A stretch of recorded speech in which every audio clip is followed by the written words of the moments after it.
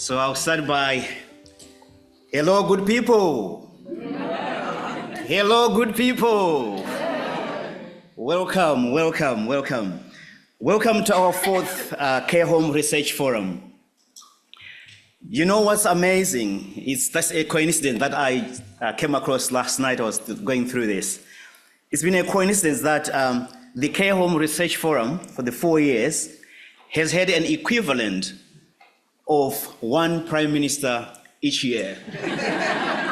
We've had Boris Johnson, we have Liz Truss, we have Rishi Sunak, now we've got Keir Starmer. So we move with the times.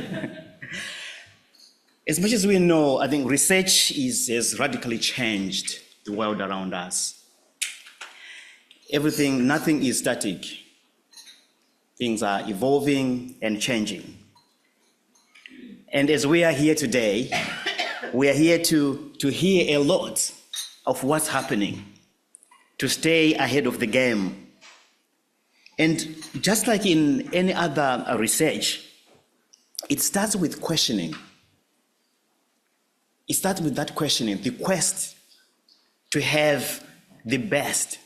So in health and social care, for us, it is to have best quality of life for the people that we look after.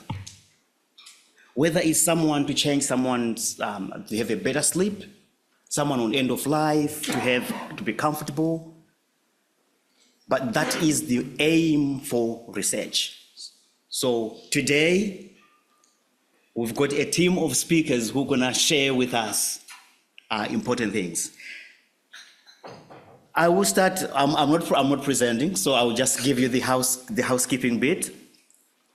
So it is one of its kind, it's unique, and Nightingale is very proud to be hosting this event.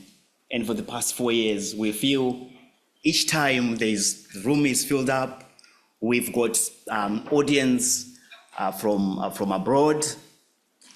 We have participants who are watching and listening to this from abroad. So bear in mind, this is being live streamed to in the UK and across the other countries. We have people from Indonesia, Portugal, Spain, Brazil, Trinidad and Tobago, Chile, Netherlands, India. So we are actually international, so to speak. We have key presenters today who will be presenting their specialist subjects. We will also have an opportunity to ask questions, opportunity for Q&As from some of our presenters. And now I'll quickly move on to the housekeeping bit. Please take note of this. Our smoke and fire alarm detectors, they do not have a snooze button. So if you hear one sounding, please evacuate this room, door to your left, or the double doors to your right. That will take you to a safe place. And also to our audience online, our virtual audience, please take note of your escape routes, wherever you are. May I also point out that this home is home to our residents. So if we may respect that by not visiting other parts of the building. However, you are welcome to book a tour and come and view our magnificent, wonderful home for our residents. Please also note that there will be filming and photography. If you are not comfortable or you do not want your photos to be taken, please see our marketing team. We have Catherine and Kristen. Raise your hands. They'll be able to adjust to that. Our bathrooms are right at the back, very close by, but you can use either of those two doors. We will have refreshments along the way. So we have our first 20-minute break around 20 to 11. These will be served next door. We'll also have buffet lunch served from around 12 o'clock, midday.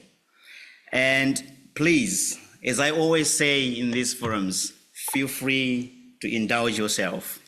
Enjoy the wide selection don't worry about splitting the bill. It's all under control. And after lunch, our presentations will recommence at 1 p.m. And we aim to finish approximately 3:30, 3:40ish, all going well. So without further ado,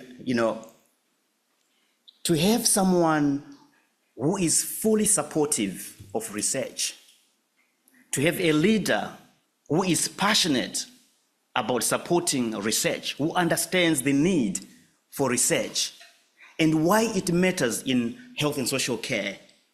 I think for us, it is a privilege. Once you have someone who has got the learning culture that is embedded in our teams, in our staff, and also cascaded to the community, it is a great privilege. Now, ladies and gentlemen, good people, please welcome our Chief Executive, Jenny Pattinson.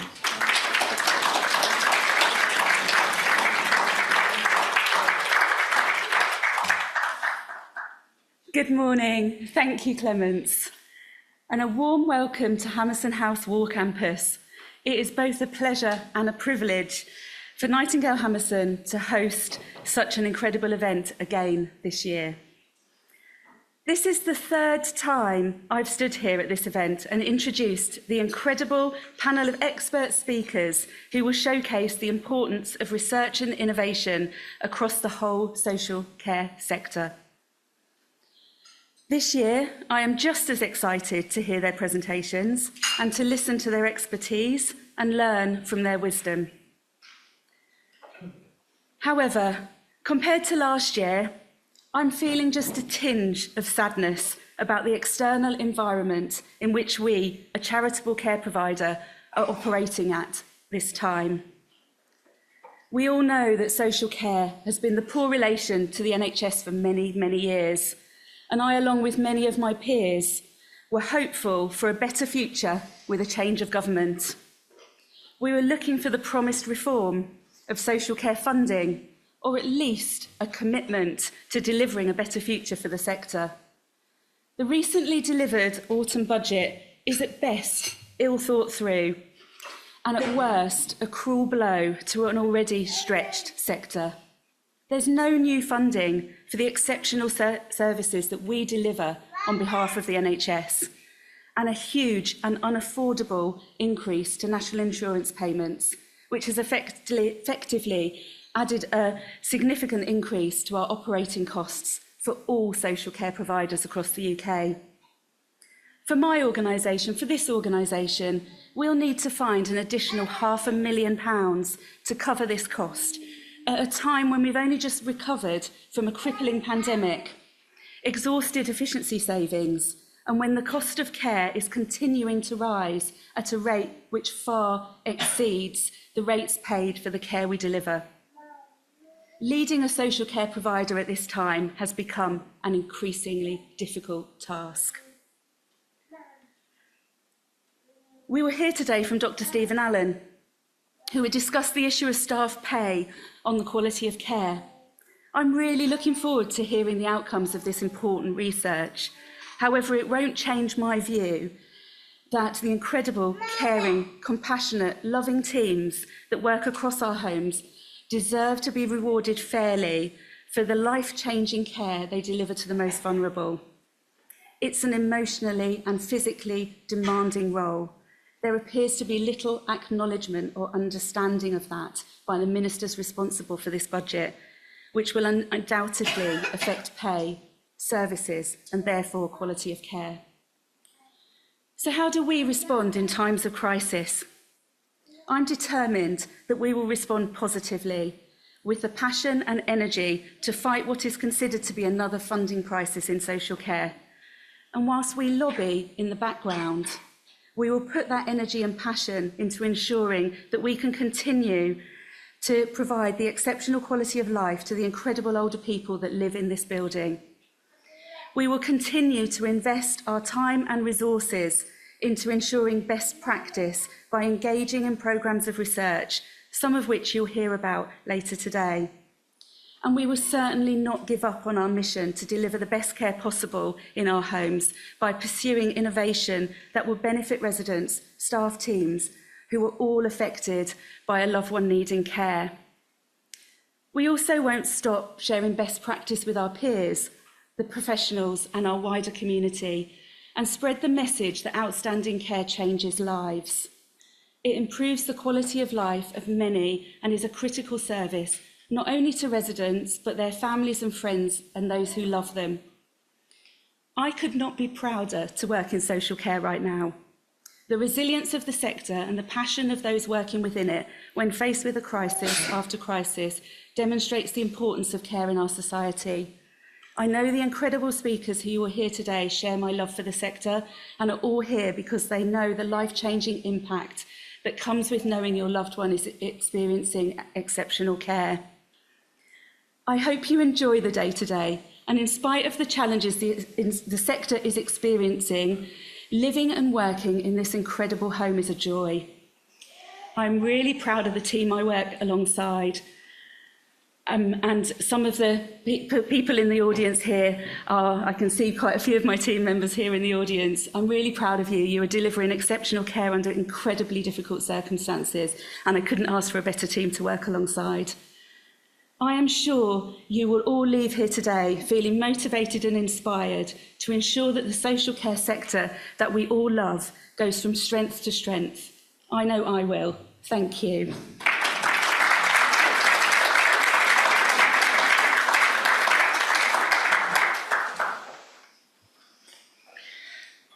Thank you so much, Jenny. And I was listening to what you're saying. We need to respond positively. I think those are the key words. Not only responding, but responding positively.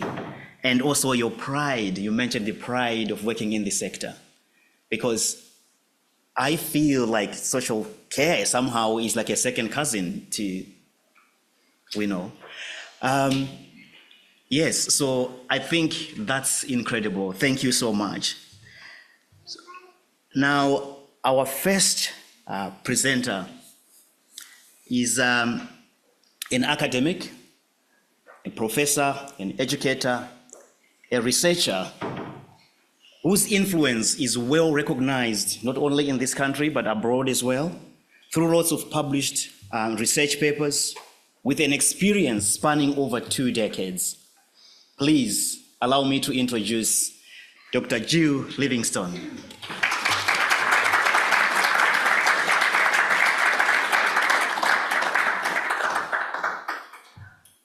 Thank you, Clemence, and thank you for inviting me here today. You can hear I've got a cough, so you'll just have to excuse me if I cough and sneeze. I'll do my best. I hope the rest of you got Clemence and my memo. It's orange and blue you should be wearing, and I see a few people have got it.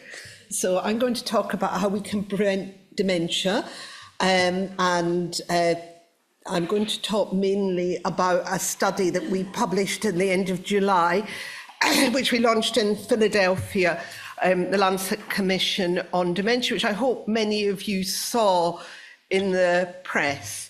And these are the people that worked with me. We all worked very hard on it, but I want to particularly mention Andrew Sommerlad, who's over there, Sergi Costa-Fried and Nahid McAdam, who were part of it. But it's an international team of multidisciplinary experts. And I'm going to talk about the prevention bit of this. So I'm going to why we should consider dementia preventable.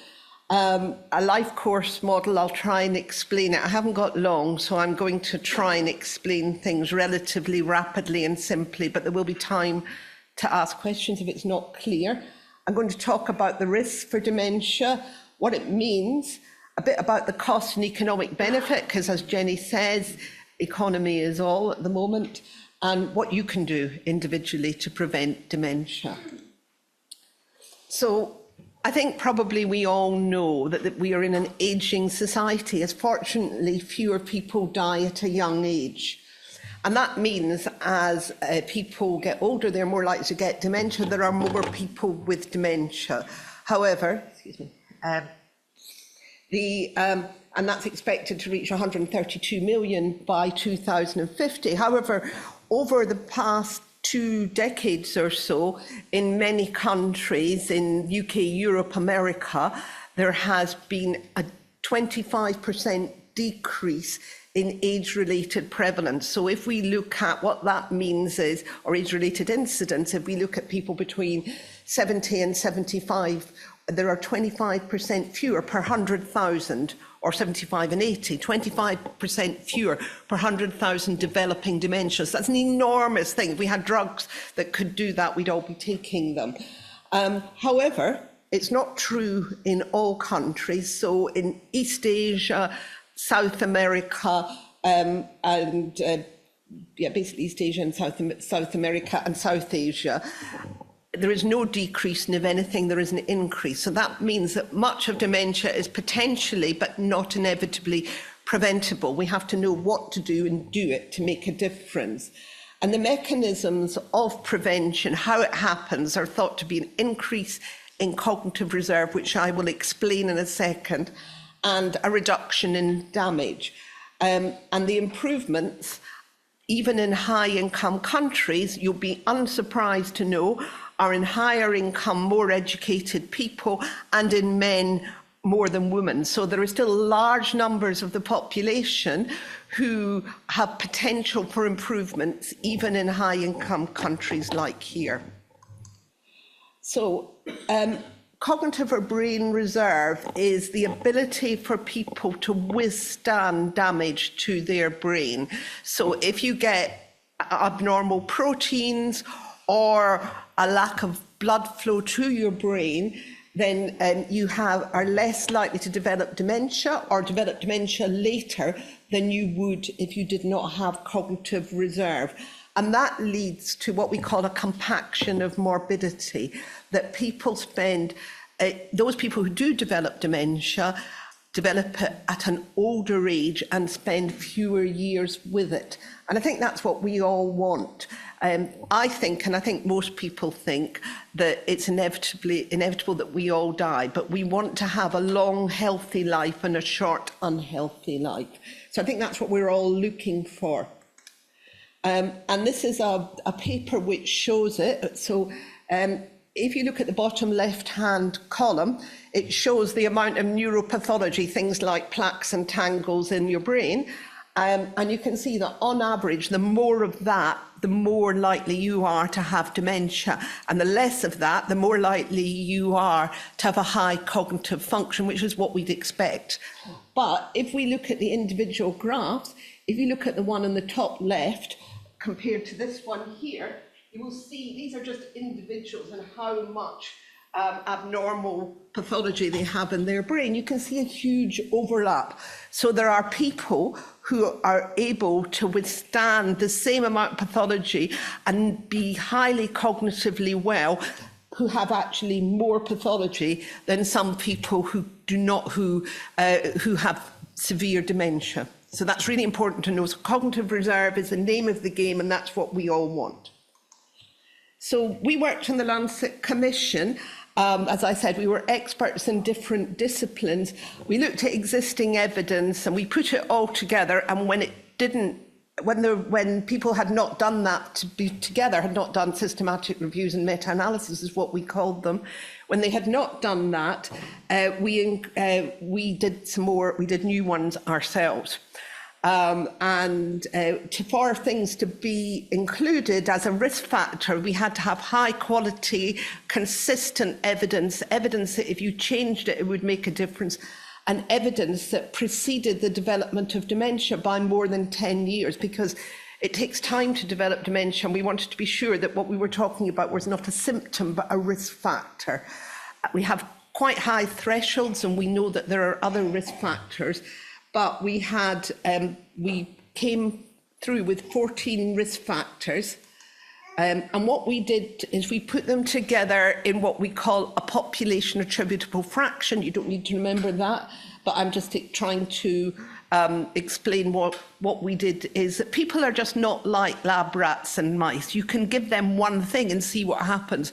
People have lots of things together and they tend to cluster. So the person who is overweight is more likely to have high blood pressure, more likely to have diabetes, and more likely to have high cholesterol, although these things can occur. So we did some really quite complex calculations to account for what we call commonality, people having more than one thing. So if they have one risk factor, maybe that's not what's causing the problem. And I'm not going to explain how we did it, but it's in the paper, including the code, if you want to do it yourself. And this is what we came out with. This is a life course model of risk of dementia. So the things that I'd like you to notice is that we came out with slightly more than 45%, so nearly half of dementia is potentially modifiable, which is absolutely amazing, gives us hope and potential for change. And our life course model shows when in life that you should be thinking about tackling them, and midlife is a great time for most of them, but it's never too late.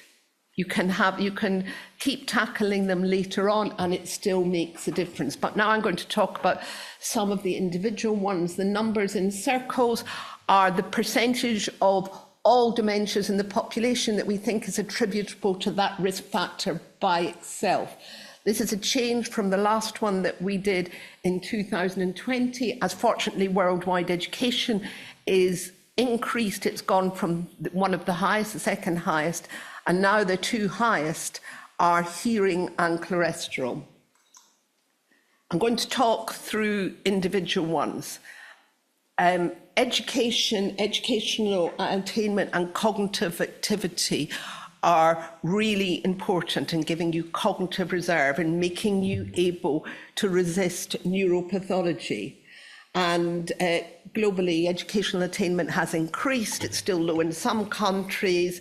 In here, the age of leaving school has gradually increased over most of our lifetimes.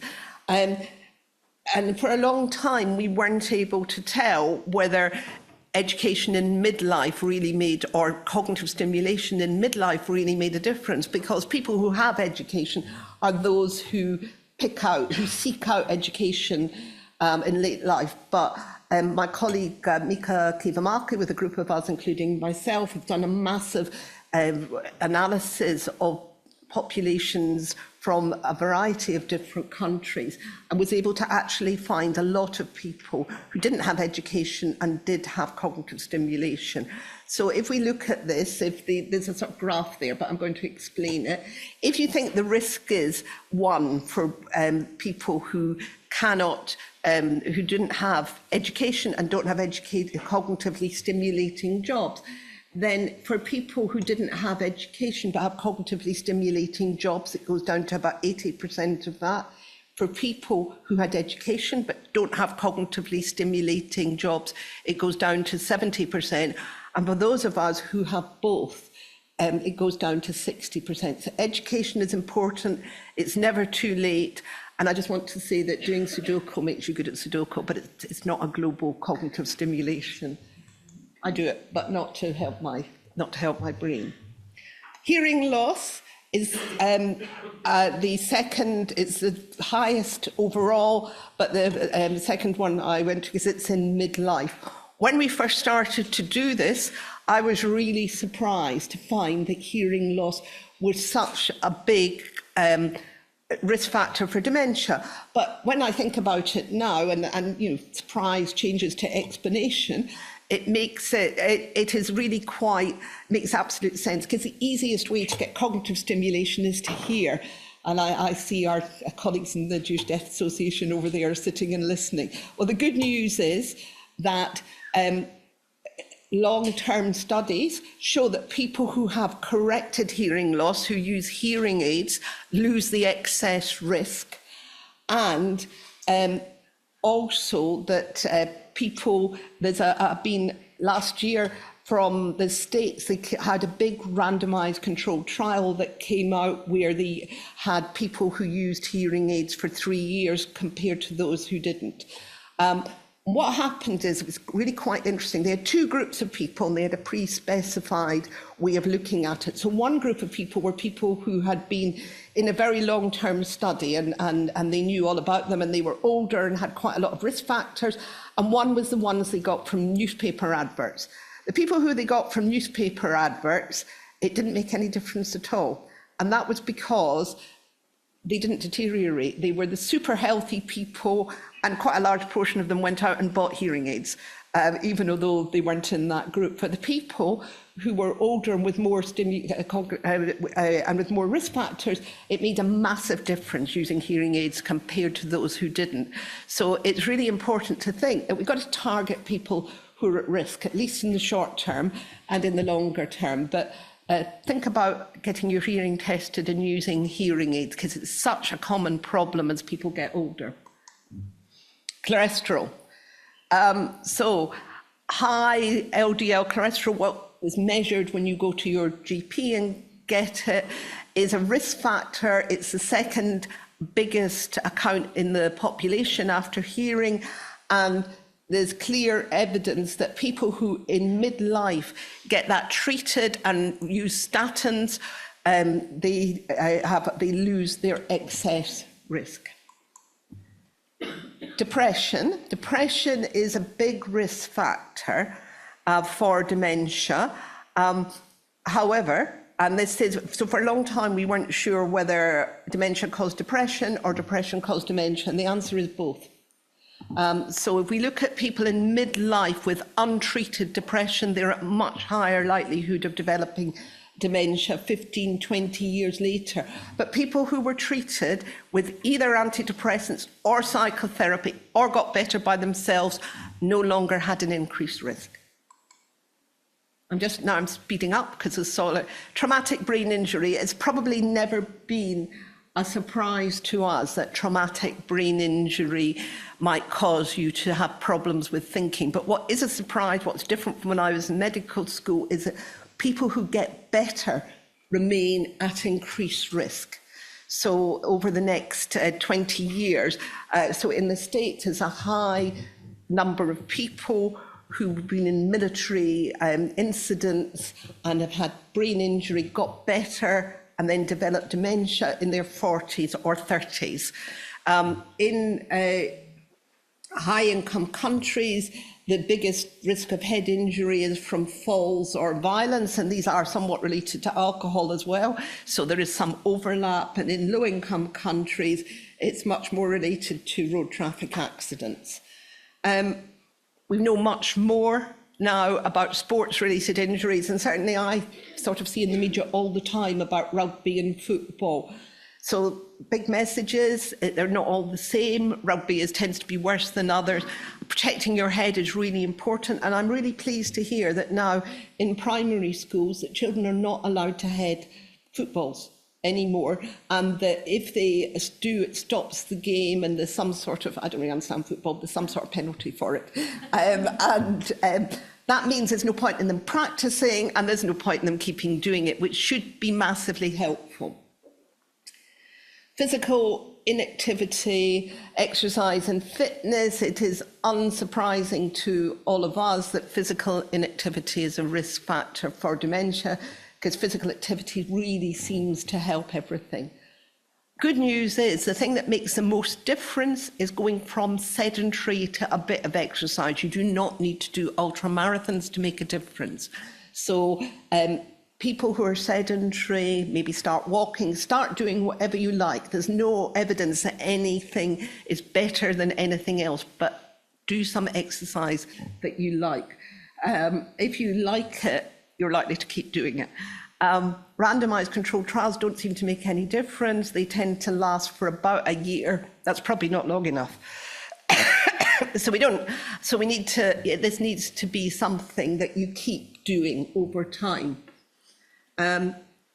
Diabetes, move on to diabetes. There's lots more diabetes in society than there used to be, partly related to obesity and diet. If you keep your blood sugar within normal ranges, not at the lowest of range where it doesn't help, it actually may cause damage, but within normal range, you lose a lot of the excess risk, and you will, the new drugs, the GLD-RA1s, in randomized controlled trials, which have been for diabetes, but they've measured cognition and and dementia, show a decrease, a specific decrease with them. So they look as if they're particularly good. So there's something quite tempting about GLP-1 RA receptor agonists, which you hear about in all the news, but this is only for diabetes. I'm not saying we know nothing about whether they make a difference if people take them who don't have diabetes. Smoking, you'll never find a doctor who doesn't say that smoking is bad for your health. Smoking is bad for your health. I think the good news is that people who stop smoking in British and Korean databases, if they haven't got the damage, they lose the excess risk.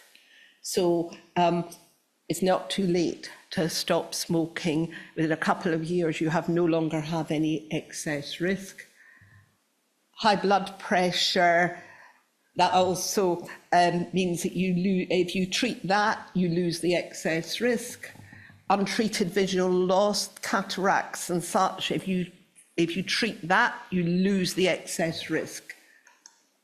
Excessive alcohol consumption, I think my message is it's quite easy to have excessive alcohol consumption without really realising. If you have a large glass of wine at home, it's probably 4 to 5 units. If you have that every night, you don't have an alcohol problem, you're never drunk, but you are above the limit. You're therefore at 28 to 35. You want to keep down to 21, have days without alcohol. It's not linear, so people who, it's less than 14 that people do better. At 0, people seem to do worse, but that is probably because many people who don't drink at all have given it up because they have alcohol problems. Probably not that it's bad for your health, although I choose to believe some evenings that it's really good for you to have them. Air pollution, bad for your health, and helping it, reducing it in various places in China and Canada, for example, decreases cognitive loss and decreases dementia. So here's the list that I've gone through. I haven't got much time. Changing risk factors, does it make a difference? I think the answer is absolutely yes. We've modelled the cost savings in England with help from our economists, and they think if you decrease the salt in food, so this is they have decreased the salt in food in various places in randomised trials. What happens is people's blood pressure drops. If that was done for all of England by decreasing the salt in need food, that would decrease blood pressure, and it's expected to save 2.4 billion pounds in dementia costs. And so what does it mean? It means that there's increased evidence about dementia prevention. There is huge hope. Over half of dementias are preventable from 14 risk factors. There will be more, but the evidence is unclear. You can change it for individuals and in policy. I'm asking all of you to try and be part of that and make a difference in decreased dementia. And there's my university, UCL in the wind, which is much like it looks now. Thank you for your attention.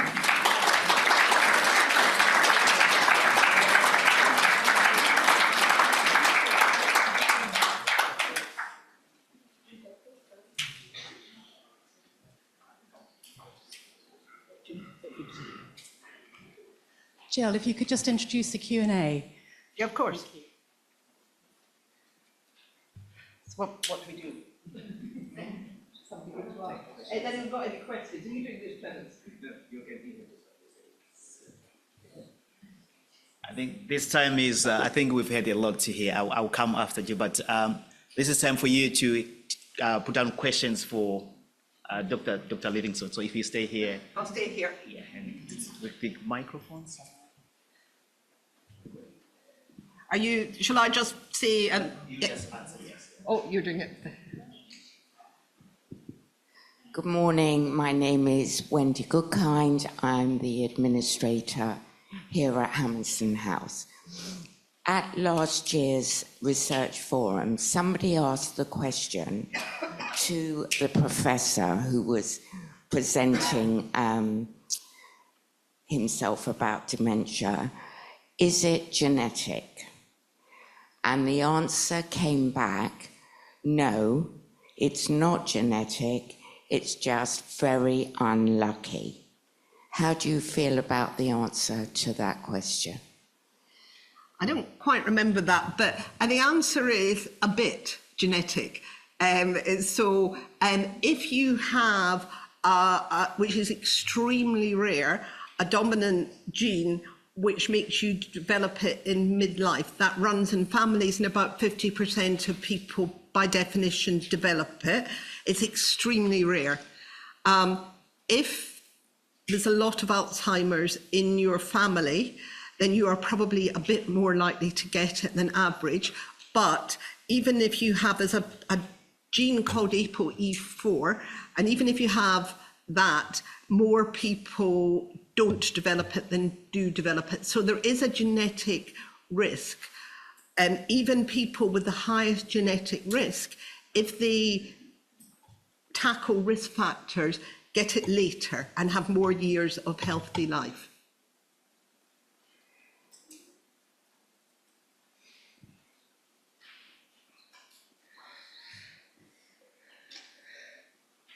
Hi, I'm Nadine van Dongen. I'm founder of Patient Intelligence Panel. And fantastic, interesting presentation. I'm going to read it after this. Are all dementias included in here? So you've got like vascular dementia. So if you've got vascular dementia, would it be the same risk factors and the same? We analysed using all-cause dementia for a variety of reasons. One of them is that most dementias people haven't done postmortems to be absolutely sure, but also as people get older, they often have more than one reason. So yes, these are this is for any cause of dementia. Yeah, because you would think that vascular dementia, you have you've got already some problems in your brain, or and then by all dementias you have a problem with your brain. No, sorry, I'm sorry, but I mean, then how can education kind of reverse that? It's resilience. If you have a stronger brain, you can cope with more damage before you develop dementia. And I think what most of us care about is how we remember and feel and judge and can look after ourselves and others rather than what's in our brains. So it's just as true of vascular dementia than of other things. If your brain is stronger, you can cope with more pathology before, more infarcts is vascular, before you develop dementia. That's great news for someone in my family. Thank you very much for a very interesting and exceptional talk. Thank you. Khalid Ali from Brighton and Sussex Medical School, clinical academic in geriatrics. I just wanted to explore a little bit the link and the biopsychological mechanisms of social isolation and its contribution to dementia. What's the hypothesis? What's the link? Is it the cognitive reserve, the cognitive stimulation? Can you just explore that a bit further? My colleague Andrew over there, that's what he has led most of the research in it, but I'll just summarise it for the second. We think that there's two things with social isolation, or more than two things, but one of the things is that talking to other people is the best way of getting cognitive stimulation. So that's one way. But the other thing is that being with other people tends to change your behaviour. It's better, you are more likely to eat better if you're with other people. You're more likely to exercise. You are more likely, I mean, a lot of people go to doctors and they say, I thought I was fine, but my wife or husband insisted that I come. So if you're with other people, you look after yourself better. So it's more than one. But even if you take into account the looking after yourself better, it's still social isolation makes a difference. Socially connected, you're less likely. I think we have to stop. Nuno is. Thank you very much. Hi, we have some questions from online. The first one is from Treasure. The question is, how can policies be shaped to improve educational access for individuals with cognitive impairments? Yeah. Well, I think that policy should be before people develop cognitive impairment, rather than after. That they develop educational cognitive impairment to prevent dementia. It's already been a huge change from school leaving age to being 14, to being 16, to having education till they're 18. So I think all of these things make a difference. And then access to work has become more cognitively stimulating as a lot more of labour-related work has become mechanised, but both work and education and even allowing for ill health and retirement. There's quite a clear evidence that retirement is in itself a risk factor for dementia. So I think that I'm quite for this increasing the age of retirement because I think it's good for people, though obviously not if you're doing a massively physically demanding job. But in other things, I think policy can help us keep functioning. Thank you. We have another question from online, from China. Vivian asks whether a low-carb diet could decrease the risk of dementia. We know that obesity is a risk. So people with low-carb diets are less likely to be obese. They're less likely to develop diabetes, less likely to have high blood pressure. It's extremely difficult to work out whether the diet itself makes a difference but it certainly can change these things which are risk factors for dementia. But the sort of evidence isn't there that a low-carb diet reduces dementia per se, apart from the difference it can make to things like your body weight, cholesterol.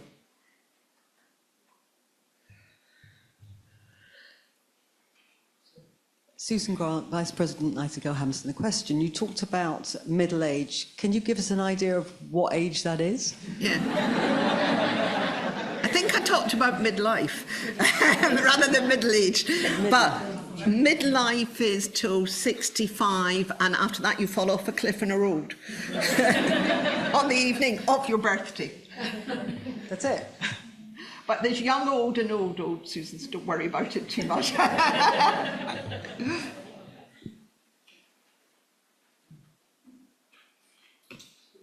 Hi, I'm Laura Nolans. I'm a volunteer at Jewish Care Holocaust Survivor Centre.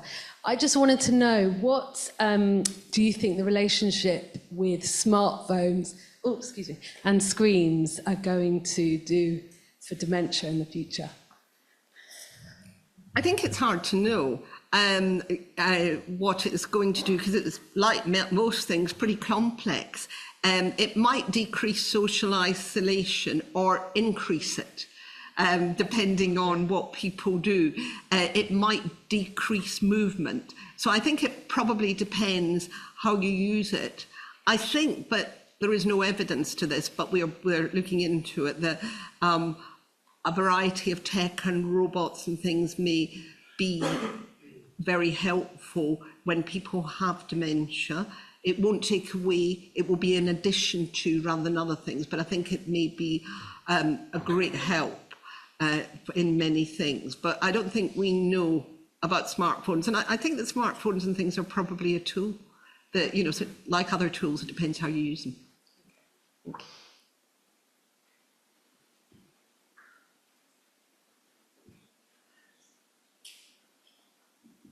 Hello, I'm Aisha Khan. I'm a physiotherapist here. So my question is, yesterday one of my colleagues asked in a workshop that when we work with the people with dementia for most of the time, so it's like when you spend time with somebody, you get their traits. So if we work with dementia people, for most of the time, so can we get their behavioral instincts, like if our nature will match, or we get some things from them? I know dementia is not contagious, but it's like, can we get their traits?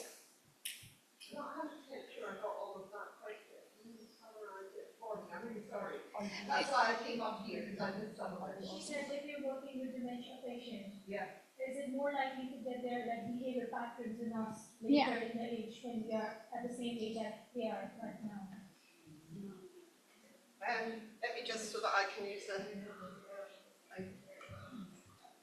I really hope not, because I have worked with people with dementia for so very, very long. I don't think so, no. Working in dementia, as far as we know, there's no infectivity, and it doesn't make you more likely. And the work that people do here tends to be both physically and cognitively stimulating, and might make them a bit less likely to do it, because it's really hard work in every domain, cognitively, socially and physically. Yeah, thank you.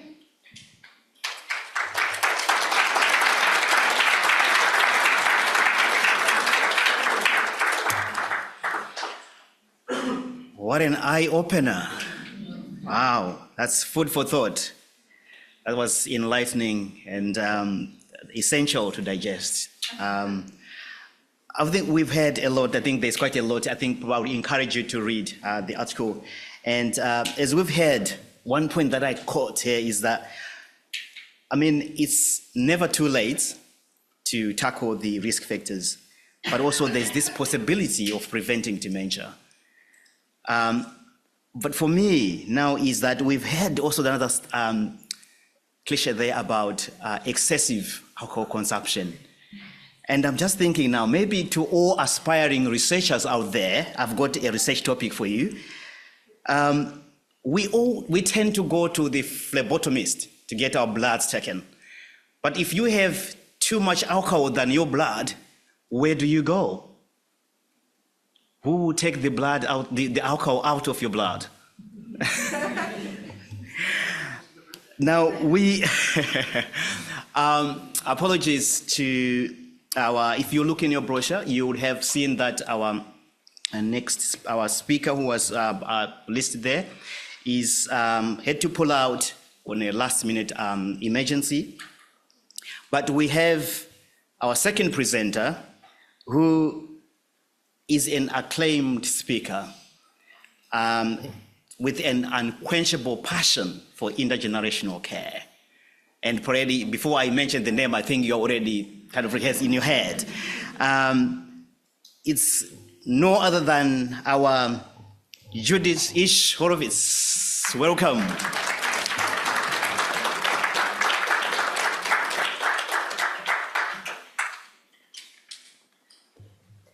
Thank you, Clemence, and thank you all. I'm delighted to be here this morning to hear fellow speakers, thank you, and to meet and share, though I hadn't expected to be at the front today, I must say.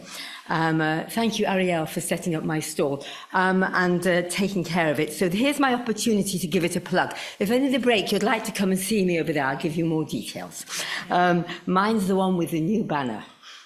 Seriously, though, I'm delighted to have the opportunity to share my work and indeed my passion.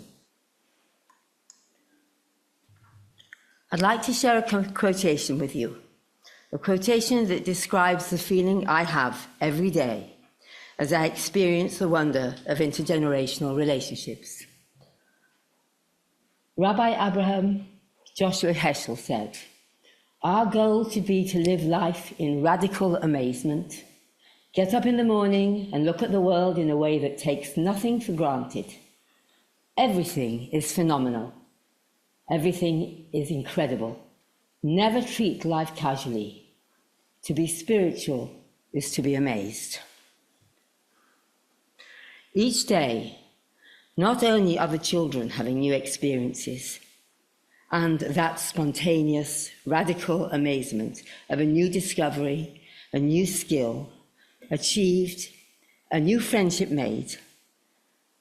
Those skills that are being developed, our friends at Nightingale House, the South London branch of Nightingale Hammerson, are sharing.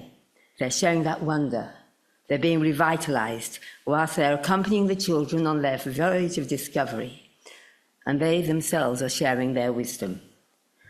Now, for those of you who have not heard about Apples and Honey Nightingale, I'll give a very short potted history. We opened in 2017 as a natural development from a partnership between a small sessional nursery in Wimbledon and Nightingale House in Balham. Our purpose at Nightingale, Apples and Honey Nightingale, was to have daily, reciprocal, developmentally and therapeutically beneficial activities for all involved. A percentage of the places are reserved, highly subsidised, for the children of the care staff, which helps with staff retention and staff recruitment, and also the relationships between the residents, carers and their children. For the nursery families, Apples and Honey Nightingale would provide the extended family experience that many could not offer their children, as they lived far from their parents, grandparents and great-grandparents. It would give the children an opportunity to learn from lived experiences, to share their secrets with people who have time to listen and to love them unconditionally. So what is intergenerational practice? Intergenerational practice aims to bring people together in purposeful, mutually beneficial activities which promote greater understanding and respect between generations and contributes to building more cohesive communities.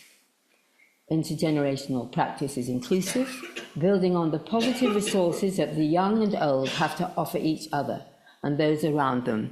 This definition was written by Alan Hatton-Yeo of the Beth Johnson Foundation in 2001, and it is still universally accepted as the definition.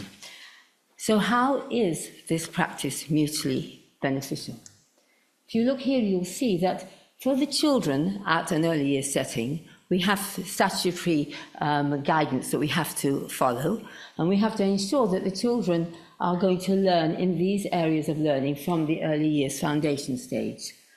We have to cover areas on personal, social and emotional development, communication and language, physical development, mathematics, literacy, understanding the world, and expressive arts and design.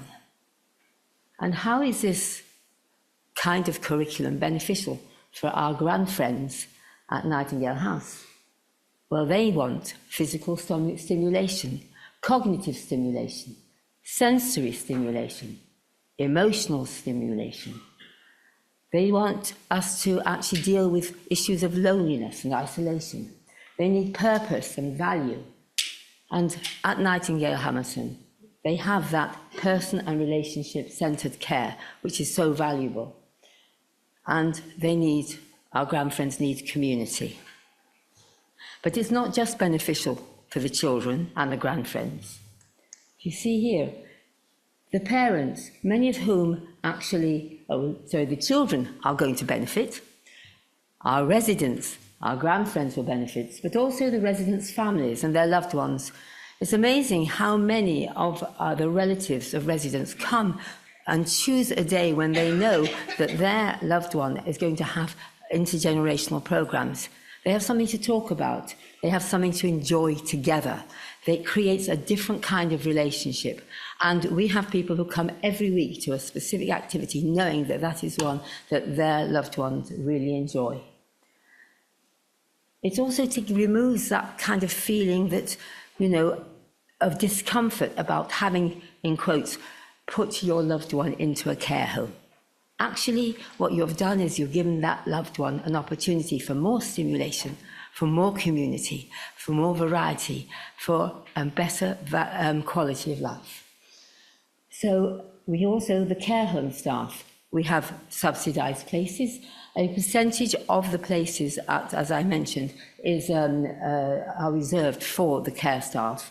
And what happens there is that the relationships with their children and the residents creates that extra bond, that extra feeling of community and of family. The nursery staff, they also will benefit from this for the same reason. And the volunteers, it's the most satisfying, I think, and fulfilling way to volunteer. If you have time, you are welcome to come and volunteer with us. And the wider community. When we first opened, people were walking down the road and hadn't realised that since 1906, when Nightingale House was opened, it had been in this community, it had been in Balham. And people said, oh, I didn't know there was a care home here. but we've actually been able to open the door for people in the care home, for the community to come in, but also for the community for the care home to actually be outward looking as well, and to actually create that sense of community, to say that we have something we wish to give to the community as well. And I have to say a big thank you to Nightingale Hammerson for allowing us to actually run community groups as well there, and to actually develop and extend that intergenerational practice. And for the care home itself, where you have new vibrancy and new life. But I'm going to concentrate on the benefits for the residents. As you can see, how do they benefit? I must here just say, if you don't like children, you do not have to take part. This is not forced on you. You have a choice. Everybody has a choice. For some, it's an all-encompassing distraction and a release. Relationships and friendships are formed, combating loneliness, depression, social isolation, and improving well-being. And I want to refer now to Dr. Gill Livingston's talk. Thank you very much. It is certainly a way of keeping people purpose. And we feel, I can see people getting younger most of the time. And I'm sure, I'm not going to ask you to guess how old I am, but I do feel quite young at the moment. It gives people a permission to care for others and feel a sense of worth of themselves, not just to be the ones that are cared for. It gives a sense of purpose and value. The residents share their life experiences with the children and live new experiences together with the children. It encourages them to engage. The children will actually come and invite them to take part in things. There's motivation to move. One of the first things that was said to me when we first opened in 2017 by one of the residents was, wow, I love to see the movement. How many times have you been to a care home and you've seen people sat and sat and sat, usually in front of a TV? There are the therapeutic benefits, increased physical mobility, coordination, balance, and strength. There's sensory experience, opportunity to remember, relive or process earlier experiences of childhood. Yesterday, we painted stones together, stones for our new peace garden that we're creating. There's release from being the objects of care, something that isn't the focus on their age or inability, aches and pains or limitations. They're being part of something different from their schedule, creating a dynamic living environment. The intergenerational program creates a normal community with normal age demographic, bringing in whole families. It's not just the children, it is the parents, it is the grandparents, it is the friends, it is the siblings as well. Some become adopted grandfriends or grannies and grandpas, and the families continue to visit after the children have left the nursery. There's cognitive stimulation through direct learning and participation, which is active, and there's passive stimulation through observing the children. And I have fantastic conversations with care staff who maybe are a one-to-one with one of our grandfriends, who are able to say how much they can feel and sense that the people they're caring for are really enjoying and want to be at these sessions. And we can observe those differences. I have many stories, but I also have limited time. Sorry. So, oops, see, just to say, I can talk till the cows come home, but there's nothing better than seeing it in action.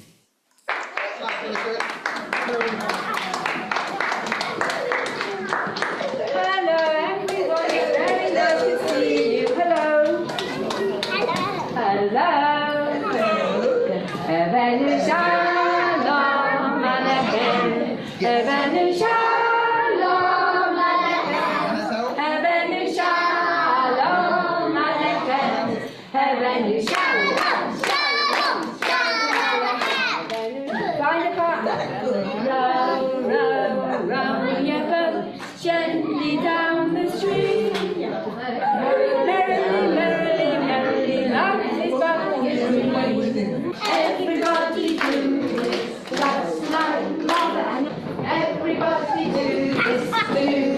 Pass the teddy to the right, to the right, to the right. Pass the teddy to the right, to our friend. What are we going to do? It's even better. Let's have a look. There you are. Now, you get... Now, how do you know that's floppy? So you've lost it? Yeah. I think you're cheating because you see this.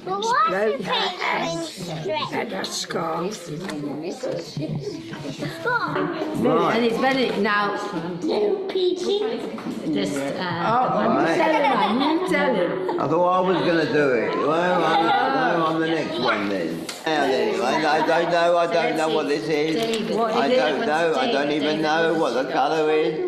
Oh, green, right. We've got a green one there. Now it's yours. Now, right, you see? I'm ahead of you. Nanny the elephant packed her trunk and said goodbye to the circus. Off she went with a drop them open, shut them open, lay them in your lap. Roll them, roll them, roll them, roll them, roll them up like this. Whoa, is that for David to help? Thank you. A jumbo jet, helicopter, helicopter, and a jumbo jet, a jumbo jet, a jumbo jet.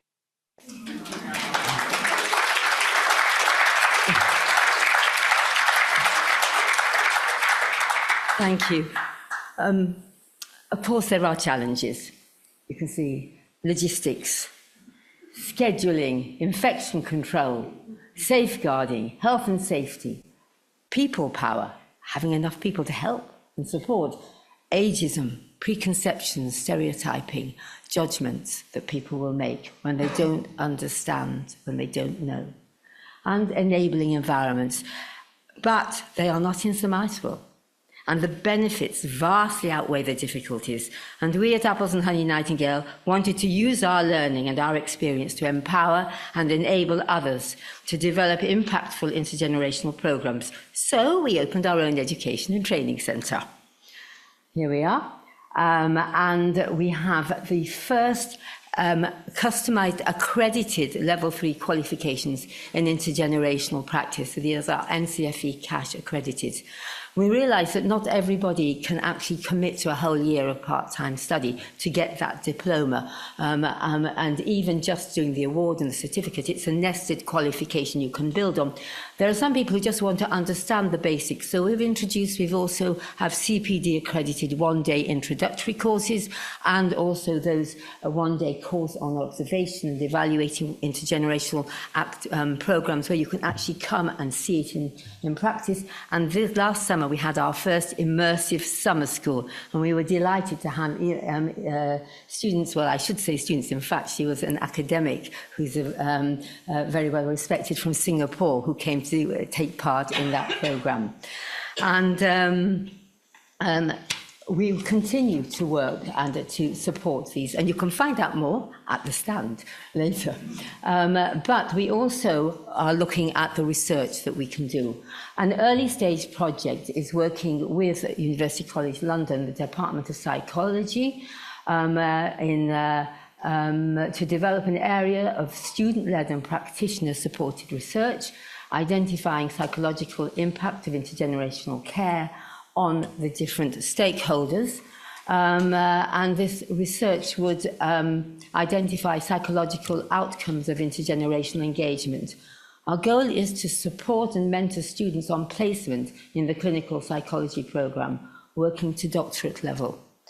We're also in the early stages of a project under the auspices of Kingston University and funded by the Social Care Research Capacity Building Programme, exploring the impact of intergenerational activities on the well-being of older residents in a care home by actually looking at the social prescribing impact, which I think will be very interesting. We're in that fortunate position of having the children, the grandfriends, a medical practice, care, the therapy department, so many of the enablers within that this environment to actually have them all on one site, which I think is unique.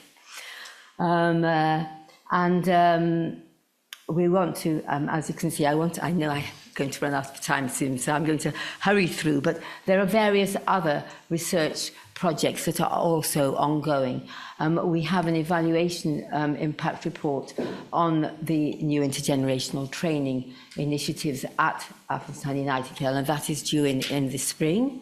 We currently have a master's student studying exploring attachment theory within an intergenerational co-located early years setting. I've been working with Roehampton University and the Froebel Institute on spirituality in early years, and I would love to actually expand this to measure the impact on the older participants. Being in a faith-based setting, this would be very interesting and something I don't think has been looked at very much. We're waiting for a paper is being written up already on intergenerational communication for people living with dementia from also University College London.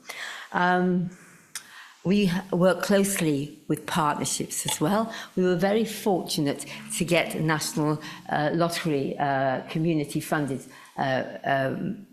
money, working with in partnership with Generations Working Together in Scotland and Linking Generations Northern Ireland, and we're developing quality indicators in intergenerational practice. So between us, we have set up 30 projects, 10 each, to pilot these quality indicators.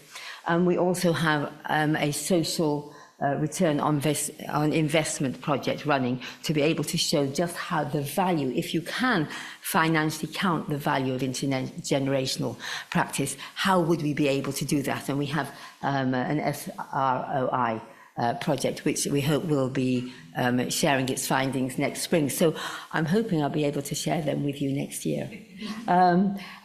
We've also working with the Beth Johnson Foundation, who I mentioned earlier. That was the definition for intergenerational practice that is commonly used. Professor Sue Reed from the Beth Johnson Foundation and myself have set up something called Generation All, which is a grassroots intergenerational network so that we can share practice, so that we can actually support each other in research, so that we can help together with all the different intergenerational practices that are in England, that we can speak with a common voice and advocate for each other and support each other.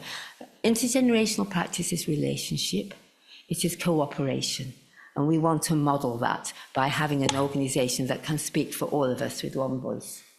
And I have very few pictures just to continue to give you that good feel of what the things that we do. One of the benefits of being co-located is that you can actually have ongoing activities. So you can see here the children are picking the lavender that Phil the gardener, who is a bonus for us, has been looking after.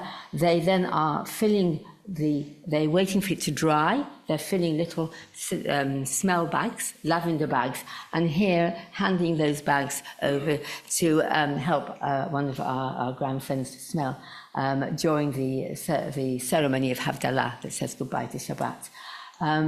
You can see here we have older siblings, we have older children, members of the care staff able to come.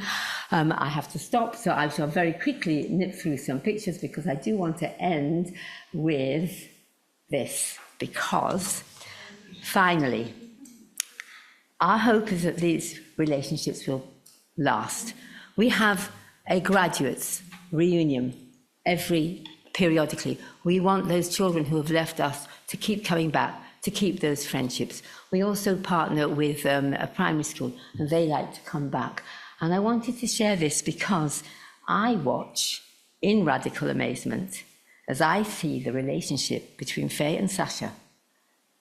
8 years ago, Faye and Sasha met each other. 8 years on, you see the expression in their eyes. What could be better? Thank you.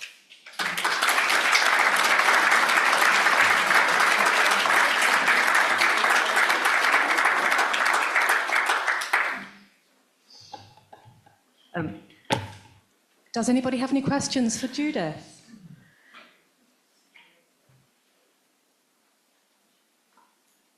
We could always go back to the pictures.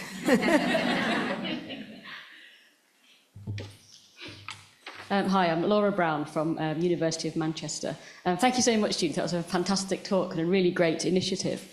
I noticed you mentioned one of the challenges is ageism. And I wonder if you could say a little bit more about that. So who it is that's showing those ageist attitudes? Is that the children, the residents, parents? Yeah, and so on. Ageism covers all one's attitude towards all ages. So there's an attitude. There have been residents in the home who have felt it was completely inappropriate for children to be in a care home. There have been people who have felt it's totally inappropriate for, these old people to be messing about and touching young children, because touch is very important. People want to embrace, they want to have that feel. And I think it is actually a universal problem, and it's something that the government is trying to deal with, and it's something that we're focusing very much on.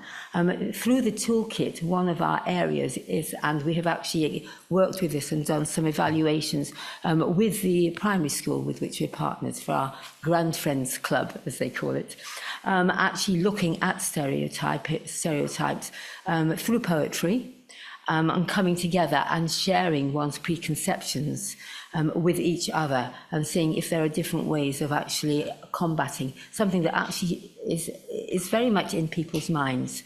But I hope that answers your question.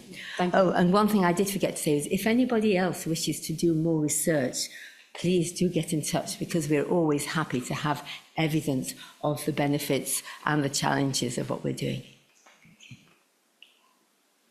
One question from Spain, if I may ask. So we know that, unfortunately, care home residents die. And when they build a relationship with the children, how are we helping both children and the residents knowing that the relationship will have an end at a certain point? So how do you manage children's expectations? Thank you. It is, I think it's very interesting. This is a question that comes up very often. And what we have noticed or seen is that when there is a death in life in general, when it's sudden and there is no preparation, there has to be an awful lot of support. There are special books that people will give out. They will, if it's involving a school, the teachers will actually talk to the parents. They will come together. In the care home, aging is a very natural phenomenon. The children are learning about aging as they see it. And we haven't, in the 8 years that we've been here, had an issue over the fact that some of our grandfriends, they're getting old, they're more frail, they stop coming to sessions. The children, we might ask after them a few times, but usually they don't notice because they're very involved in themselves at our age group.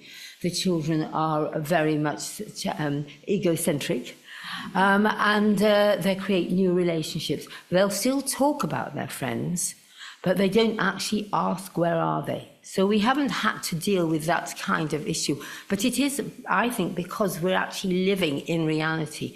We haven't been protecting the children from the reality of the aging process. They can see that some people who were mobile are no longer mobile. They can see that sometimes the conversations they were having are changing, but they'll still talk to them in exactly the same way, and they'll actually have the relationship doesn't change, and we haven't had to actually start explaining about death. But the reality is that actually we do talk about the fact that our grandfriends are getting older, that they're not able to do what they could do, and the children are remarkable in the way that they move around. They can be incredibly physical in the playground, but they are not like that in our sessions. They really are very careful, and they like to help, and they will actually support their grandfriends.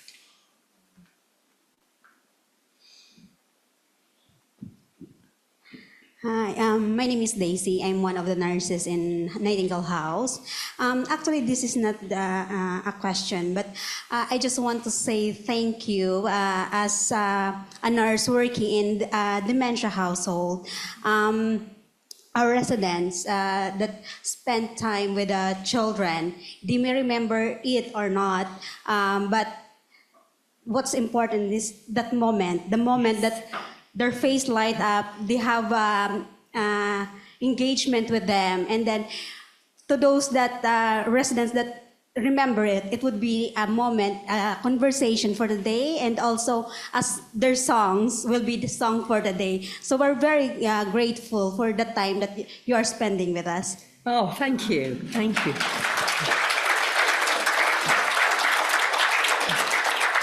I just want to thank you so much. And you know, it's fantastic to have feedback and to know this. Sorry. I think there's an assumption that if you are passively engaged, if you aren't able to actually demonstrate your response, that somehow it doesn't matter, and that actually you can't be stimulated, and that actually it's not worth the effort. But I do think that those who are the most cognitively impaired are interacting and having the relationships with them is the most important. Because if you can't self-stimulate, if you haven't got that capacity, and then the children come in, and to people who have actually, we have the story of a gentleman who was visiting, he came every day with his wife, and their relationship was so close, and she really was not able to respond. And one day we saw they were in the garden, and we were about to do some baking, and I said, oh, we're going to make challah, or making bread.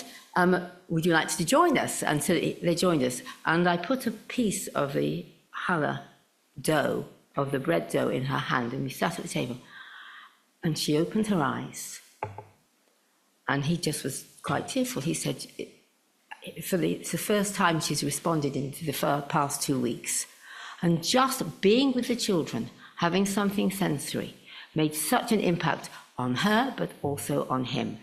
And we are able, in that moment, to actually take people out of what angst might be going on in their heads, we don't know. And the children are non-judgmental. They will just go up and they will enjoy any attention that they can get. Thank you, Judith. We have 2 questions from Treasure here. She asks, what future trends do you foresee in intergenerational practice in the light of societal changes such as the aging population? She's also wondering about technology and how it can support the intergenerational work. I think my dream is that every education setting, every care organization, and that doesn't have to be a care home, it can be a friendship group, a faith-based project, a local community group. They should all have someone who is trained, who has experience and is a lead in intergenerational practice. We need to create social cohesion, and this is the best and the most fulfilling way that we can do that. And that is one of the reasons that we actually set up the training, because it's all very well coming together and singing together at Christmas, but actually that's only the beginning. That's only the start. That isn't building a relationship, and we have to build those relationships. And that's the way forward. Now, there are people, one of the things that we are doing is actually we are liaising with T-level organizations to invite students both of administration but also on IT of T-level qualifications. It's vocational. If they can, we can maybe create a partnership. It's something that we're looking for National Lottery funding, hopefully, to actually create those links between care organisations and school colleges, so that those students can get something on their CV, but they can actually share their expertise and enable our older friends to actually overcome some of their digital isolation. So there are lots of ways we can move forward using technology for the good, and also in that way building relationships, and it's beneficial for all age groups.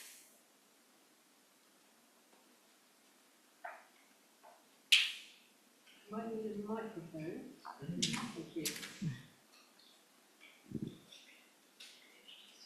Yes, I'm Ros Taylor. I'm a palliative physician and a trustee of Nightingale Hammerson.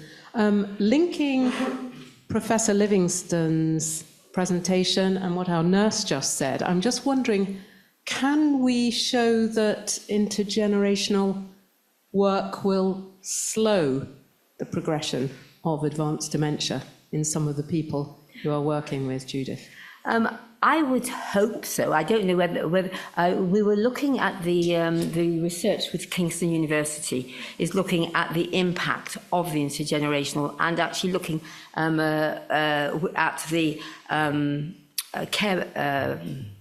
the care plans of residents who, I mean, obviously this has to go through the ethics and so it should be done robustly and safely, and seeing whether, in fact, going through, having these intergenerational engagements is going to reduce the amount of medication or also the hospital visits or other distresses that is happening. So I would hope that this would be something that we could actually in time evidence, but I mean there are so many other factors, aren't there? Yeah, I was thinking that, thank you, Judith, for your amazing presentation, particularly since you weren't going to be speaking. It's really quite remarkable. I have supervised one PhD and I'm supervising another and spend quite a lot of time looking at videos and things. But I think that of intergenerational care.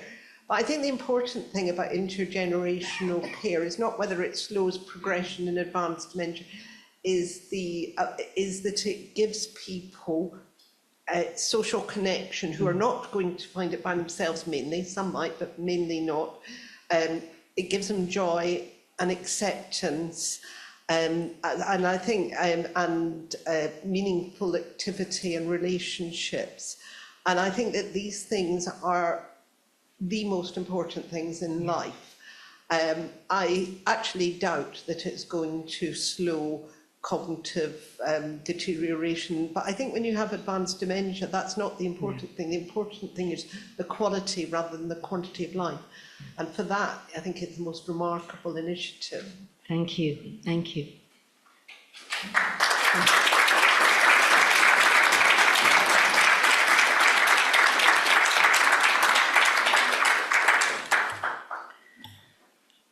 Thank you, Judith. I think we've heard a lot, and I mean, just watching that video and seeing the interaction, I'm sure most few were touched about how the benefits that we've heard about, to staff, to residents, to visitors, to the wider community. So I think that's incredible.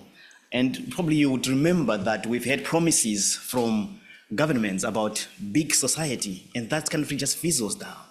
But then when you hear about this, I think that's, for me, that is the real deal. So Judith, you are a pioneer and continue to do what you're doing and to encourage and inspire others. So thank you so much.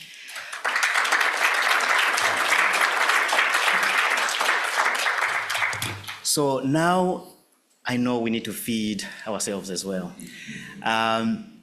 We have a 20-minute break, but before that, I want to just mention that we've got also stands for our sponsors. If you go out there, please just go around and see what's happening there and talk to them and engage. I think that would be very useful. If we can be back here in 20 minutes, that would be wonderful. So please enjoy yourself. Thank you. I'm sure we've had a fantastic morning, fantastic presentations. I'm thinking now, let me say, if you are not feeling as excited and inspired as I am, you definitely need to see your GP to have your feelings checked. Because no one can say this is not exciting. So thank you so much. Thank you for coming back. Now, our third presenter is someone, I would say, an innovative thinker, someone who is fearless in challenging the status quo, an inspiring nurse, a researcher, a dementia specialist with varied experiences in care. Ladies and gentlemen, please welcome Dr. Zena Aldridge.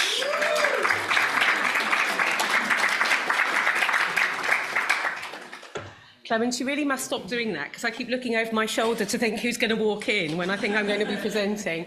Thank you, everyone. So I'm a proud social care nurse by background, qualified in mental health in 2003. Been very fortuitous to be able to engage in research activity through my career.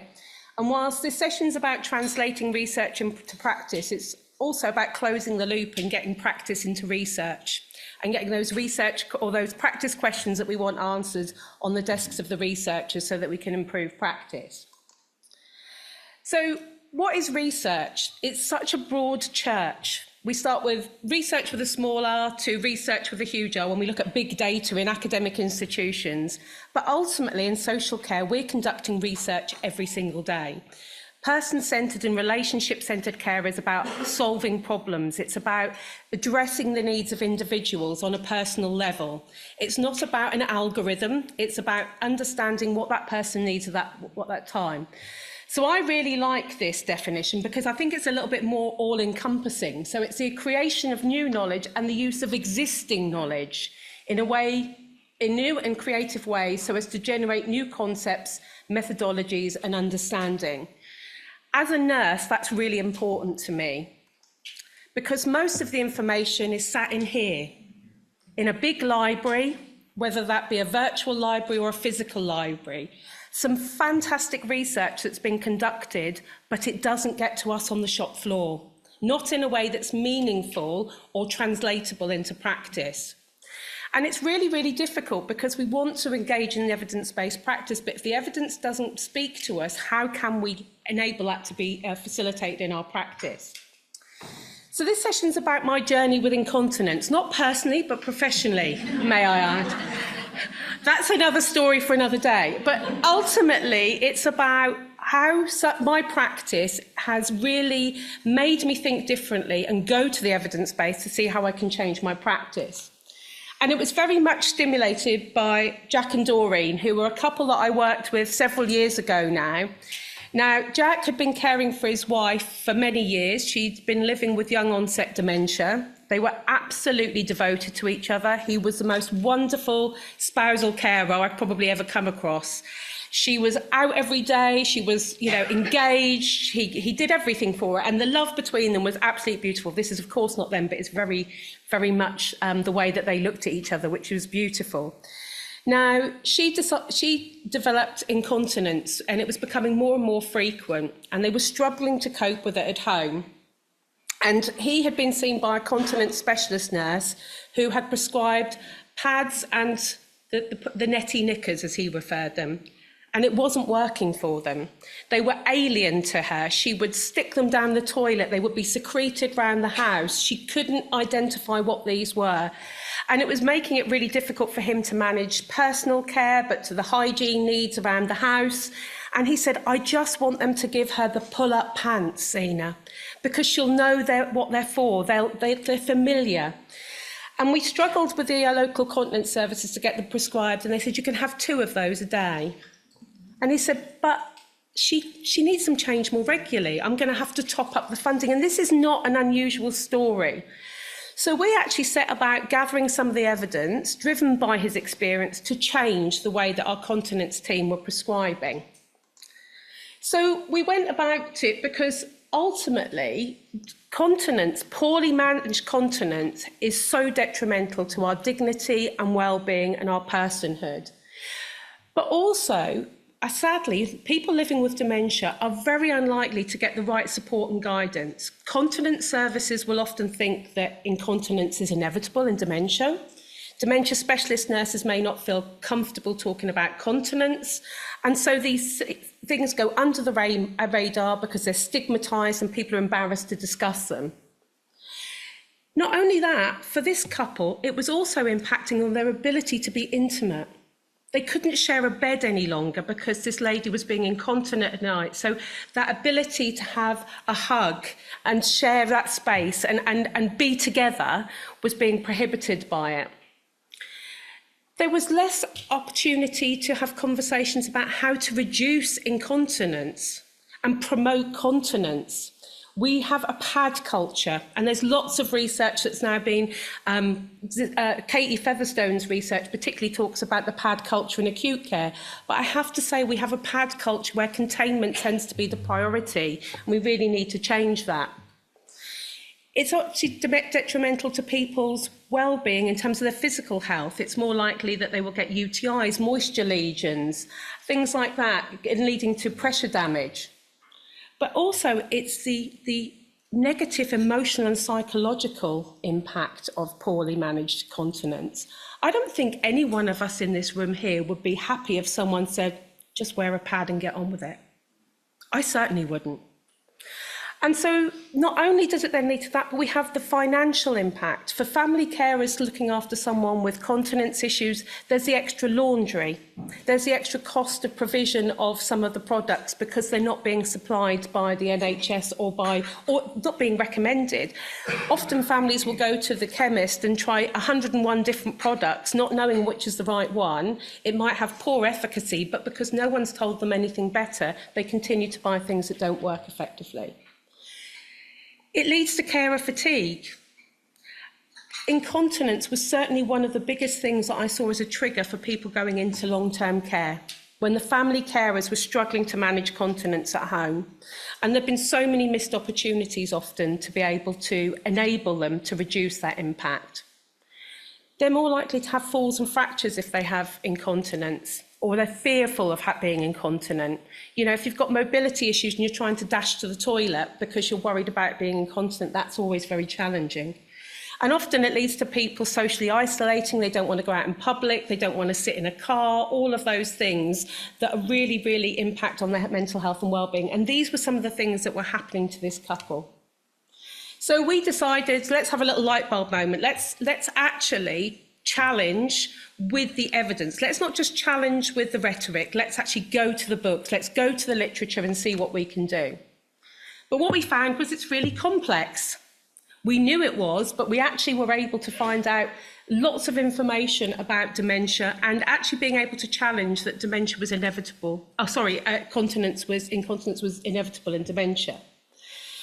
We found that often those BPSD, as we're called it, the behavioural and psychological symptoms of dementia, were often associated with unmet needs around incontinence. And I can share a story with you about another lady who I saw in a care home who had quite advanced dementia. She was actually still verbal, but very limited verbal communication.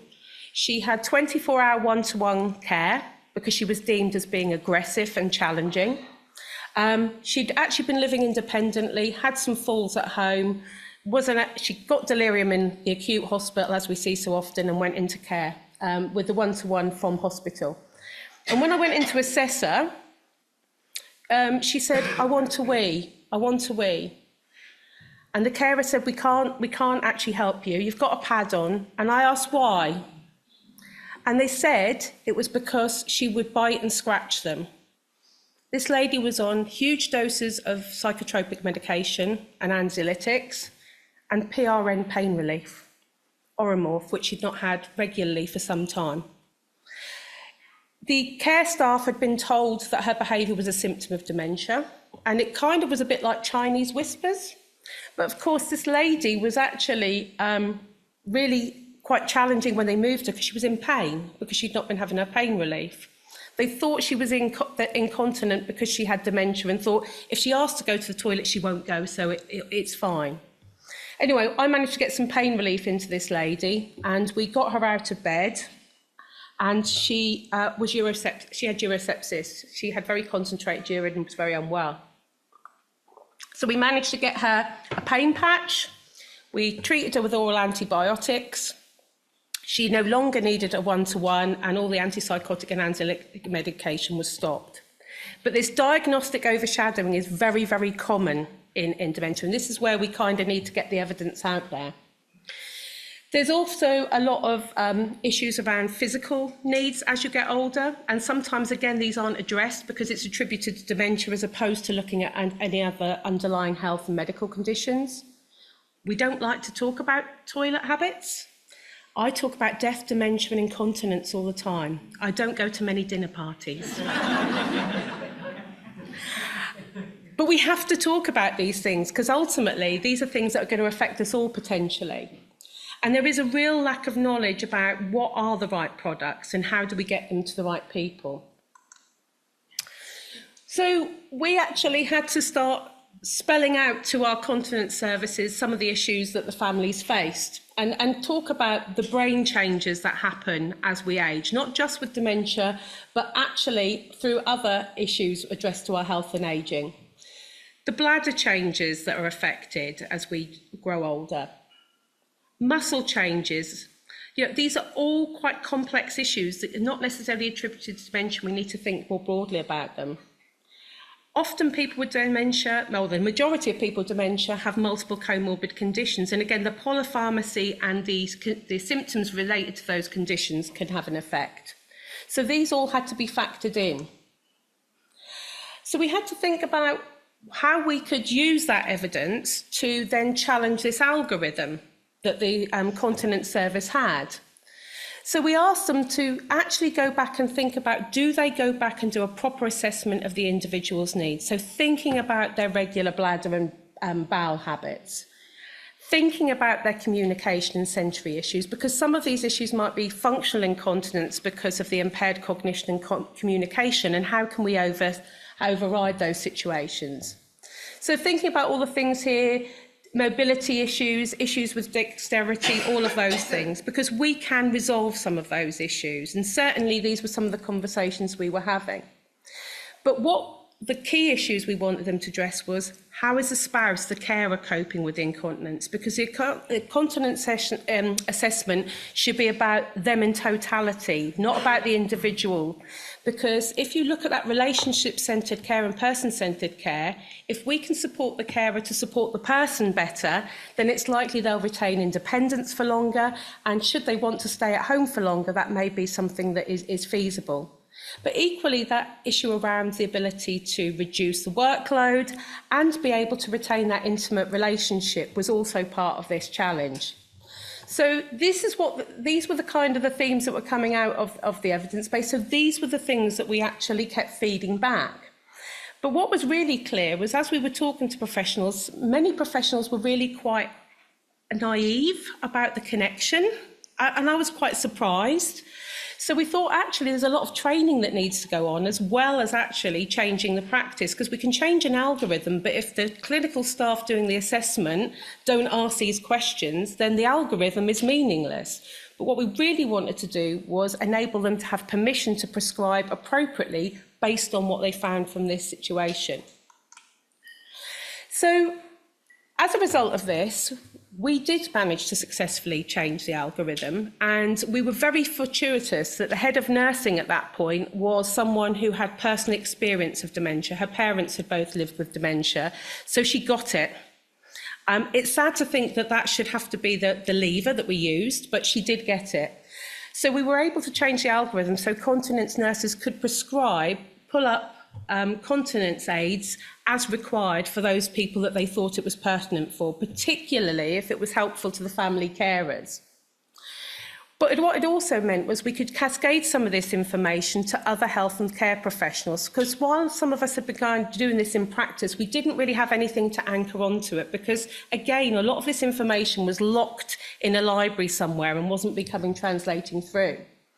So we started to challenge myths and misconceptions about incontinence being a feature of dementia, particularly in those earlier and moderate stages, and thinking about some of the things that could be done to reduce the incidence of incontinence rather than this pad culture that had occurred.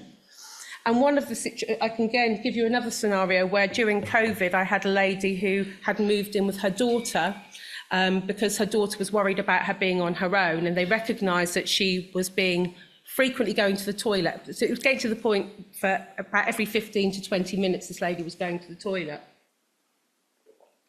And this was meaning this lady didn't want to go out in the car because she was frightened about not being able to go to the toilet. Of course, in COVID, a lot of the public toilets were shut, and it was kind of snowballing.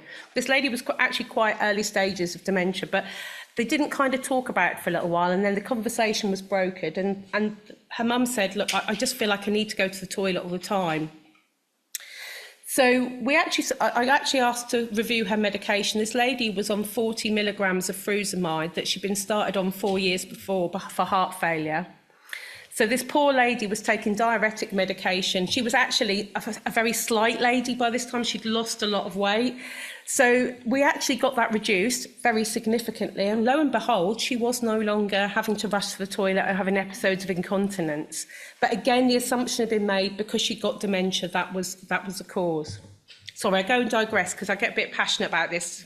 You can tell. But what it's also done is helped us go back to the researchers and have conversations with researchers about what we're seeing in clinical practice. So while the research is being developed by academics, and it's really welcomed, we can start to give another slant by using the lived experience, but also the clinical perspective. And it's been able to think about how we manifest our research and bring it into practice in a broader level. So I've been involved in things like, how do we get more people diagnosed in care homes? So again, going to the research to say, well, why is this an issue? And then we start to come up with solutions. So we don't necessarily need to generate more research. We just need that is already there to come down to us in clinical practice. But one thing that I think is really amazing, so from this small little granular interaction with this couple back in Norfolk several years ago, some things have just spiraled from it by going to the evidence base and actually getting it out there. So we actually did a Facebook Live event which had 7.7 thousand people engage in it. I think that's astounding. You know, what didn't cost me anything. You know, we often say it's too expensive to train. Can you imagine going out into practice and trying to train 7,500 people on a face-to-face basis? No. We then did another YouTube training video, which has had 2,500 views. I was part of the NIHR themed review on dementia and incontinence. It's come from some publications that have gone out to nursing journals, so taking the evidence base that exists out to nursing practice and translating it. And I think this is a bit that we often have missing. As I said, there's not a huge amount of evidence out there. What it does tell us is we need to do it better, and it gives us some of the tips of how we could do it better, but we know there's still an awful lot of research that needs to be done. But what we can do is actually ensure that people on the shop floor know what is out there and what the best practice looks like. So for me, it's about not reinventing the wheel. It's not saying that we have to research everything all the time. And if we do research, how do we actually get it? How do we get that knowledge and actually take it to the shop floor? Because if you look at those highlighted areas, the use of existing knowledge to generate new understanding, that's what research is for a lot of us. And as clinicians and as practitioners, we have an ability to do that, but we need time, space, and access to the literature to be able to translate it. And for many people in social care, that's a challenge, being able to access the journals, access the literature, and be able to have the time and capacity to do that. So part of my role at NIHR is to try and advocate for social care nurses to be more research active, more research mindedness, and think actually we all have a part to play. We don't all need to be academics sat in an institution. Some of us can do some of our own work on the shop floor, and from a small acorn, lots of great things can grow. So thank you very much.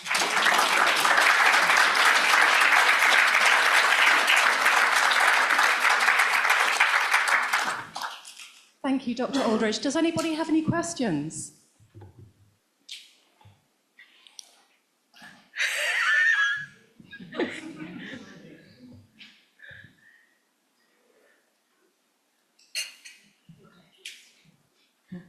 Richard Ayres from Care England. I've got about 3 questions, but I'll only ask one.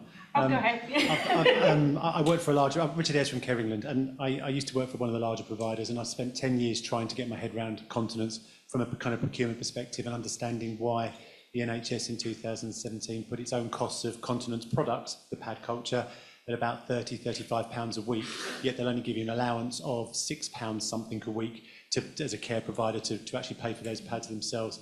And you literally just get a standard issue of 4 or 6 pads. I can't get my head round why the NHS is not looking at continence and finding what the sort of the end-to-end costs and issues are with continence, because actually it's that game of whack-a-mole at the fair. You get one thing down, okay, you might have someone putting pads, but you're causing so many other problems elsewhere. Absolutely agree. And this was one of the logical explanations that we use, is actually you're looking at commissioning through a very, very linear perspective. You're not looking at the system cost. And this is part of the problem within NHS and social care commissioning, is we look at a tiny, tiny strand as opposed to this matrix of what is the total cost to the system. So if we look at poorly managed continence, we know it's going to be likely that someone's more likely to end up in hospital, go into care prematurely. So actually the ability to manage their dignity and give them the right products much earlier on is cost efficient to the system. But until the system thinks that way and is procured that way, sadly, very little will change. But for that algorithm, that was exactly the rationale we used, is actually, yes, it might be more expensive here, but think down here, it's going to be much, even if you keep someone out of hospital or care for 6 months, you think of the savings that are generated from that. And until we push that agenda, which is why, as part of my work, I'm very supportive of increasing the research within continence care, because the more evidence we have, the more we can push policymakers to think differently. And please bring back continence nurses, because we need them. We do, but we also need people who are less focus on specialism and more have an understanding of how different diseases impact on different conditions. So as a dementia specialist, I'm not a continence specialist. Mm-hmm. So I know how dementia impacts on it, but I would go to my continence colleagues and have a mutual conversation about what the best outcomes might be. So I think it's more about collaboration and MDT working than volumes of new people coming up. Thank you for a great talk, illuminating a subject which most people don't want to talk about, and emphasising the importance of multidisciplinary teamwork and a comprehensive approach. You're brilliant. Thank you. Thank you.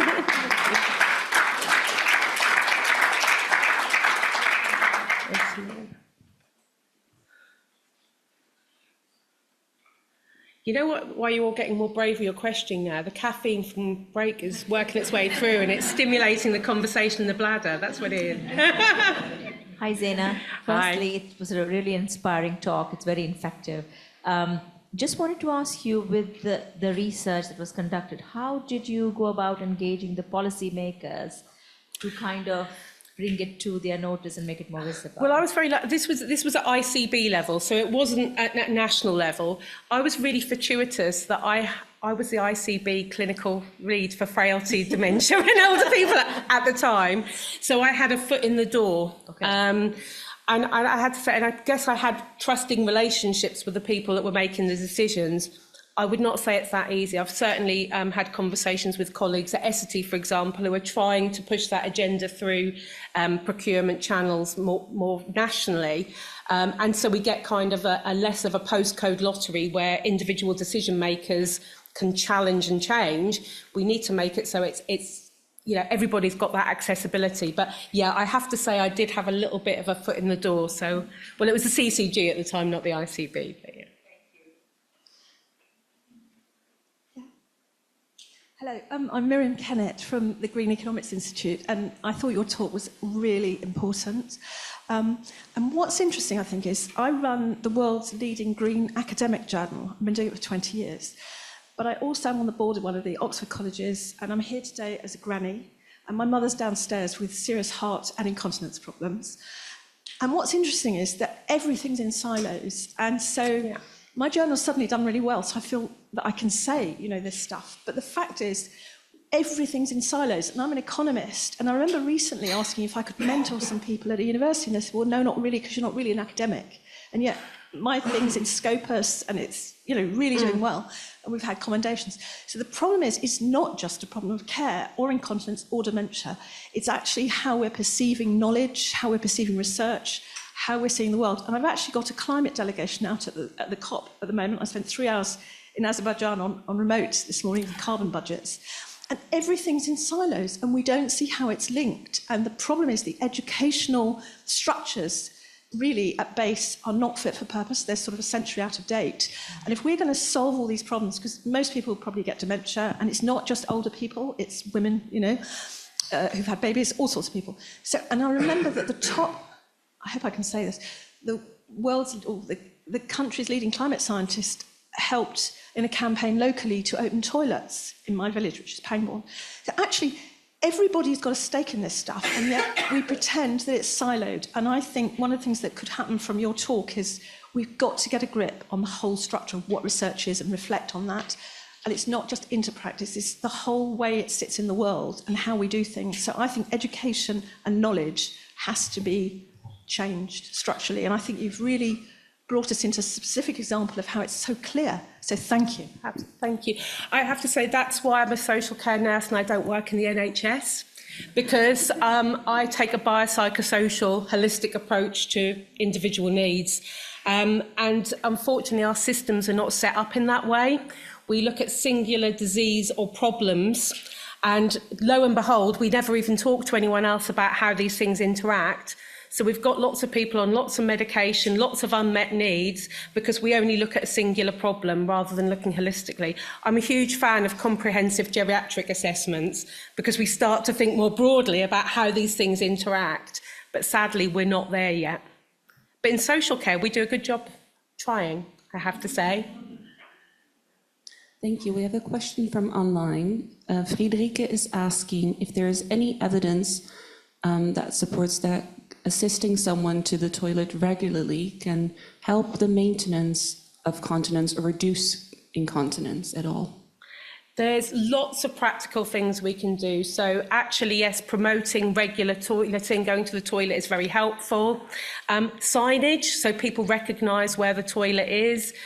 Managing people's pain. If people have less pain, they're more able to mobilise, and so they can get to the toilet on time. You know, if you're in a lot of pain, it's really difficult to get up quick and get to the bathroom if you've not got a lot of warning. Thinking about what people are wearing. You know, if you've got issues with dexterity, you don't want lots of buttons and zips. Maybe a pair of tracksuit bottoms or a skirt that's easy to access. So, yeah, these are the real practical things we need to think about. So not just putting a pad onto someone to say, well, that's it, you're incontinent. How can we support you to be as continent as possible?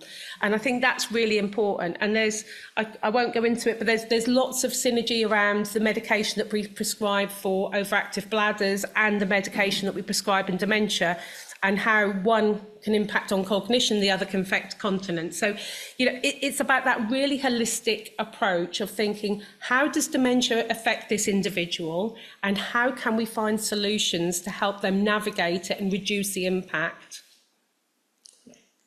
Okay. I've got one question myself. I'm Nuno, Director of Research and Innovation at Nightingale Hammerson.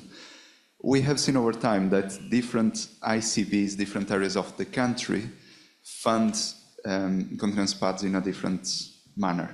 So we know that if you are living in a residential care home, you are entitled to NHS-funded incontinence pads. If you are living in a nursing care home, you are not entitled to incontinence pads. Is that right? Hey, no. I think the challenge is, you know, we're always going to be faced with the issues around costing. And I think there are different means that we have to, and thresholds that we have to adhere to. We can't afford to give everything to everybody. I'm not saying that's right or wrong, but I think we have to be realistic. To be quite frank, a lot of the families I worked with weren't even wanting free products. They just wanted the right products. So again, you know, you can be spending an awful lot of time, money and effort on things that aren't helping as opposed to things that are. So I think there's a kind of a meet in the middle. Maybe it's a means tested thing, whatever, you know, but we have to get a better solution than we've got now. People shouldn't be using, you know, menstrual cycle products to manage incontinence, but we're seeing that happen because they've not been given the right advice and information. So, you know, I'd love to say it should all be free, but let's be honest, that's not going to happen. So I guess it's about how do we find a fair and equitable way of managing it. Okay, I'm done.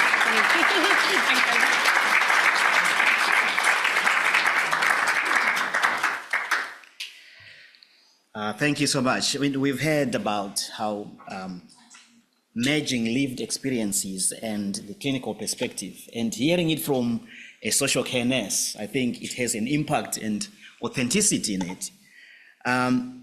We also heard about the challenges, that you bring challenge with evidence. So you don't just challenge, we challenge with evidence. So thank you so much.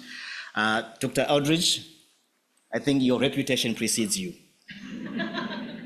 That was, for me, that was motivationally uplifting. So thank you so much. So Nightingale Hammerson takes pride in working with researchers from different backgrounds, different research, all related to the benefits to the wider community, to also our residents. We are very honored to have to work with a network of care home researchers who are going to talk through here with into their specialist subjects. So I am here to introduce a team of care home researchers. We have Dr. Andrew Sommerlad, Professor George Tsakos and Saif Syed, Dr. Adrian Slee, Deborah Harrison, and Rosalind Gray. Please, they will come in that order. So if you can remember the order that I've just said, remember where your name is. Okay, so we'll start with Dr. Andrew Sommerlad.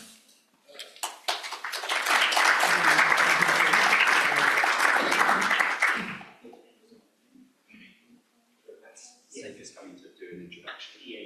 But you can all go on, Carol.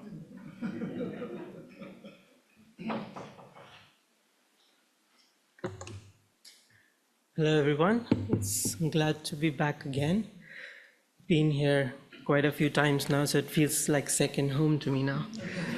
So my name is Saif. I'm a researcher based at UCL with the Dental Public Health Research Group, and I'm part of this network of care home researchers. So I'm here for two reasons. First, because sadly Olivia couldn't make it, and she's the chair of this network of care home researchers. And second, because I'm a long-standing member of Network of Care Home Researchers. So that's about this. So it's my honor to introduce this network because it's been here for quite some time. And interestingly, this network was founded by a researcher, PhD student, along with Simon, who might be joining us online, and then led further by Nuno and his team. And it always includes researchers who are part of this Nightingale Hammerson group, and also to develop research in care home settings, because this area is less researched, and also it's not easy doing research in care homes. So one of the unique things is that we have several meetings and that take place at the care home, because care home is central to our network. And over the years, we tend to support researchers working at Nightingale Hammerson or have worked with the Nightingale Hammerson. And we also would like to support Nightingale Hammerson to improve quality standards and assurance through research, and to develop research capabilities and resources with the Nightingale Hammerson as the host. So that's our terms of references, but this whole network is quite diverse, and it includes PhD students, early career researchers, and professors. You'll be seeing the presentations in a minute. So it's quite diverse and from different universities and disciplines. So that's about the network, and I'll pass to Andrew now. Thank you.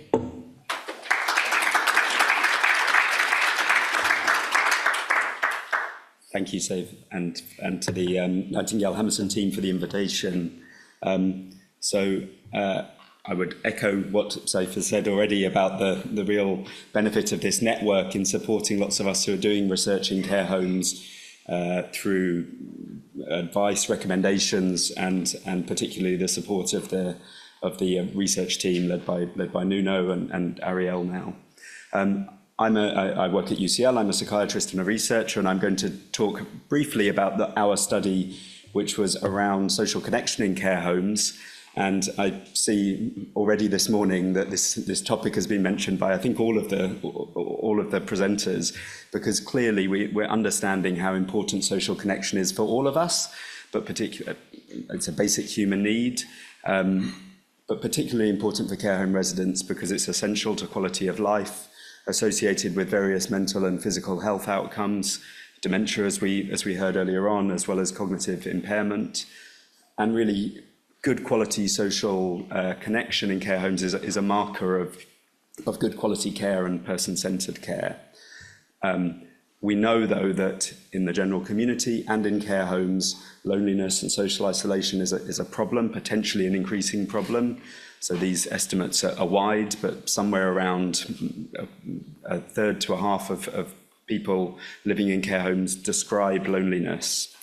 And at the moment, we don't think there is good research evidence for the best approaches to improve social connection in care home residents.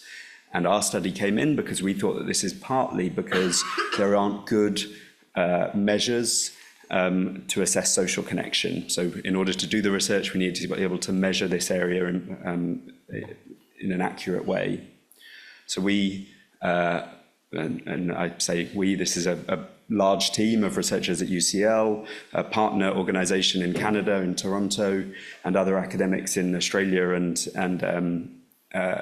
the US, got funding to do a study where we wanted to develop a new scale to measure social connection. So we wanted to develop this new measure that we and other researchers, and I hope will interest others in potentially using this, would be able to use to measure social connection in care home residents. We did this using this approach. We've published most of this work, just not the last bit of the work, and I'll be happy to share any of those with anyone who is interested. We first appraised the existing measures of social connection. We found that none of the 37 or so measures that have been assessed are robust enough to be recommended for use in research, but we also picked out what are the good elements of previous measures. We did AIM2 there, a very large range of interviews with care home residents, including here at Nightingale at Hammerson House, family members, staff, clinicians, to find out what's important about social connection and what should we be trying to measure. We then did this process of developing the measure and testing it, and it's this part that I will now just expand on.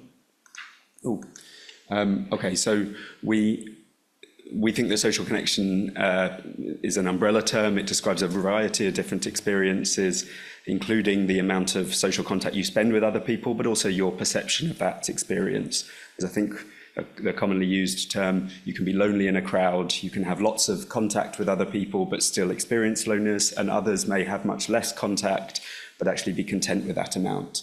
So we thought we needed to measure the loneliness and the crowd. So we needed to measure social engagement, the amount of contact with others and activities that people took part in, as well as the sense of connectedness that came from that.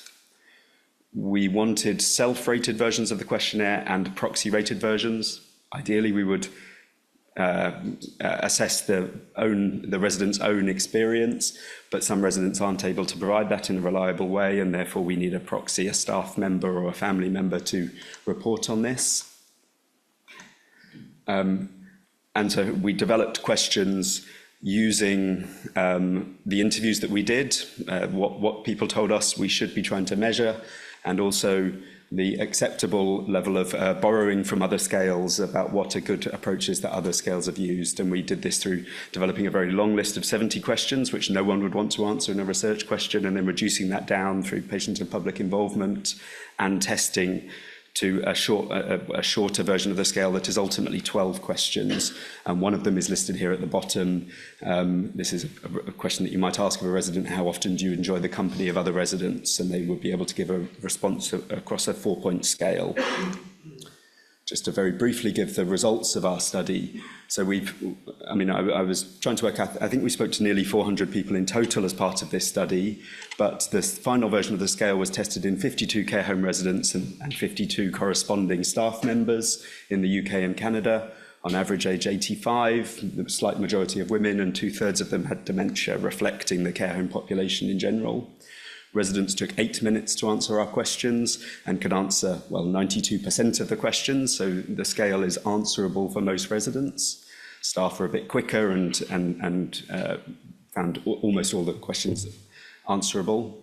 The scale is reliable in terms of being acceptable level of reliability, the self-rated scale, and a high level of reliability for the staff-rated scale. That means that if two researchers ask the same set of questions, they'll have a consistent response from the resident or the staff member, or if you go back a couple of weeks later, you're likely to get a reliable, consistent measurement. And then we found that responses correlated with other important domains, so specifically quality of life and neuropsychiatric symptoms. People who had better quality of life reported better social connection, and less neuropsychiatric symptoms, that might mean depression or apathy or anxiety, had better social connection. And in addition, the staff-rated scale was linked to dementia severity and another scale of social engagement. This suggests that the scale is valid, or we believe that to be the case. One caution that we found, and we're still really investigating this and we'll be interested in comments, but residents and staff views often differed. For our scale that asked about the amount of engagement, like the amount of activities that residents took part in, there was reasonable correlation, moderate correlation between the resident's own view of themselves and a staff member's view of that resident. But there was weaker correlation when we asked the more subjective questions around how lonely or socially connected might you feel. So that might tell us a little bit about who we should be asking these questions of. So just to summarise, through our study, we have developed a conceptual model. We've characterised what social connection is. We've assessed existing measures. We've looked through qualitative study about barriers and facilitators of good social connection, but here today to say, hopefully, that we've produced an acceptable, valid and reliable measure of social connection. And we would really welcome other researchers being interested in this area to use our scale. The scale will be freely available.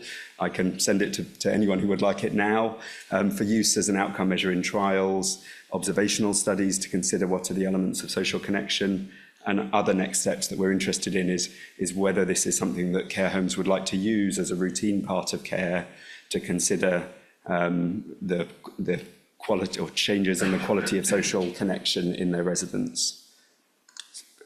Okay, so thank you very much.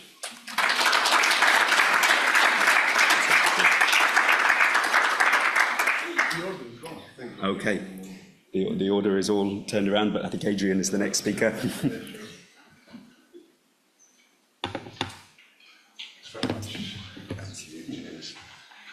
Hi, nice to meet you all. Thank you so much for the invite. It's a pleasure to be here. So thank you to, come this side. Thank you to Nuno and team, a little bit further. I think it's my height as well. So first of all, I'd like to also thank you to Zena for a really great talk. And I'm a big believer in translating research into practice. I'm a lecturer at UCL, associate professor in nutrition. But my original background was studying muscle, so skeletal muscle at a molecular level. So I was interested in muscle wasting conditions. This is going back 20 odd years ago. But I started to realise when I was teaching this stuff to students, what's most important actually on the ground, for example in hospitals and care homes, is how do we actually assess for key things that are important that might affect, for example, physical function. So it's nice that sarcopenia has already been mentioned, which is loss of strength and function with ageing. It concerned me, this is one of my big sort of missions in life, is that, for example, if you go to hospitals, when you get screened for malnutrition, you use something called the MUST tool that you might have heard of before. So it's a very simple tool that is used for all adults. It just looks at body mass index and weight loss, but doesn't tell you very much information. It's a very inaccurate tool, okay? And it means that people can be missed. And the work that I did back at Lincoln Hospital some years ago, where we looked at frail older hospital patients, they might be comorbid, they might have forms of disability or immobility, so they might tick the boxes with having comorbidity, lots of conditions and problems on polypharmacy, but the MUST tool would say they're perfectly fine, have a normal nutritional status, they're not malnourished, and that doesn't make any sense, okay? So I've made it my sort of interest and passion to try to promote some really good quality malnutrition assessment and sarcopenia assessment, which is what we should be doing. So looking at the current global consensus statements, The experts around the world have suggested we should be doing certain things differently. Why is this important? The reason it's important, again, going back to as an example in hospitals, if a patient is diagnosed as being completely normal in terms of their nutritional status, they will never see a dietitian. They will never get nutritional support, okay? And usually what happens is not until it gets too late where someone loses a huge amount of weight that someone gets seen or actually properly looked at. So thanks to Nightingale Hammerson, Nuno and Carolyn team, we're doing a really great study this summer with some really excellent students, so hopefully they're online. So Emma Harris and Anissa Ratmayanti actually looking at trying to improve assessment of these things like sarcopenia and frailty that all linked together, okay, which affect quality of life, affects mobility and mortality, disability risk, all these different things, as well as obviously care costs. So what we did was first of all try to assess people using current practical screening tools, things like questionnaires, to measure this thing called sarcopenia, which is where we have, for example, loss of physical function, things like frailty, which is closely intertwined, and there's different definitions of frailty, which some of you might be aware of. And so we were interested in this because typically in most care homes, a lot of these things aren't done routinely, actually. And we're very lucky the fact that we have the opportunity to research this. And you might see, for example, here, if I just try to, is there a pointer there? But I'll just point anyway. So this is the sarcopenia screening questionnaire. This is called the Frail Scale. It screens for physical frailty. And so these are malnutrition screening tools. And there's high variability between different tools that we use, okay? And so we found extremely good care in the care homes here, which is great to see. However, we have to see that the fact that a lot of these residents are very old, they might have comorbidity on polypharmacy and have disability. So it's expected to be a high amount of low physical function and sarcopenia. So it's important to highlight these things because they're sensitive markers. And if you have that sensitivity, it could mean you can predict certain things and predict them in advance. And in terms of malnutrition screening, this is the MUST tool that I was talking about earlier. So it shows that 77% of people have good nutrition. Now, we showed there's a very good nutritional care in these care homes. However, it doesn't make much sense because just the effects of ageing alone and comorbidity, you expect that it's going to have a negative impact on physical and nutritional status. So if you've got a more sensitive measure, like, for example, this is the MMA. So if you go to France and Europe, for example, just by going over the water, you get a different screening tool. So again, let's go the same example going back to hospital. If you're in France, you would see a dietitian. 50% of these people will see a dietitian. So this is important because you need sensitive measures and markers. We also use, so these tools here, these are very simple, practical screening tools that you can use. So anyone could use these. We also use some cutting-edge techniques. This is bioelectrical impedance. So you have a little portable device where you put a very small current through the body. It only costs around £5,000. It's compared to a DEXA scanner or a CT scanner, it's a lot cheaper and it's portable. But it means we can actually assess, because when we just look at body weight, it doesn't tell us anything. But what are we made up of? So we're made up of things like our muscle mass and our protein. We can measure that. So again, we have more sensitive measures for looking at body composition, nutritional status.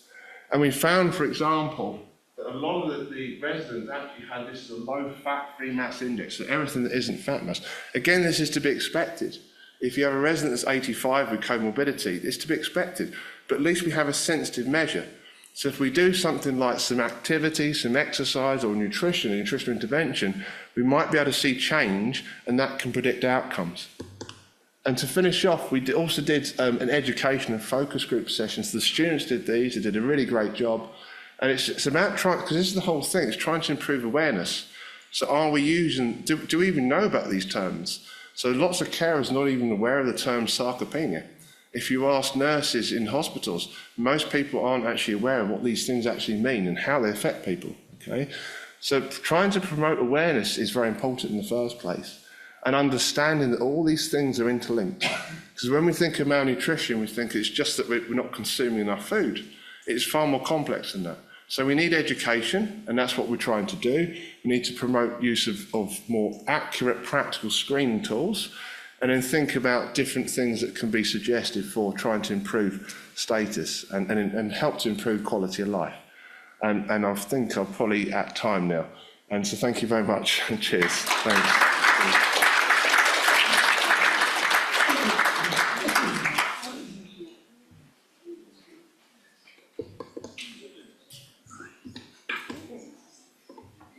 Hello. Hi, everyone. Don't think I'll introduce myself again, but I'll just introduce the topic study, which is about improving oral health in care homes. So we all know that we have an increasingly aging societies in the UK, and aging is a process. So with age, we would like people to age in a healthy way and to have good quality of life, and that comes with good health, including good oral health.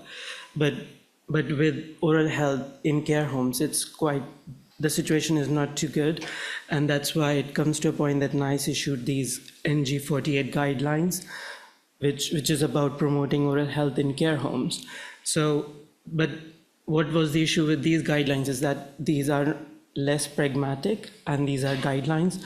So we tried to do the topic study to assess the feasibility of an intervention based on these NG48 guidelines and co-design it with care home staffs and residents to improve oral health for older adults in care homes. And I'll pass it to George for explaining about it. Thank you.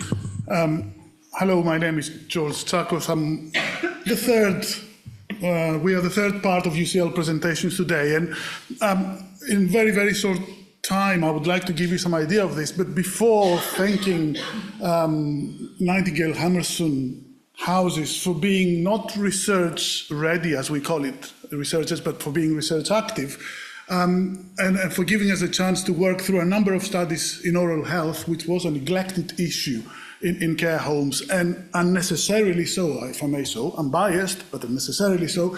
It also gave us the chance, 3 different groups at UCL, to be here at the Care Home Forum, which we wouldn't normally be, despite being in the same premises. And I think that's a big contribution, more than the fact that, you know, we talk about the research. The forum itself, it's a multidisciplinary opportunity to talk about issues that matter in care home environment. One of those is oral health, totally neglected until the NICE guideline came in. And don't get me wrong, in favor of the NICE guideline, a lot of us contributed in a way, but as happens with the guidelines, they sit somewhere up there in the stratosphere. They are really goodness in the universe. It's good to do, but then reality is something really very different. So when the NICE guideline came, said, you can do A, B, C, D, lots of things. You can't. So we said, okay, let's find out if this works. And we realized immediately that we cannot find out if this or any part of it works, because we actually don't know if it can be applied in the first place. Because this is experts saying, this is what you should do. The reality on the ground might be very, very different.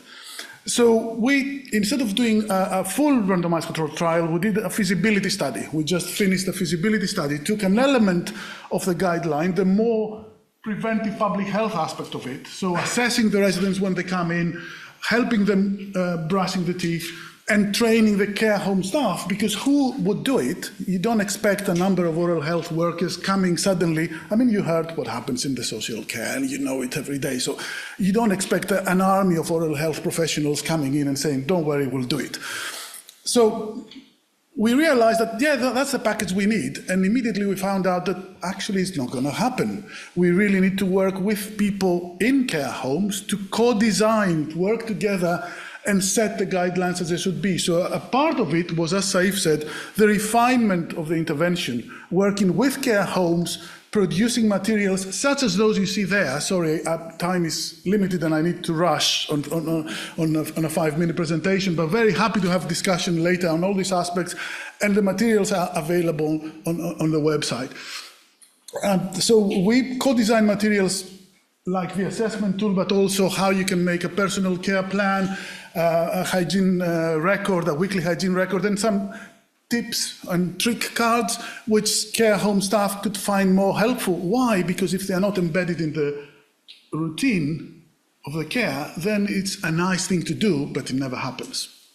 So that for me, I'm a dentist by profession, I'm a public health professional, social epidemiologist. That was a breath of fresh air, working with the people that will implement whatever it is to implement in the specific context and learning from their learnings.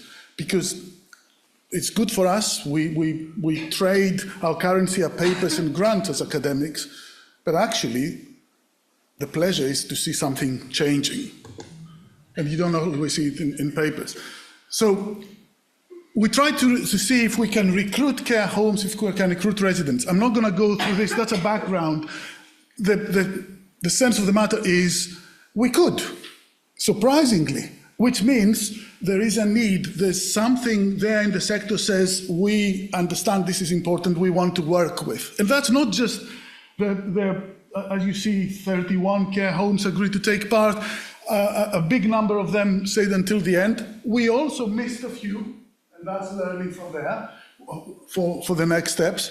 But the residents also stayed the distance. And some people might say, well, 69% stayed the distance, but a lot of the people that we lost in the year is because the population of care home residents is changing in a year for many different reasons.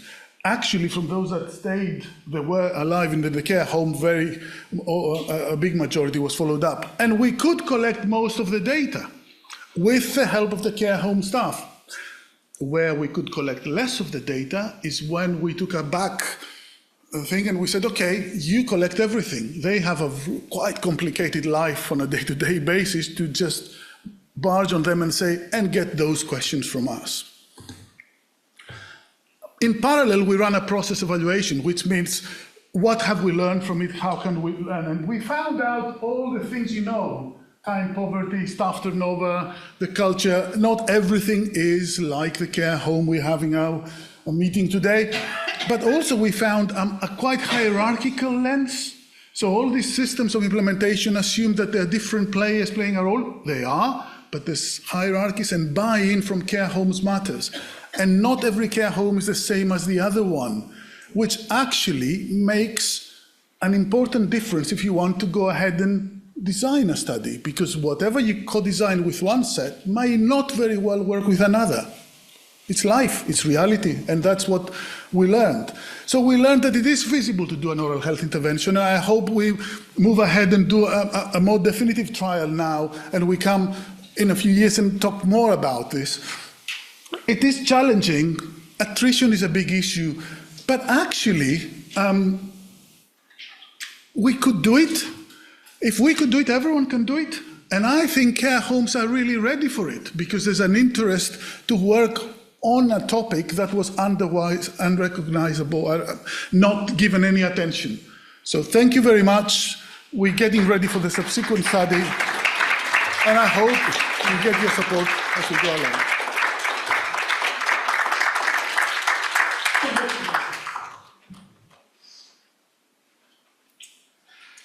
What an inspiring morning. I think I could talk for half an hour on the interlinks between all our presentations because they work so well, but I've only got 5 minutes. I'm Rosalind, I'm the head of therapies here at Nightingale Hammerson, and my presentation is also in collaboration with Deborah. Deborah, give everyone a wave, the clinical director and founder of A1 Risk Solutions Limited. So welcome, everyone.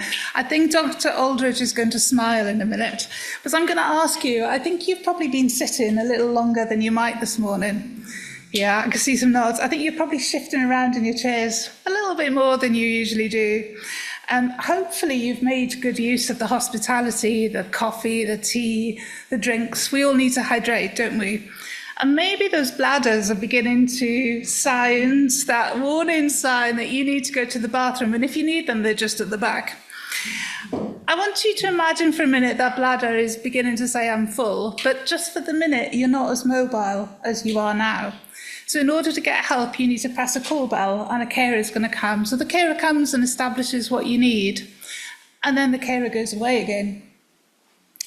Have you ever had that moment where you put the key in the door and your bladder's full, and those next few seconds of getting from opening the door to the toilet are distressing, aren't they? And you're wondering if you're going to get it or not.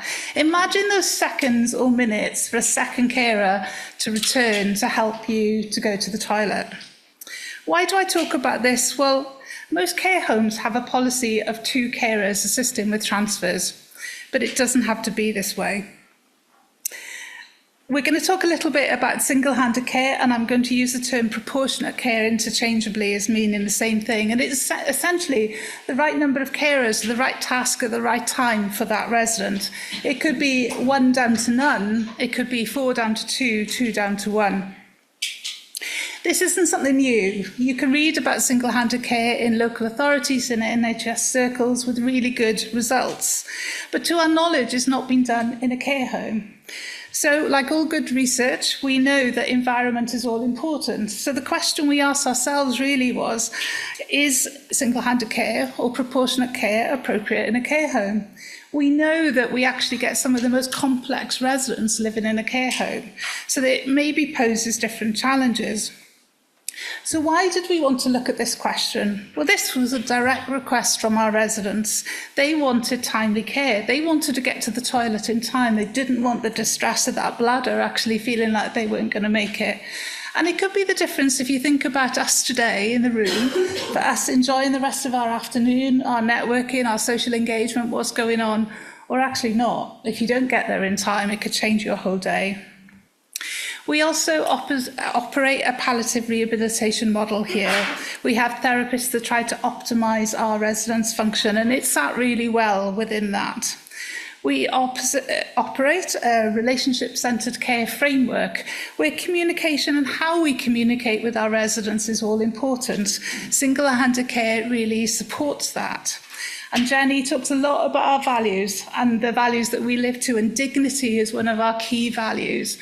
Imagine the difference of 2 carers standing over you when maybe you're semi-naked receiving personal care, or 1 carer working alongside you in that task where you don't feel that your dignity is so compromised. So how have we done it? Well, we first of all trained our therapy team and our moving and handling advisor, and with Deborah's support from A1 Risk Solution, most of us have got our level 4 ROSPA award in single-handed care.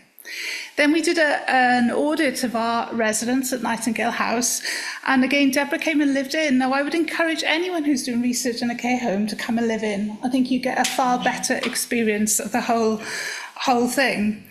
That was really useful. We looked at which residents would benefit, it's not everyone, which residents would benefit with the resources we have now, and also the resources we might think about in the future. We also did an engagement day, and I think it was something like 7:30 in the morning, Deborah. It was an early start to about 9:30 at night. So it was the day teams, the night teams, and we really wanted to show and demonstrate what single-handed care was. And Deborah talks a little bit about engaging hearts and minds, and I think anything that involves change is about that. When people saw it, the challenge to me at the end of the day was, when do we start? Why aren't we doing it now? And I thought that was wonderful. And also our journey is documented. So thank you to Richard and to Care England. There's a collaboration here between all 3 partners to tell you a bit about our journey. And if you want to read, there's some of these leaflets outside as well. The caveat I would say is single-handed care is not for everyone, and that's not what we're saying, but it can be absolutely the right thing for some people. It does need training, it does need risk assessment, safe systems of work and care planning, but with all of that in place, it can really enhance the care that we give to our residents and potentially solve some of the issues we have today. I think it links so nicely with continence, with all of the other things we've talked about as well.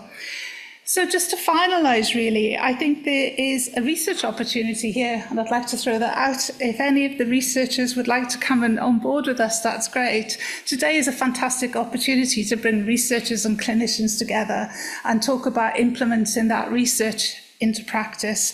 And if you have any more questions, I have 5 minutes, so that's gone. Deborah's got a stall outside, A1 Risk Solutions Limited. There's also training available, so please find me or find Deborah, and we're happy to answer any questions. Thank you for your time.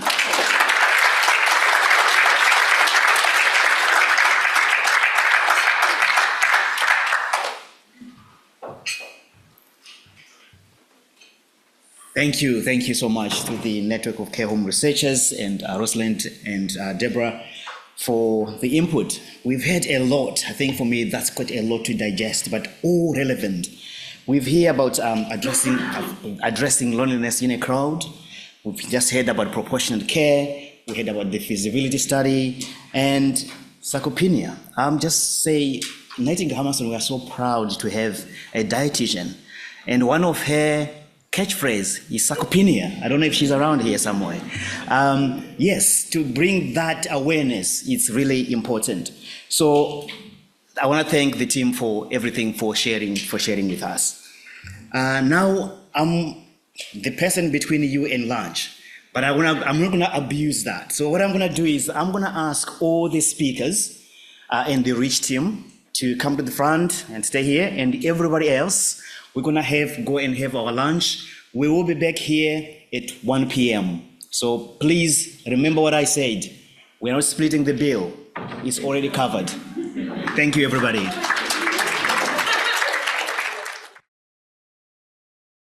Hello, good people. Yes, I'm sure we all now have eaten and we are full of energy, ready for the afternoon. We've had a fully engaging morning, listen to thought-provoking presentations, fascinating. I've been chatting with people who are feeling that this is really interesting. So this afternoon is no less. Please prepare yourself. There's a lot more to come. So, you know, in walks of life, there are certain individuals that you are guaranteed that you will learn something each time you have an encounter with them.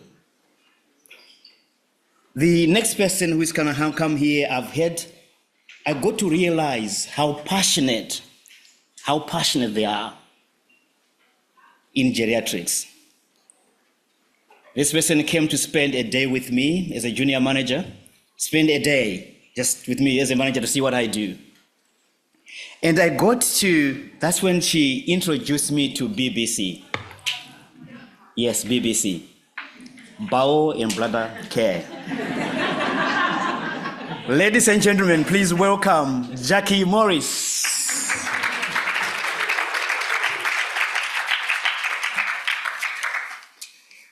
I do go on about my obsessions.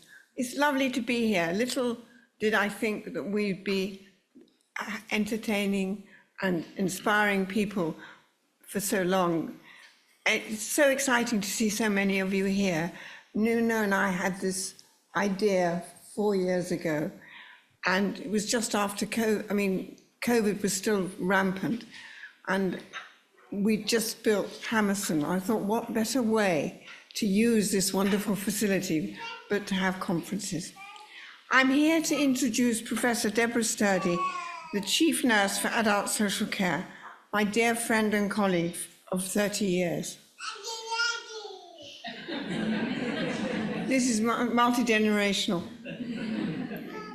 Today is a celebration of the advances we've made in care of people with multiple disabilities over the last few years.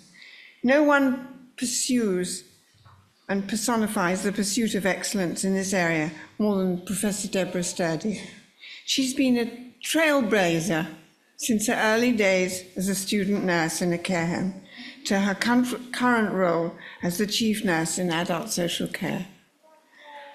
She spent 11 years in the Department of Health and Social Care. She was a director of care and is still an honorary director for Chelsea pensioners. And she was an advisor to the Gosport Inquiry. I think those don't tell you what Deborah is. She's a transformationist, she's a trailblazer, and she highlights with her torchlight abilities the areas people don't want to hear about. So we're very lucky to have her here. She's made the powers that be understand the complexity of the area of nursing, of social care nursing. She has made other people understand and acknowledge the skills and competencies required for caring for people with multiple disabilities. She's recognised excellent nursing through the introduction of National Chief Nursing Awards. She's developed postgraduate and undergraduate studies. She continues to raise awareness and standards around social care and nursing, stressing the key roles of the nurse. We were reminiscing when I did my first consultant post in 1979. The nurses were, the community nurses, what would now be called social care nurses, were a power and a strength. There were 50 of them. And one day, it was Christmas Eve, I was told there was a deputation to see me. And I said, who are they? They said, you'll meet them. And in walked 5 of the cleverest, excellent nurses I've ever met. And they told me on no account of how I was to behave and how I was to collaborate with them in order to provide good, excellent care. And that we were a team, a multidisciplinary team, and we would, if I followed their rules, there wouldn't be a problem.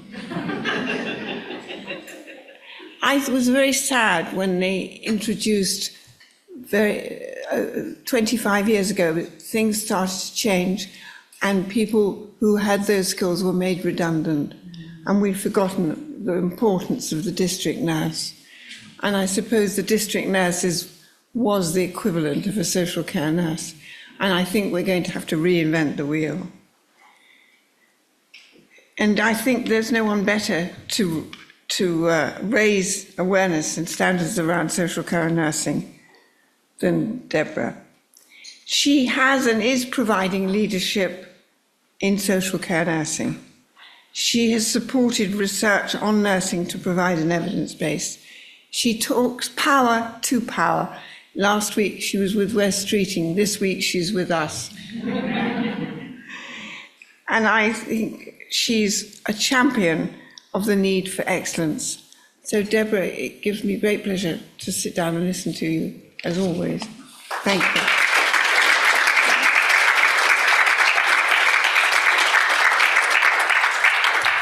So when people say those things about you, you sit there and you think, well, where's 40 years of my life gone, number one?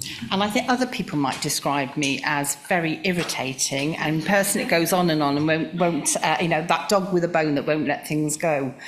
But I consider myself very lucky that I've had such great people that I've worked with throughout my career, and it will be 40 years come January that I've been on the register. So it's, it's decades of experience. And like I say, I've worked alongside great people, both nursing colleagues, therapy colleagues, and indeed many geriatricians, because that was my clinical specialism.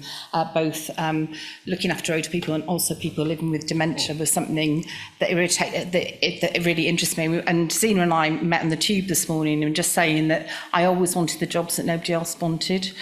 Partly because then you can be a great influencer of things, but also because when people don't want to work with older people way back, that kind of 40 years ago, or working with people living with dementia, then that's a great personal challenge to you, I think, and you develop your skills along the way. And I was laughing then, Jackie, when you were talking about being told by the nurses how you were to behave, because I remember saying to 3 geriatrician colleagues that I worked with in Bristol, and where I trained them, went off to Oxford, came back to Bristol, and I'm still friends with them. In fact, I'm speaking to one of them this evening, but I remember saying to them, you know what the difference between doctors and nurses are? You think you're in charge, I know I am. And I'll just leave it there. And they knew I was.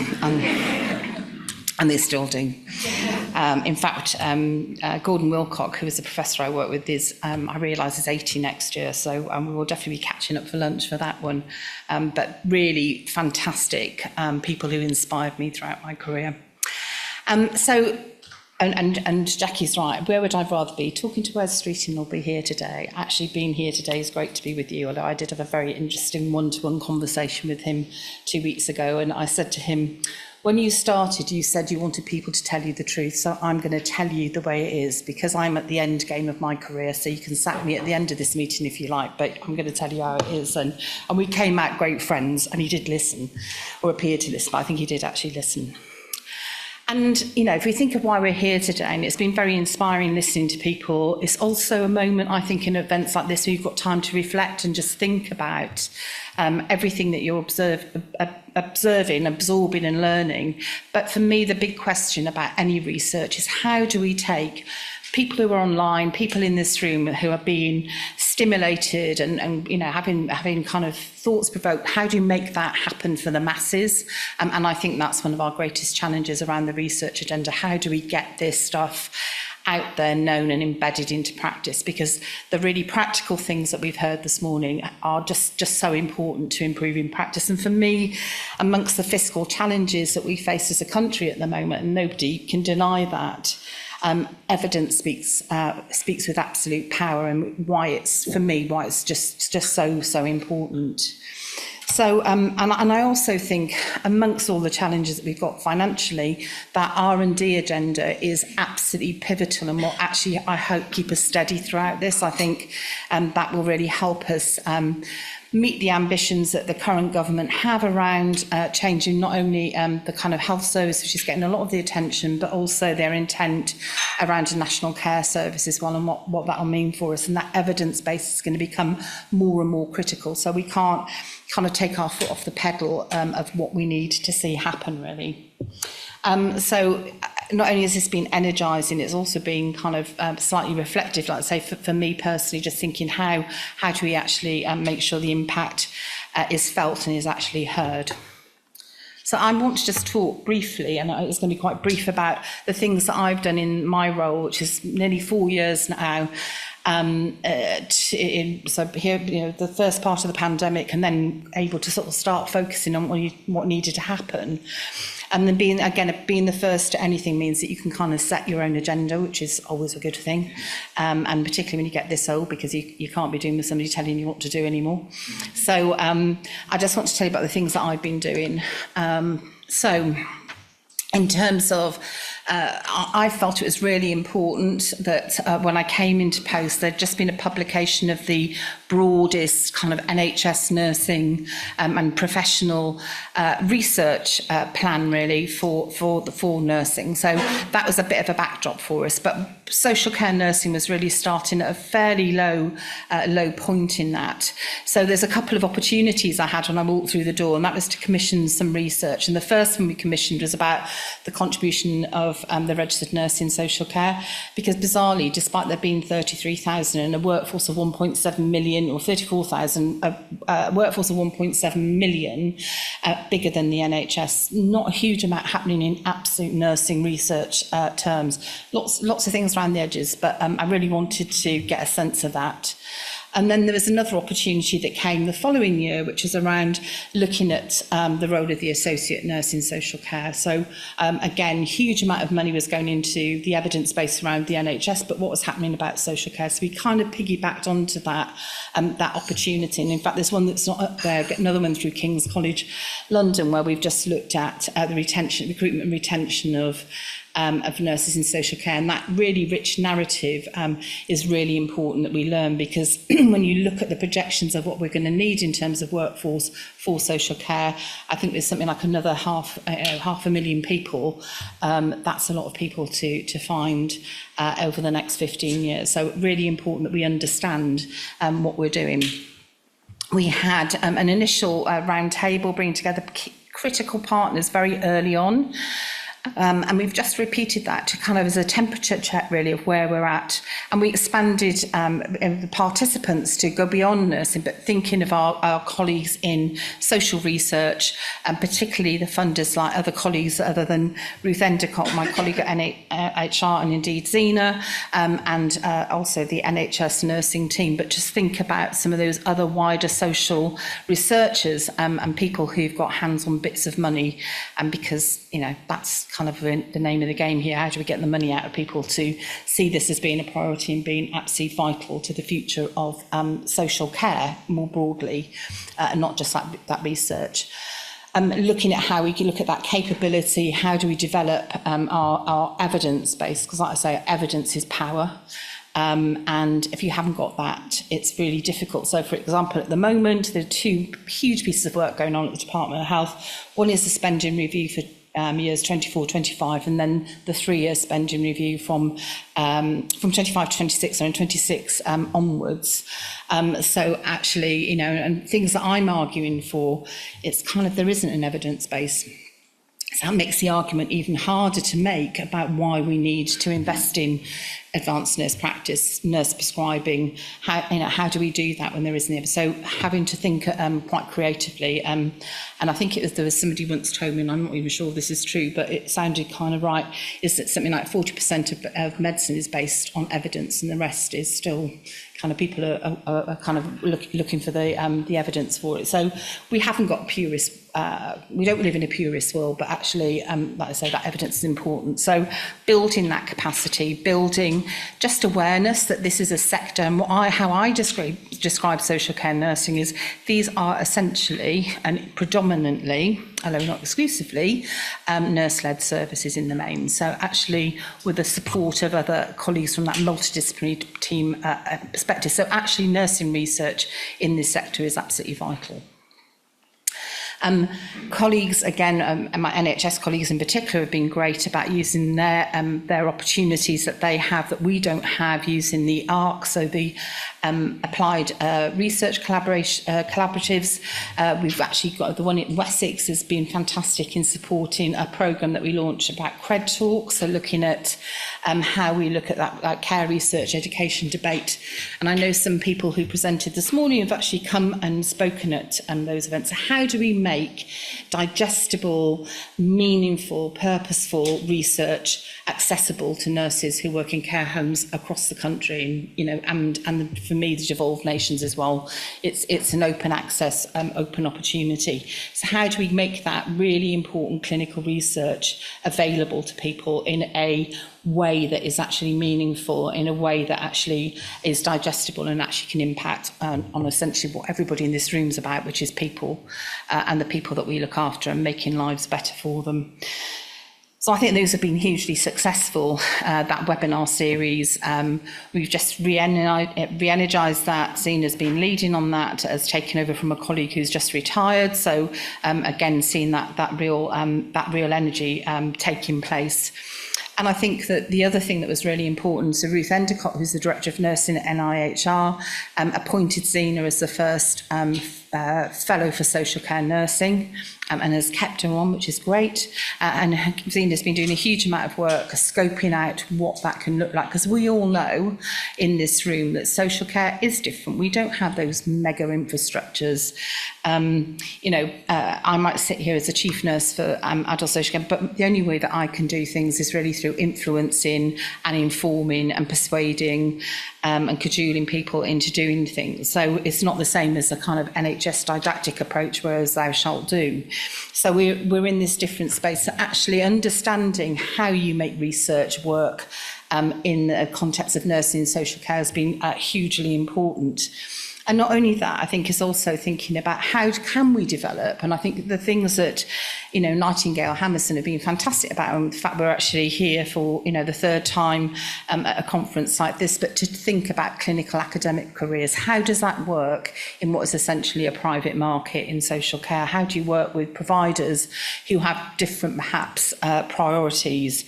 And of course, there are some providers who are ahead of that game, people kind of coming on behind, but how do we make those opportunities available for people, and how do we grow that future workforce? How do we therefore retain and attract people to come and work in social care, because there are interests in careers to be had, and how do we develop those kind of evidence around nurse practitioners? How do we think about advanced nurse practice in the context of social care? There is so much opportunity, nurse prescribing, all the things that I know that here you, Nightingale Hammerson, have been absolutely pioneers about, but how do we actually embed that into the future?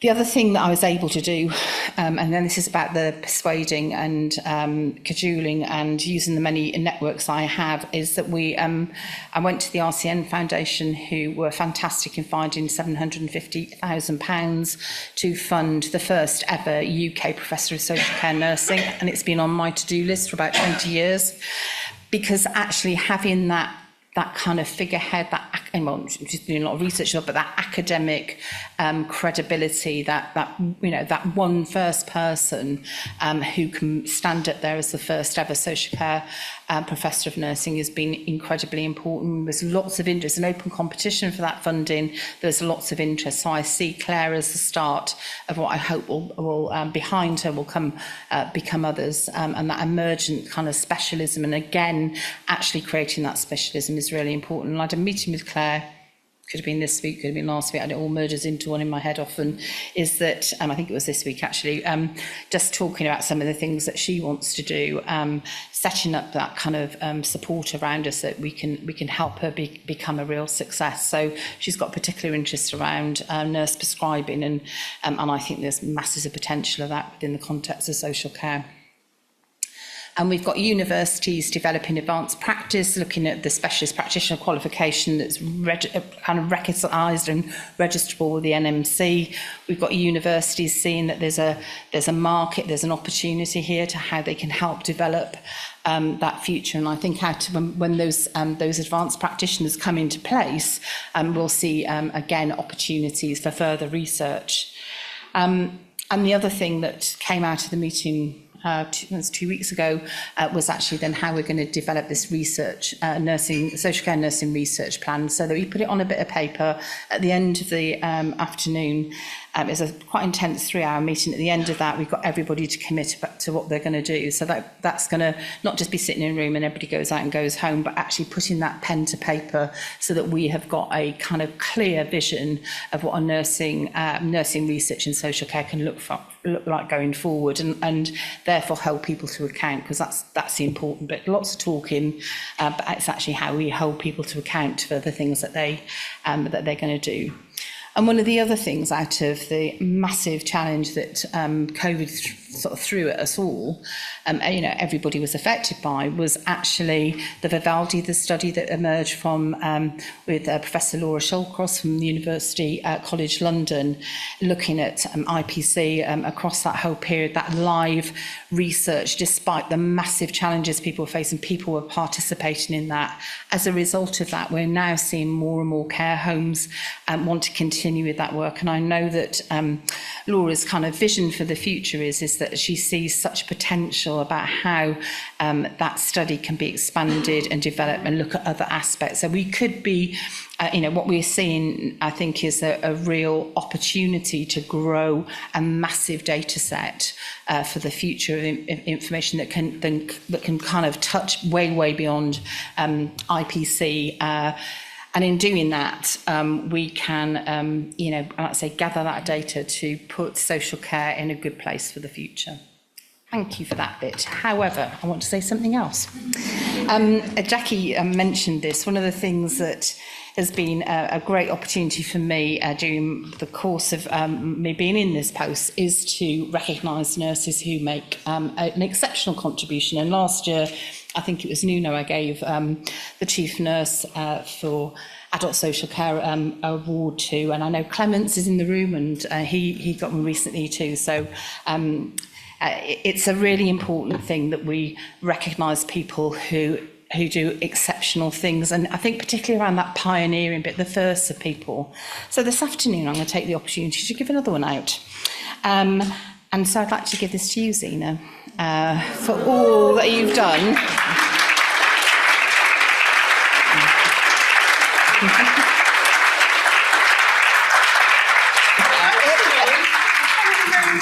You're so welcome. You're so welcome. Thank you. Let's get the photograph here.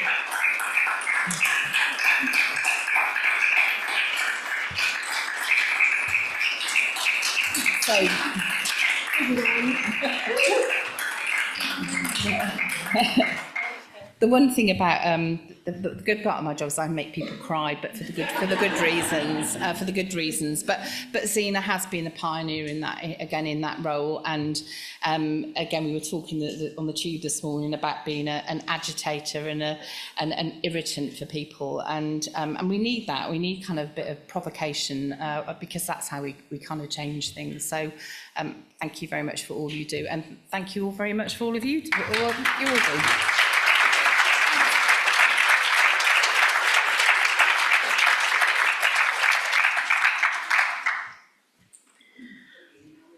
Amazing, amazing. There's a lot of surprises which are positive. So congratulations to Dr. Zena Aldridge for that award. Thank you, thank you. And I want to say thank you to Professor Deborah for the work that you do. For me, you are a strong and impressive voice for the social care sector. Because between West Street and being here, I think that can be, so at least someone is listening there. So thank you so much for everything that you do. Now going along, we have our sixth presenter. For those of us who work in social care and working with people living with dementia, you'll probably be aware how poor sleep can affect or can have an impact to worsening symptoms of dementia. Our next presenter here will be sharing on improving sleep in dementia. Now, ladies and gentlemen, please allow me to introduce Dr. Penny Rapaport.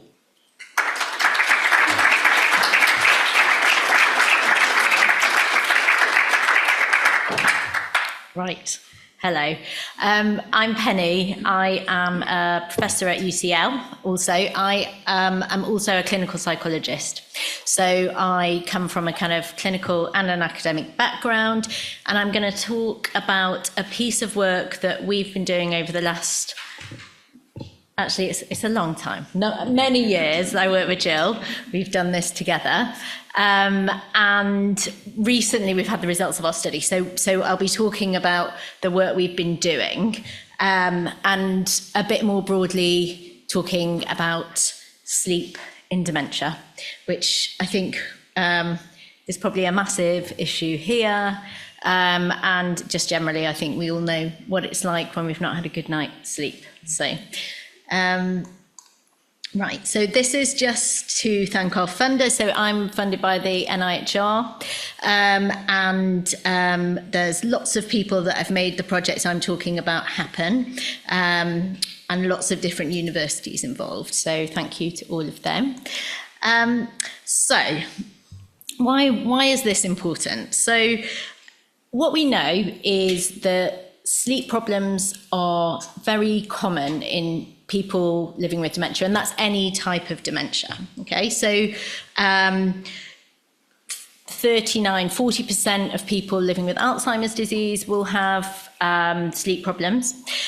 We know it's even higher in people who have dementia with Lewy bodies, so that rate goes up even further.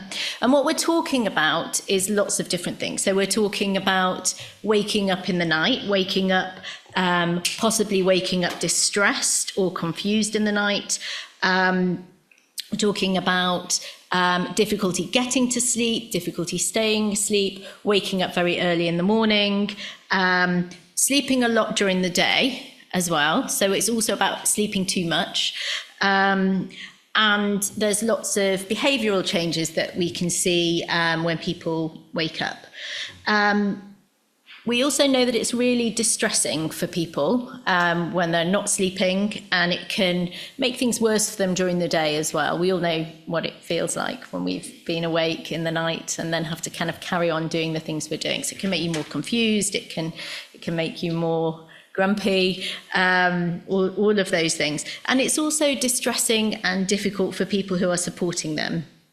So sleep problems are often the thing that lead to family members who are supporting a relative not being able to keep going. You know, it predicts carer depression, feelings of being overwhelmed or burdened, and often it's the thing that leads to a transition to a care home. I think it's also just worth acknowledging that's often because getting care at home right, particularly when we need someone with us all through the night, is a very difficult and expensive thing. So often it's a kind of, and just to sort of speak to the discussions we've had this morning, which have been really interesting. You know, sleep is not an isolated thing, is it? It's very much linked to kind of what happens during the night. You know, so many of the people we're supporting will also need to go to the toilet during the night, or wake up with continence related issues, pain, all the other things that are going on for people, and all the reasons why you wouldn't sleep when you don't have dementia are still there. So there's lots of very complicated factors interacting. I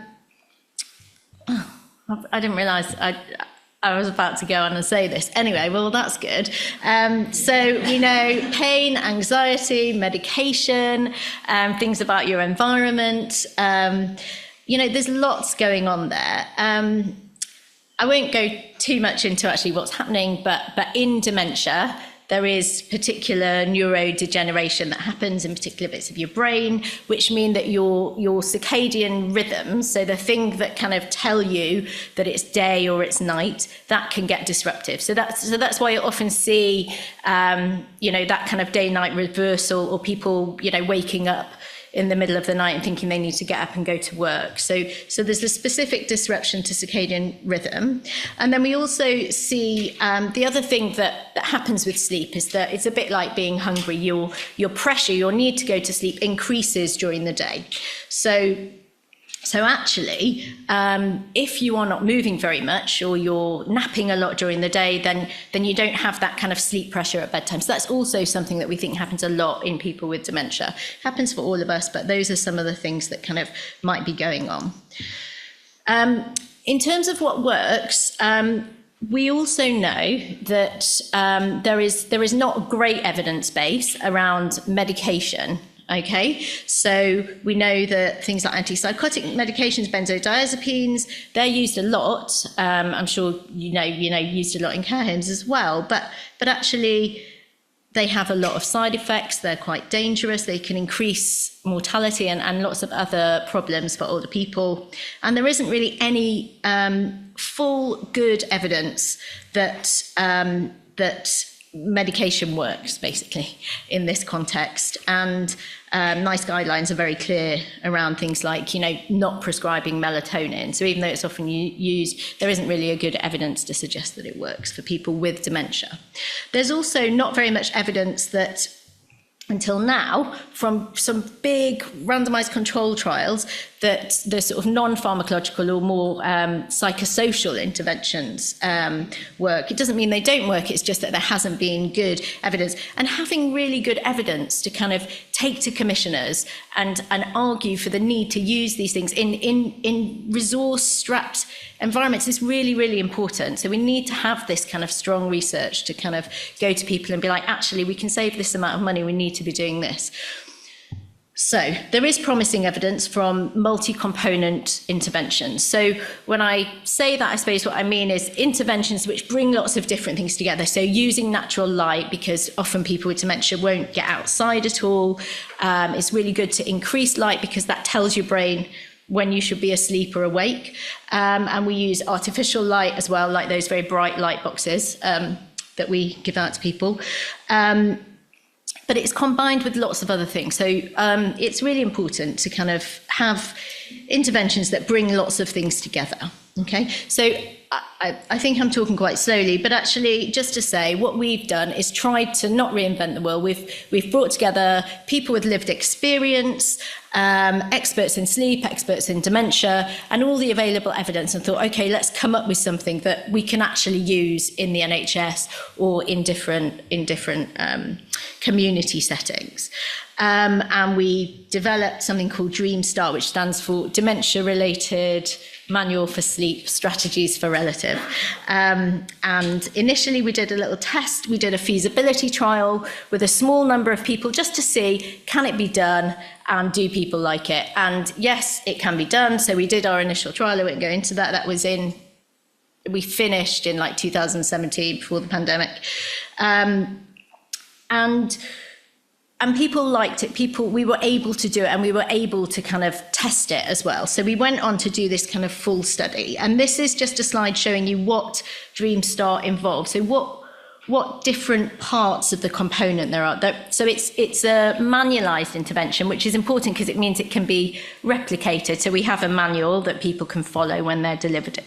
But it's personalised. So we set specific goals, we work out what specific sleep problems people have, and we kind of tailor it to people with dementia's individual needs. So that's quite important. There's 6 one-hour sessions. So I can't do left and right, but on that side, that's what a page of the manual looks like. So we don't just give people a manual, it's facilitated. So you're sat with a person who will work through the exercises and it's delivered to family carers who then try and implement strategies for people with dementia. So people with dementia can join the sessions if they're able to, but we deliver it to family carers. So it's kind of supporting family carers to make changes. We do a lot about sleep hygiene. We increase activity and exercise during the day. We use natural and artificial light, and we incorporate a lot around carers looking after their own sleep as well. So it's about supporting the people with dementia to have better sleep patterns, but it's also about supporting the people supporting them to sort of cope with the difficulties that having someone waking you up at night can bring. And it's very practical, and you kind of make an action plan each week and you work through it. The other thing I should say is it's not delivered by clinicians, so it's delivered by non-clinically trained, usually graduates. And again, that's so that we had something which is scalable within, say, an NHS context, so that we, that it's not as expensive to deliver. So people have to have training and supervision by, say, a qualified clinical psychologist like me, but it doesn't have to be delivered by a clinician. So we did a big trial, a multi-centre parallel arm superiority randomised control trial with masked outcome assessment. So what I mean is we got lots of people in, we randomly allocated them into 2 groups, people who had the intervention and their usual NHS care, and then people who just had their usual NHS care. And we had very broad inclusion criteria. I'm not going to go through everything, but it was broad. We had people with any type of dementia who were living at home in the community. So I apologise, it's not a study that's been done in care homes, but we can talk about that. But it's people who had someone with them at night for practical reasons, because it's all about implementing strategies. And it also had to be people where they or their family members felt there was a sleep problem. So again, it's a very pragmatic study, we didn't really exclude very many people unless they had a sort of another obvious type of sleep breathing disorder, or they were drinking heavily, because I think that's a kind of different type of sleep issue. So I've said a little bit about how we did it, but really we were interested in whether the people who had the Dream Start intervention did better on something called the Sleep Disorders Inventory, the SDI, which is a questionnaire that carers fill in about their relative sleep after 8 months. So the intervention takes about 4 months to deliver if it's every 1 to 2 weeks. So we looked at people after 4 months, but we wanted to see whether that effect was sustained after 8 months. And we looked at lots of different things. We looked at people's quality of life, the carer and the person living with dementia. We looked at their neuropsychiatric or sort of behavioural issues that the person with dementia might display. And we collected lots of information about the carer's mood and burden as well. And we have done a full cost effectiveness analysis. So obviously this stuff's really important, but it's really important whether it saves money, right? And so we've done all of that. I'm not going to go into the detail of that today, but we have also done that whole analysis, because that's the thing we need to take to ICBs and sort of say, this is really important. And we've also done a lot of qualitative work looking at how it works, how it didn't work, which strategies are better, why, how you get people to change other people's behaviour indirectly, that kind of thing. I won't go through this in detail, possibly because I haven't worn my glasses. I actually can't read the numbers. But we had, so I have to do it from memory, we had 377 dyads of people with dementia and their family caregiver who took part. And the important thing from our perspective as researchers, so half got the intervention, half didn't. The important thing for us is that there's a couple of things that are important. If you look at the bottom where it says 93 or 90% were included in the primary analysis. So we were able to keep people in the study, and we did this during the pandemic. So, I mean, it was really hard. So we're very pleased with that, because actually it sort of makes your findings a bit more robust. And the other thing that we're pleased with is that often when you do trials, particularly in dementia, but actually all sorts of trials, you don't end up with a very diverse sample, because the people who end up taking part in research are often people who have more access to services. But actually what we found was that we had a very diverse sample in terms of ethnicity, and also in terms of people's educational background and sort of socioeconomic status related to that. So actually we were quite pleased with that. We also found that we were able to deliver the intervention well.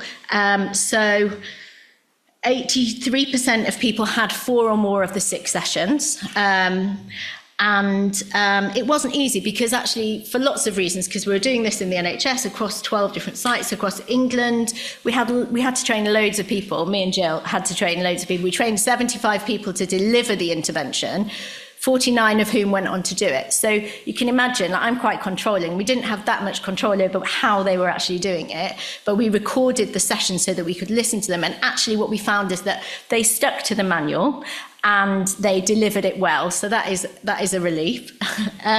The other thing we had to do was entirely change everything we were doing because of the pandemic. So when we first tested this, it was all face-to-face in people's homes, or wherever they wanted to meet. Obviously, we couldn't do that during the pandemic, so we were very flexible. So you can see here that there was a real mix. So we managed to do 43% were face-to-face of the intervention sessions, but we also did some just by video, some by telephone, and some were a kind of mixture. And what we did find is that our findings didn't change depending on how it was delivered. So again, that flexibility is really, really important with family carers as well. We wouldn't have probably done it like that before the pandemic, but actually what it shows us is that that's quite a good thing to do. So we delivered it as we wanted to, people stuck to the intervention, and so in terms of what we actually found, so sorry to have a big graph staring at you in your face with lots of numbers on it. But basically, what you're looking at here, so the blue line is the usual treatment group, the people who didn't have the intervention, and the red line is the people who had Dream Start. And this is the SDI score at the beginning. So you can see, if you look at it, both groups got better at both time points. So actually, we found that the reported sleep disturbance got better across both groups. But what you can see, so that middle line is 4 months, and this line here is the 8 month. And you can see those sort of bars either side of the dots, they don't overlap. That's a significant difference between the groups at the 2 time points. So actually what we found was that, it was a 4.7 point difference on the scale, but it was a statistically significant difference for the people who had the intervention. So it did better. The people who had Dream Start had better sleep at 4 months and at 8 months compared to the people who didn't have the intervention. And actually that number, which is a bit meaningless, it exceeds what you would see as a kind of clinically meaningful difference. So the difference we got between the groups at 8 months is more than what you would expect. And it's in line with what would be a meaningful difference for people. So we were very pleased about this. Our primary outcome, we saw that sleep improved in people living with dementia. We also found, we were measuring lots of things, but in terms of the other positive effects we found that the MPI, so the neuropsychiatric symptoms, were also significantly lower in people with dementia after the intervention. And carers' sleep and anxiety were also improved. So carers reported significantly better sleep and significantly reduced anxiety in the people who'd had the intervention versus the people who didn't. So the other measures we took, they all kind of went in the right direction. So quality of life, all of those things, burden, they went in the right direction, but they weren't significantly improved. But what we saw was an improvement in sleep for the carers and the people living with dementia, and a reduction in carer anxiety. So, I mean, actually, I have no hope in being able to read this. So, in terms of how it worked, I will let you have a look at this, but we were interested in kind of what are the things that made the difference? What are the things that help people to change their behaviour? So I've got a couple of quotes here looking at different things. So when people intended to change, when people kind of, I suppose, set a goal in the sessions and thought, I'm going to try this out, and then saw the effect, that made a real difference to people. So let me try and read this. The effective part was that I think you had to write down what you'd done. It makes you think a little bit more about it. So you're given an incentive to plan, to make sure you implement it and talk about it the following time you had that Zoom call. So it's not just about sort of making a plan and trying things out, but it's also being able to have that therapeutic interaction with someone, to have someone you can come back to and talk about how it went and what worked. But you also saw like an increase in knowledge, so people understood sleep a bit better, and particularly their relative sleep, okay? So the specific things that might be going on for them in the family. So this is about kind of, you know, getting out into fresh air and natural light. And then also the kind of social aspect of it, as I said, you know, having a facilitator that you can talk to. Just, I won't go into too much detail about all of this, but it was also about increasing that sleep pressure, the need to get to sleep, and developing skills to manage the sleep disturbance. So the stuff about sort of beliefs about consequences, behavioural regulation, it's seeing things work in practice, but actually importantly, those skills, developing routines, strengthening the relationship between bed and sleep, for example, was a really key thing, but also being able to sort of move people's bedtime slightly, or just make small changes which carers could then see were having a real effect on people's sleep were important too. Having a sense of control over what's happening, you know, so actually when you establish that sense of routine, you get a sense of optimism, right? You get that sense of, you know, this person, we had a focus, both of us, that he had something to do and I would support him in that. I think it put something positive into the mix. It was all so good. We were doing this and it was helping. It was working. He was starting to sleep better again. So that was really good. So I think people talk to us about feeling less tired, obviously. But it sounds very obvious, but actually that's really important, because people could think they had this sort of reflective space, they could try things out, but then they saw the benefits. So that was also something that was important. So I'm going to finish because I think I'm running out of time.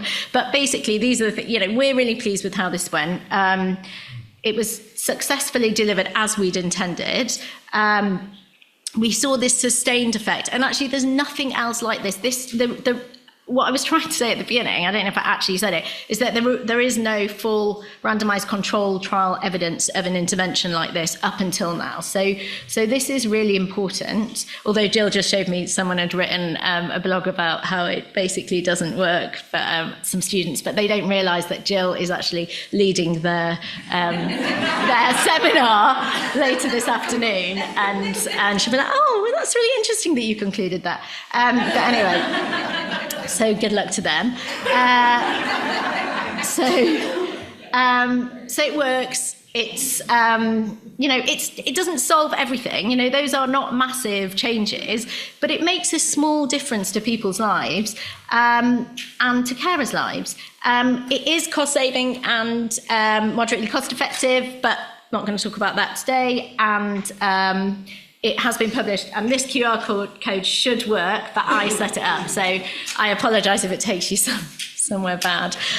But that should take you to our paper, which you can read. And let's just leave it there. Okay, thank you.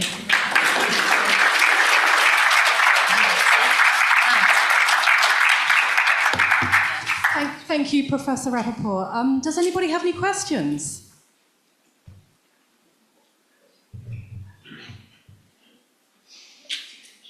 Yes.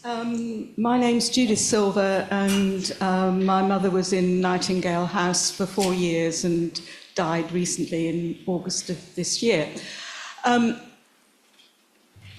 got two related questions. One is, what are the prospects of scaling this up? Because it's all very well to do many, many hours training and targeted intervention and sort of a high-tech approach, but what are the prospects for doing this more widely?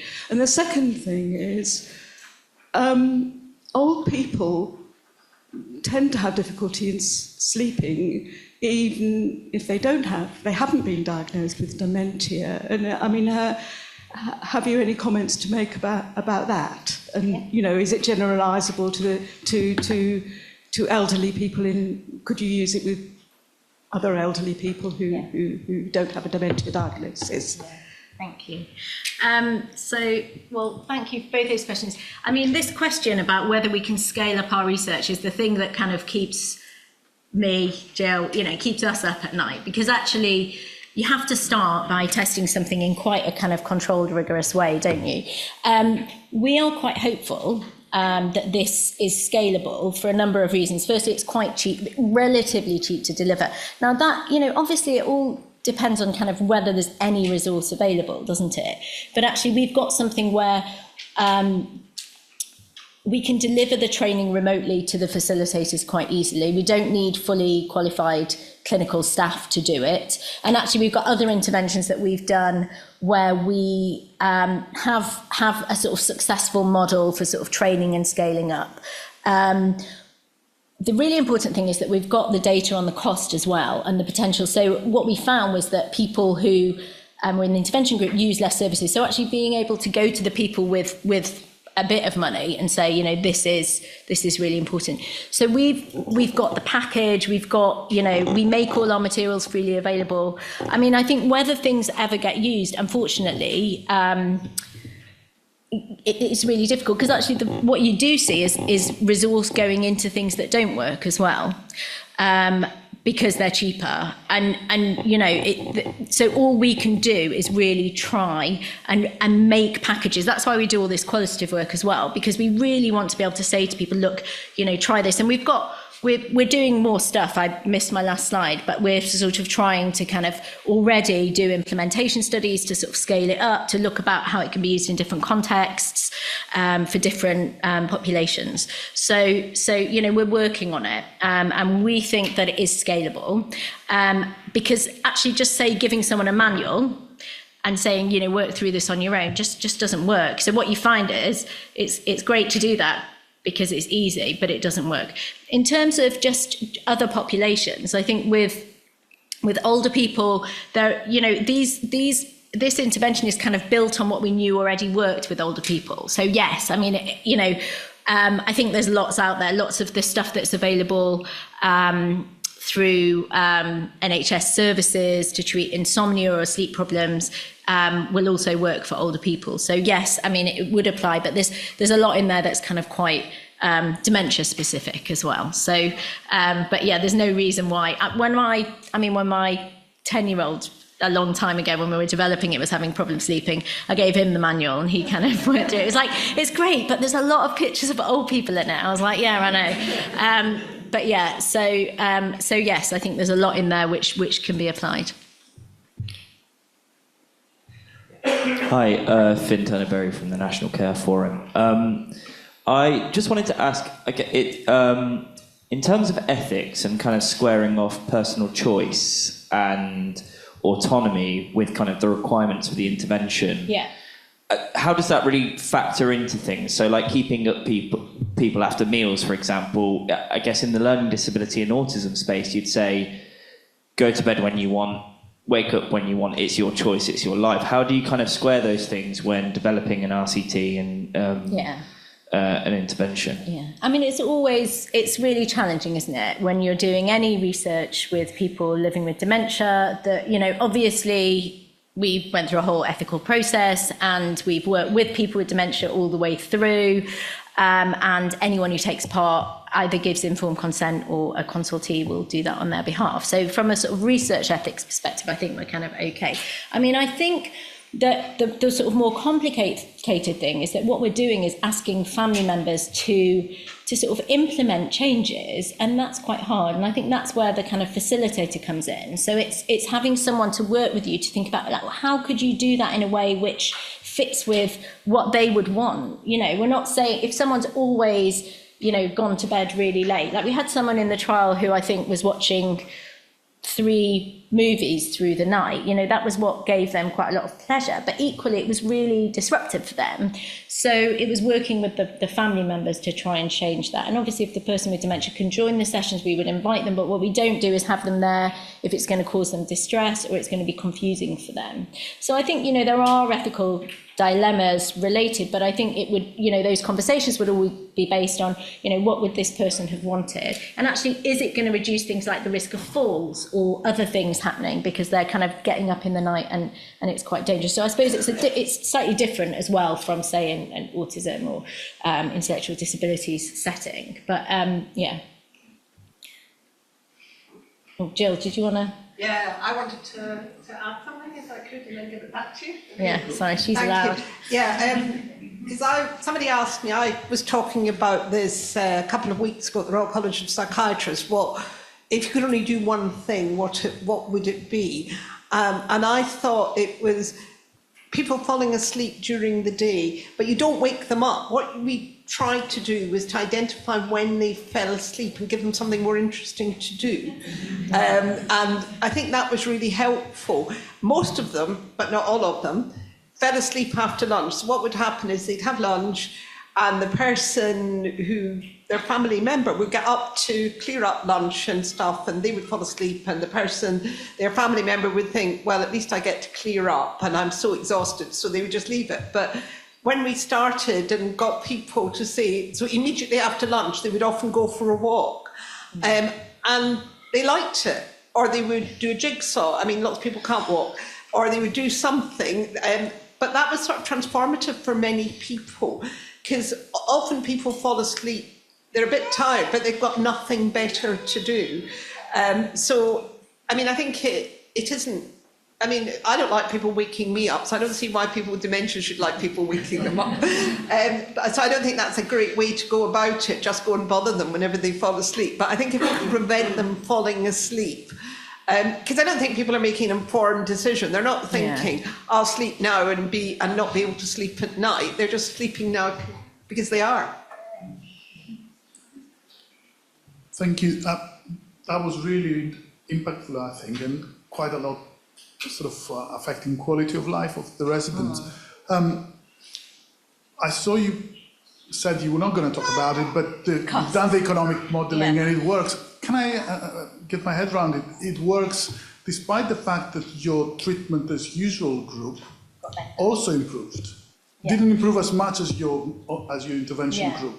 So if that wouldn't have happened, it would have really worked. Do you know why the treatment as usual group improved? Do you have any idea? I think generally people do better if they're in a research trial. So I mean, actually, I think that what we're seeing is people having additional attention, you know, even the measures that we're taking, you know, I haven't talked about it today, but, you know, people wore a wrist-worn device, you know, there was lots of things happening, and so we saw a sort of general improvement over time. But I suppose the important thing is the difference between, but also interestingly, I mean, I won't go into the cost effectiveness stuff, but what we didn't find was a difference in the EQ5D between the groups. Okay, so so there was no difference in quality of life between the groups, but the costs came down. So in terms of how it's measured, it still comes out as kind of moderately cost effective. But I mean, it's really hard to measure these things as well, isn't it? So, and also I didn't say, but we didn't have like an objective measure of sleep. We weren't using those devices to measure people's actual sleep as an outcome. We were using it to inform the intervention. So we used the data from that to help people develop personalised strategies. Anyway, yeah. The question here from online. Oh. Friederike is asking if this could be delivered through other charities as an online program, through, for example, Dementia Carers Count. Yeah. So one of the things that we'll go on to do is look at, with our other intervention, which is called START, which is for family carers. We have a model where it's delivered in third sector organisations, and we can sort of, staff can be trained and supported to deliver. What I would say is that for now, the important thing is that it isn't a group intervention, okay? So it is a facilitated intervention. So we also know that interventions that are just purely remote, so people maybe follow an online, work package or something, generally don't work as well. So yes, it can be, we hope that it will be picked up broadly, and if anyone wants to hear more, they should get in touch with us. But it is something that we hope will be delivered in a kind of one-to-one way initially, because actually you get that personalisation, which I think is really important. And we'll also be looking at how this could fit in care home settings. Obviously, that was what my last. It's very, very different, I think, sleep in care homes. But we will be looking to kind of think about how something like this would fit. Thank you.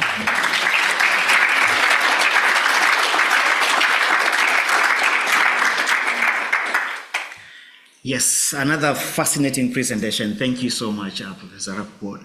I think it's interesting to see the persistence in trying to gather evidence and information, and doing trials to see what can help people living with dementia.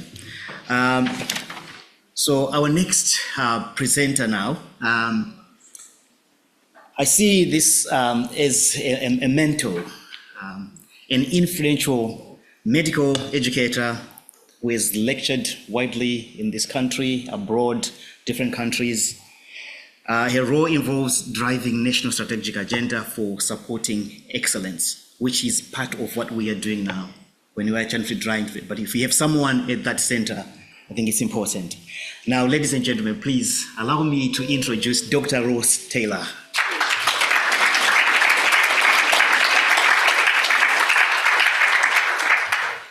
Thank you very much. Thank you for inviting me, and thank you, Clemence.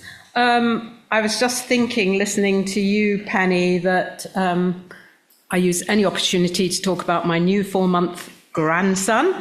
And when I arrived at the weekend, his parents were reading a book called Precious Little Sleep.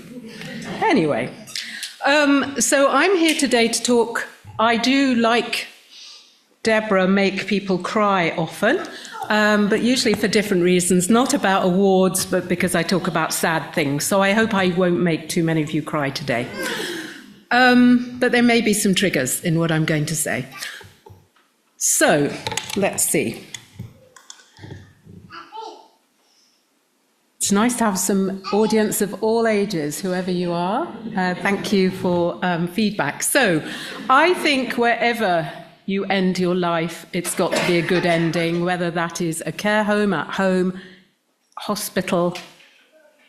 Where else could you die? Prison. We need good endings wherever you are. Actually, I want to link with one other talk this morning. I was asked last week to go, and somebody said, could Dr. Taylor come round? I've got a donation for the hospice. I have worked for 34 years. I've been a doctor for 44 years. I've worked for 34 years in the hospice and palliative care sector. So I was asked to go and receive a donation. I was very pleased because hospices are short of money. When I arrived there, there were 44 unopened packets of tenner pads for the hospice. There was no money, just lots of incontinence pads. So I just wanted to link in with your talk, Zena, which I very much enjoyed. So a good death in the bed you die in. And lots of people die in care homes. In the UK, it's between 23 and 25% now, same as in the US and Canada, even higher in Scandinavia and the Netherlands. So it's important. The picture up there is Teresa, one of the nurses I work with, and Mary, one of our patients who actually got home and died at home. And we know this is going to be a bigger issue in the future. These are startling statistics. I haven't got too much data to share, but the number of people over the age of 80 in the UK is going to double in the next 40 years. So what's the impact of care homes and palliative care? Actually, I think I can read from here. Now, 80% of people who live permanently in care homes, where this is their home, 80% die in their care homes, but that means 20% don't. And that's a lot of people. That's 16,000 people in the UK go into hospital towards the end of life. I'm glad to say that Nightingale Hammerson, it's much higher than that, and I mean over 93, 94% of people, when they come to the end of their life, they are cared for in their home here or at Nightingale in Balham. There's also another issue that is a growing issue, is that people go from home into hospital into a care home for a very short time, and many of those people are dying, and I am not sure that care homes are really set up to look after people for 2 or 3 weeks in the last week of life. Care homes their care is based on relationship, and you can't always develop a relationship in such a short time. So that is a challenge. Nationally and internationally, actually internationally, 33% of care home residents die in hospital, and that's a shocking statistic that needs to be improved globally. So you might have been living in a care home for 8 years, and then for your last days of life, you're whisked into a chaotic ward in a local hospital, and we need to find ways to stop that. And this is my last data slide, and there are QR codes for anybody who wants to look up the original papers. By 2040, care homes are likely to be the commonest place where people die. So I said earlier it's 25%, it's going to be probably nearer 50% by 2040. So this is a great quote from T.S. Eliot: "Home is where one starts from." So what is interesting is to think about, what does home mean? And Aileen Collier, who is a researcher I know, who's now in Australia but was in Scotland, she did a big research study on what is the meaning of home. And if I asked you to shout out, what does home mean to you? I don't think I've got time to do that, but when I've done that in a workshop before, people shout out photographs, garden, familiarity, family, relationships, memories. And I think that's what we are creating in our care homes. And we can create home and homeliness in care homes, and we often do. So if I begin to think about the difference and the similarities between hospices and care homes, on the right, the purple blob, we tend to look after, or have in the past looked after, younger patients. Commonest age is, sadly, 40 to 70. Care homes, the average age is over 85, nearer 90 now. We definitely have expertise in symptom control, but we do not have the dementia expertise that care homes have. But what unites us in the middle is person-centered care. So how can we build on that? So if I spend a couple of minutes thinking, what is a good death? Again, I could get you to shout out, but I'm not going to. All of the studies, and there are many research studies exploring this rather strange concept of a good death. Some people might say a death is never good. That's a whole philosophical debate. But it is, in my experience, it is about communication, about thinking ahead, about trying to discover what is most important to that person. And one of the first questions I ask when I meet a new resident in the hospice, I say, what's the worst thing at the moment? We don't go in with an agenda. People have told me, oh, pain is the worst thing, or constipation is the worst thing. But when I ask that question, what is the worst thing? The worst thing is often leaving my family, leaving my daughter, leaving my sister, leaving my brother. So we should not make assumptions when we want to discover what matters most to people. So it is about asking brave questions. So a good ending is no emergency admission at the end of life, confidence to ask those tricky questions that we avoid for most of our life. Advanced care planning is the name that the NHS has given to trying to plan for the future. If things get worse, where would you like to be? Where would you like to end your days? Those are difficult questions, but actually nobody ever dies from a difficult question. So it's worth asking. So let's look at what defines hospices and what defines care homes. So again, in my experience, and your experience may differ, we do have a multidisciplinary team.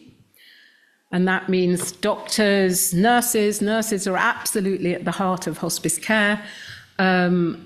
Chaplaincy, social workers, physiotherapists, occupational therapists, art therapists. We're very lucky. We have brave conversations, as I've said. We're pretty good at managing symptoms, pain, breathlessness, and constipation. We have pretty high care ratios compared to the NHS and definitely compared to many care homes. We look after all ages. At the moment, in the small hospice I'm currently working in, we've got patients ranging from 24 to 101. And that's quite difficult. And the hospice population is now younger patients with complex symptoms from cancer, not always dying. Many of our patients go home feeling better. And we have many myths to dispel about hospice care, in the same way that we need to dispel myths about care home care. So we're working in a similar media challenge. So all ages, we're pretty good at recognizing dying, not always. We rarely, I can't remember, I think one patient a year goes into hospital, maybe to have something unblocked or for urgent surgery where it's really appropriate, but incredibly rare to go into hospital at the end of life. And maybe a big difference, but I know at Nightingale we have great medical support, but many care homes have very poor medical support at the moment, although it's getting a little better. Every patient is reviewed by a doctor daily in most hospices. Oops, I've gone backwards, sorry. We do go the extra mile. We've had weddings. I'm waiting for the first wedding at Nightingale Hammerson. Do you think we'll have a... Who knows? You can get married when you're very old. We are pretty hot on making sure that everybody has finalised their wills. I don't ask that question, are your affairs in order? Because once a husband said, I've never had an affair. So that's, just look at your language. We supported Yvette to get married. She got married about 4 weeks before she died. And we supported Nahida to go on pilgrimage to Mecca. She was in the hospice. She had advanced breast cancer. She was very breathless and ill. Her daughter took her for her last pilgrimage to Mecca.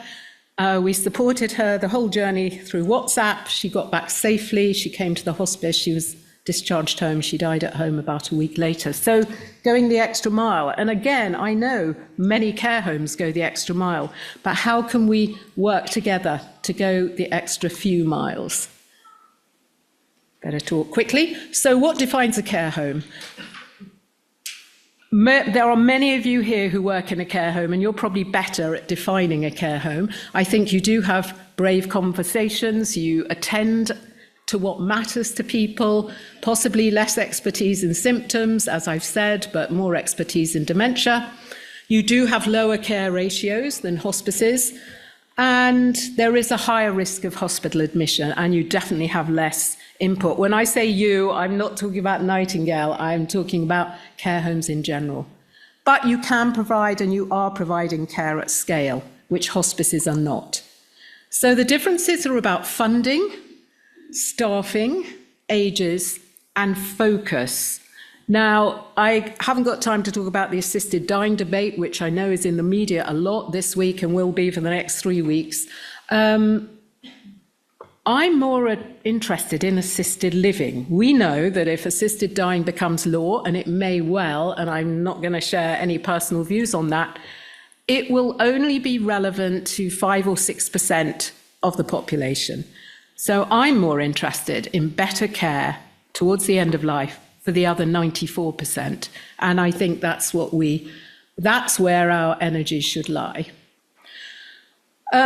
Some brief research. This was research done by Marie Curie, which showed that if you died in a care home, you were less likely to have your family at your bedside when you were dying. That's the bottom blue line.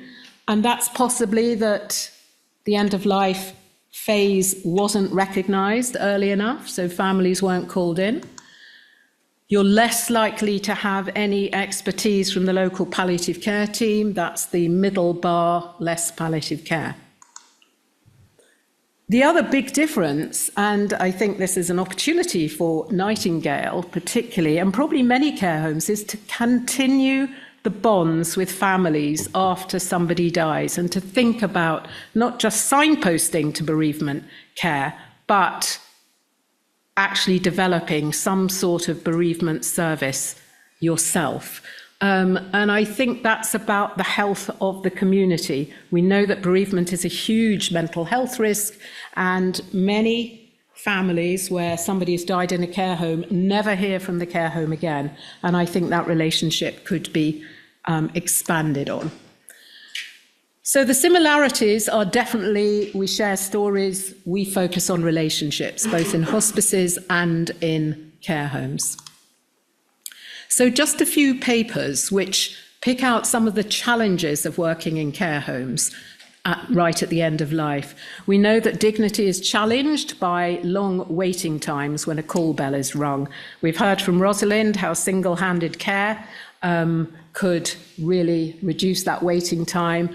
In our hospice, we now have single nurse administration of controlled drugs. Normally, it would take 2 nurses to, if somebody rings a bell and is in pain, it used to take something like 11 minutes to get some analgesia. It now takes 3 minutes. So people get their analgesia more quickly because one nurse can do the counting and the signing of strong analgesics like morphine.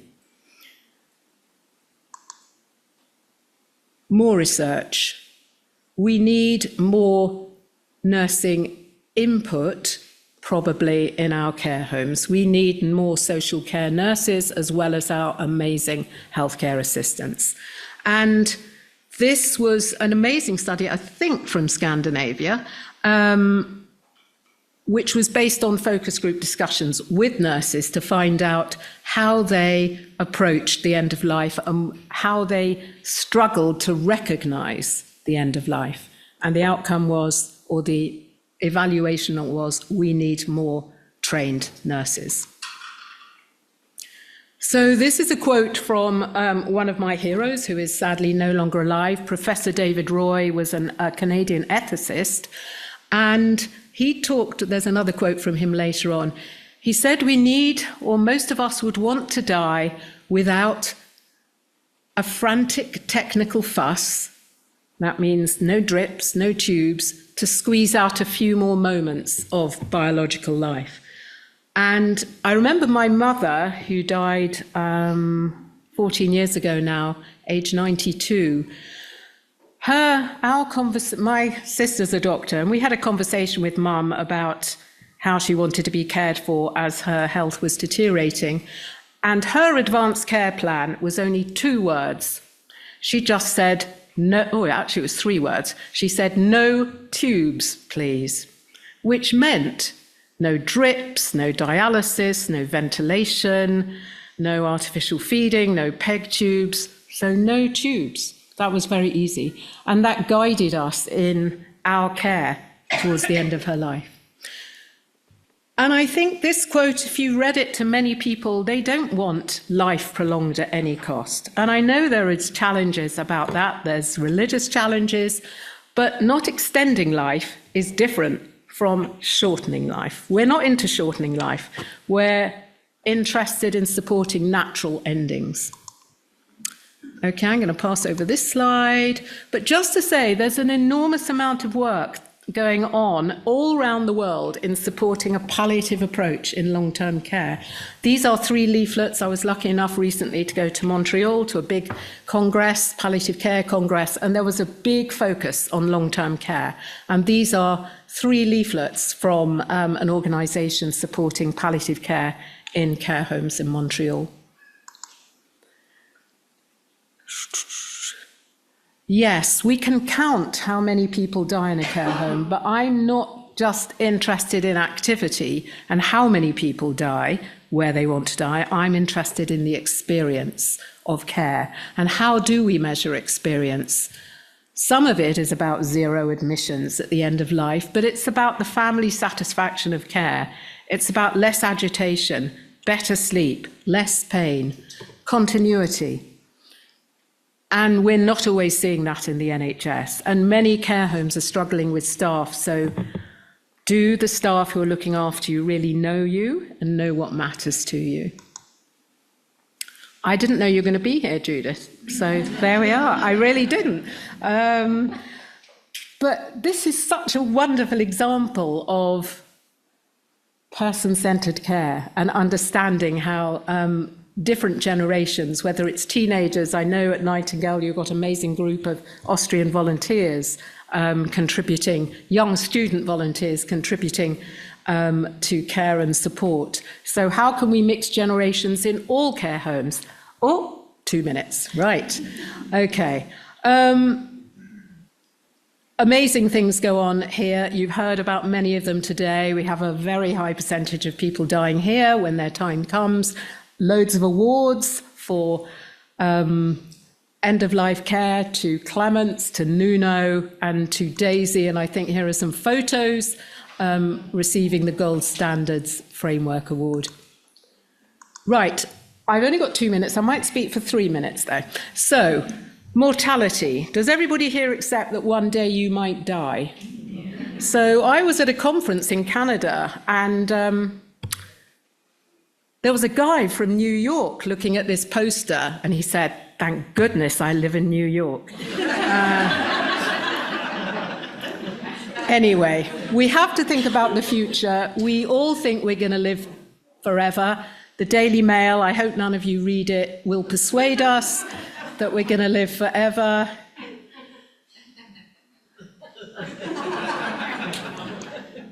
So what does the future hold? So my last 2 minutes, just some thoughts about how can institutions such as care homes and hospitals accept that palliative care is good care. An old lady once, when we were talking to her about palliative care, she thought I said palace of care. Well, there we are. We need to partner with other organisations, perhaps with your local hospice teams, perhaps with your kidney teams, perhaps with your diabetic teams. Partnership is the answer.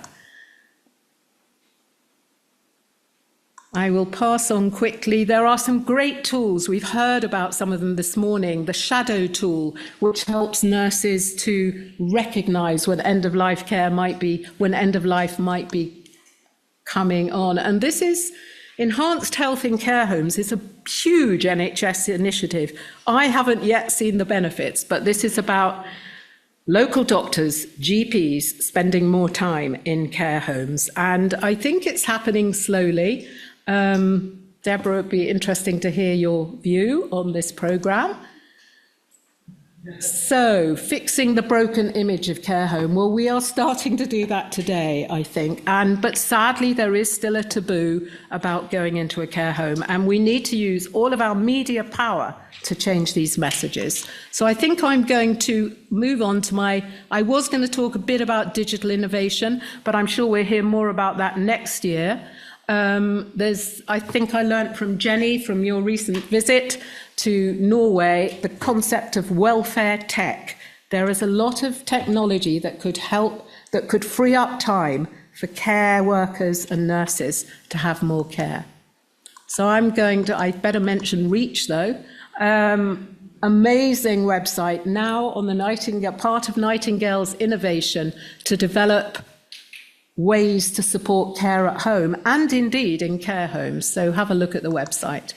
And I think that's about it. So this is my last slide. Again, a quote from David Roy. All people want is to die in the presence of people who know how to drop the professional role mask and relate to others simply and richly as human beings. And I know that most of you here do exactly that. Thank you.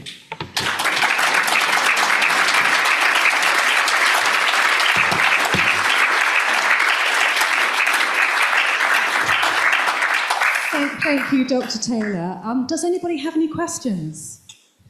Ooh, okay.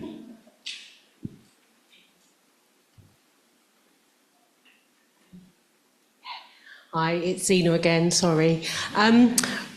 Ros, you talked about the bereavement for the families. Do you think that's a big difference as well for the staff? Because I think hospice care gets a lot more psychological support and clinical supervision perhaps than care home staff do. And we obviously also, we know that care home staff are dealing with death quite regularly. The pandemic really brought that to the fore.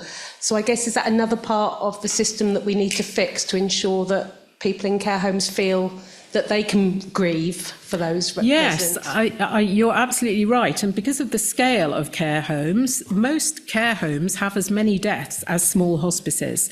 And I know that Nightingale have introduced Schwartz rounds to reflect on the impact of people dying and the relationships that you have at Nightingale. They're often for many years. Residents become family members.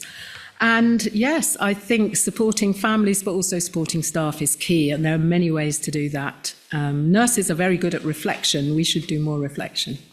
Doctors are hopeless at it. Hi, I'm Louise. I'm the co-chair for London for the Social Care Nursing Advisory Councils.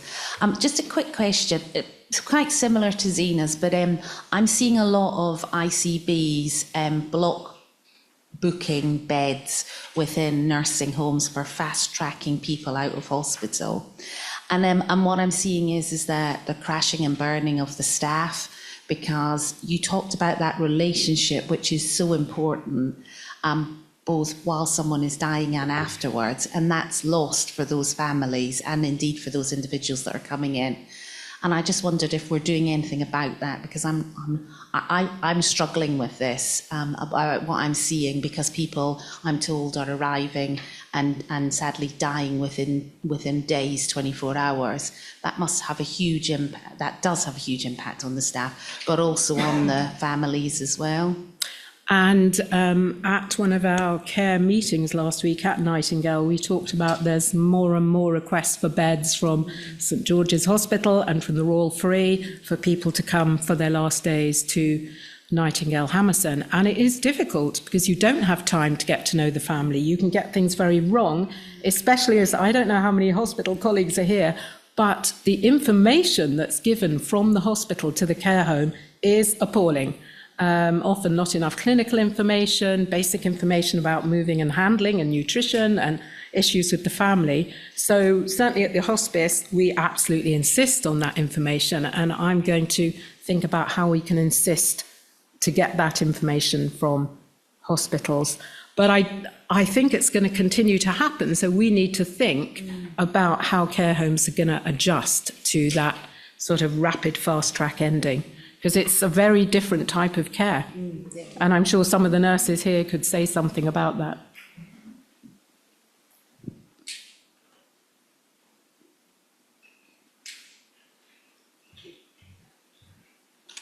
I think, first of all, thank you. That was a really inspiring and interesting talk. But I was thinking that it's not ideal people coming to care homes for a few days, but it's certainly, if they have the information, it's not worse than hospitals, because it's not as if they're going to have continuity and knowledge in the hospitals. And it is a nicer, it is a much more personal environment. But so I suppose there's two things, and we need national initiative to get the right information, but also to make sure that palliation is as available in the care home as it is in hospices, which I've always sort of thought is a sort of more privileged death, really, for the smaller number of younger people with cancer. And these are older people mostly, but not always, with dementia. And it is harder to get the amount of palliative care, especially as GPs are very worried about the amount of morphine and other Opioids, drugs that they'll go into people. And with my parents in different care homes, 400 miles apart and 3 years apart, I was able to say, give them more. The amount that they need is what relieves their suffering. And they listened, because if you're the doctor and the daughter, it helps. But I'm sure there were lots of other people who they were just saying, because like a nurse was saying, we can't give more, saying like they are almost unconscious, but they're screaming, what do you mean? What possible outcome could be worse than this? And we need to have that network going in so that people have good deaths in care homes. And it's not the care staff. The care staff are very good. It's that availability of pump drivers and enough drugs and reduction in secretions, and all of them that goes with it, that will enable this for people not just to die in care homes, but to die as well as they can in care homes. Yes, I mean, I think there's several ways that can happen. Many care homes are increasing their knowledge and their confidence with palliative care, but every care home should have the 24/7 number of their local hospice to inquire about doses and symptoms that aren't being settled. And we need to do a lot of GP training. There's a huge backlash against using opioids towards the end of life, when that is the right time to use them. People, if you ask 1,000 people how they want to die, not talking about assisted dying, they'd want to die in their sleep. So sometimes you have to help people to be asleep. And syringe drivers for people who cannot swallow and they can't wait if it's Friday till Monday. Well, I am leading a project on needle-free approaches to symptom control, because syringe pumps are complicated. We may be able to manage without them for many patients, but I think, introducing some of this creativity and innovation is really important. And I think hospices, and I know here that we link in with North London Hospice and with Trinity Hospice, with Nightingale in South London. So I think there's lots of shared learning, and hospices need to learn much more about dementia.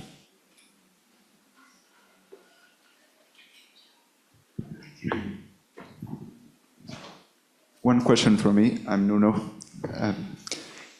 You talked about financials, and I think it's important to talk about it as well. Okay,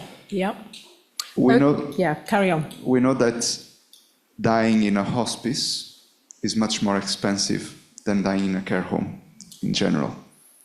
Now that some hospices are close to the end of their lives because they have no funding, how can care homes contribute to provide high quality end-of-life care, having into account they are not hospices and they don't have the same resources? Good question. Yes, many of you will have read about hospices' challenge for funding. Most hospices are 70% at least funded by the local community. They were developed as charities and have stayed outside the NHS, for better or for worse. So they are funded 30% by the NHS and 70% by charity, and the care is free. Care homes obviously have multiple different streams of funding. Some residents are funded by their families or themselves. Many are funded by social care or NHS fast track funding. So completely separate funding models. I might be being recorded. I'm not sure very small hospices will survive. And I think all of end-of-life care will become a combination of hospice and care home in the future. And I think many care homes will probably set up charities to try and fund the extra care. If I owned a care home, that's what I would be doing. So I would be trying to provide some free care. I do know a businessman who's buying up care homes around the M25. He wants to provide 10 beds of free care, free hospice care, but funded by long-term care for 60 other people. So I think there are many models, and I think South Africa has developed a very interesting long-term care model funded by insurance, but again, free care for people towards the end of life. So I think we've got to be creative about funding. But I think from the statistics I showed at the beginning, many more people are going to be ending their life in care homes than we imagine now.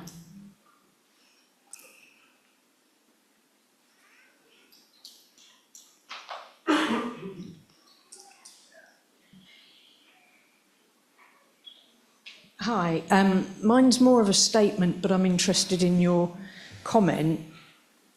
Maternity care is free. Hospice care is not free. How, as a society, have we arrived at that? It's really strange. I don't know, because the rest of the world, I mean, the UK led the development of palliative and hospice care, and Europe and North America have followed suit in developing hospice and palliative care, but it doesn't rely on charity in any other country. So it's very bizarre. I think hospices have shot themselves in the foot. They've tried to stay away from government and felt that that would lead to more independence and creativity. I personally would like to be 90% funded by government and have 10% for creativity. And I think maybe that's the way we'll go. Thank you.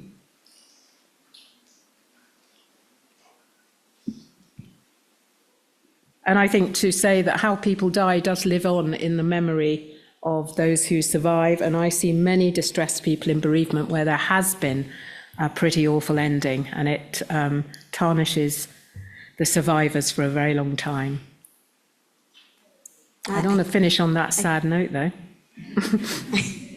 One last question. Yeah, I'm just, because mostly of our residents, sometimes in their advanced care planning, they prefer hospital admission, and then they suddenly deteriorate, and then the power of attorney will decide to bring them in the hospital, and then we will know that, and their reason is hospital can give them like IV antibiotics, and then they can provide more that we cannot provide in the care home or in.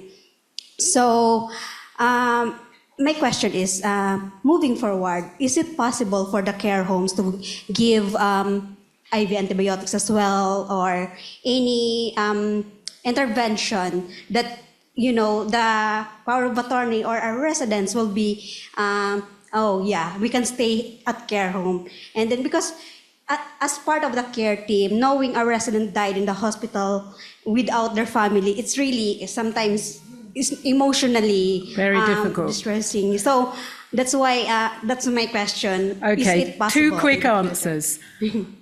You can always have another conversation. So when somebody comes into the care home, it may be completely appropriate to go back to hospital for some intensive treatment. But as somebody deteriorates, you need to have another conversation, either with the resident, if they've got capacity, or with the person with lasting power of attorney, that the hospital may not be able to, may increase suffering rather than prolong life. It's back to that slide which said, you know, do we really want to squeeze out a bit more of biological life? And the second answer is, yes, we can give subcutaneous antibiotics once a day. We are doing that much more in the hospice. Well, I mean, we do cannulate people and give lots of intravenous stuff. There's lots of subcutaneous options, and I'm being told to stop now, so I better stop. Yeah.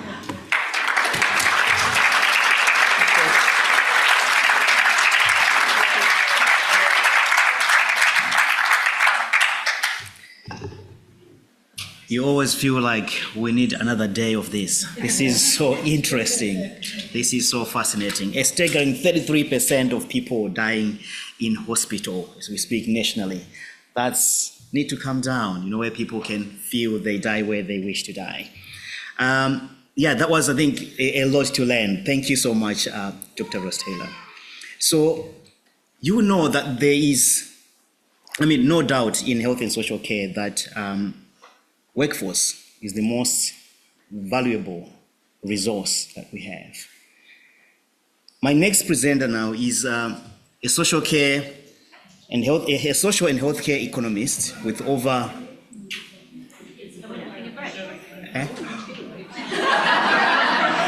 When you were in that gear, you said, we want to push it. We want to keep pushing it.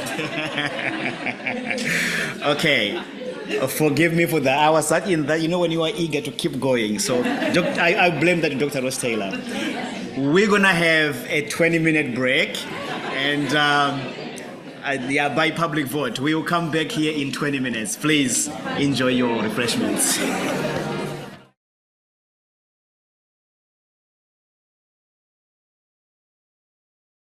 All right, good people. How are the energy levels? You've got another dose of caffeine. I think we're ready for this. May I have your attention now? We are ready to go into another phase. You will be pleased that we have our final presenter. And for those who were not here when I said something before, please listen carefully. I mentioned earlier on to say, in health and social care, the most valuable resource is the workforce. And I'm repeating this. Because without the workforce, the care that you're going to deliver will be different. The care that we deliver will not be fully quality care. So with us today, we've got someone who has spent a lot of time looking at how the care staff are supported, how the workforce is supported. Our next presenter is a social and healthcare economist with over 15 years of experience with particular research interest in market sustainability, care outcomes, and social care workforce. So please, I would like you to pay attention to this and listen how these two merge. Let me welcome Dr. Stephen Allan.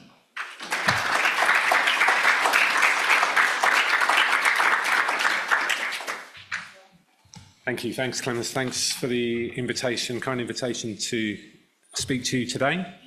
And so, yes, I'm going to talk to you about the level of staff pay and its effect on care home quality.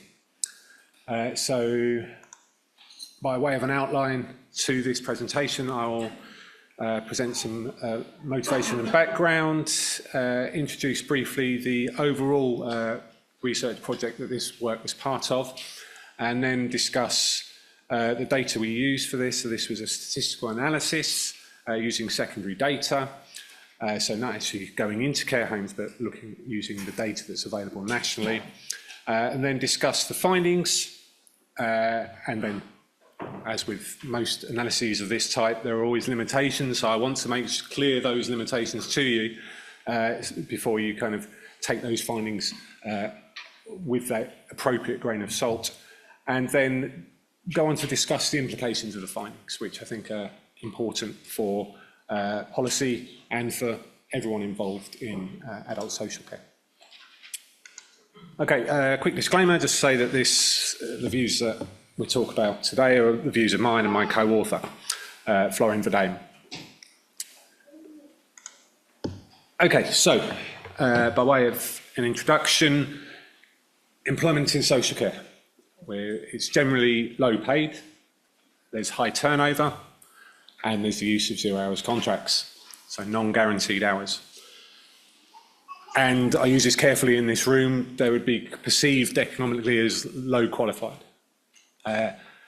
But staff have high levels of informal skills, even those staff without formal social care qualifications, a lot of them will have multiple years of on-the-job experience. They form relationships with those they're supporting, so that's been discussed in a number of the presentations today. And overall, it is the staff that play the vital role, the direct care staff that play a vital role in the quality of care and the overall quality of life of residents.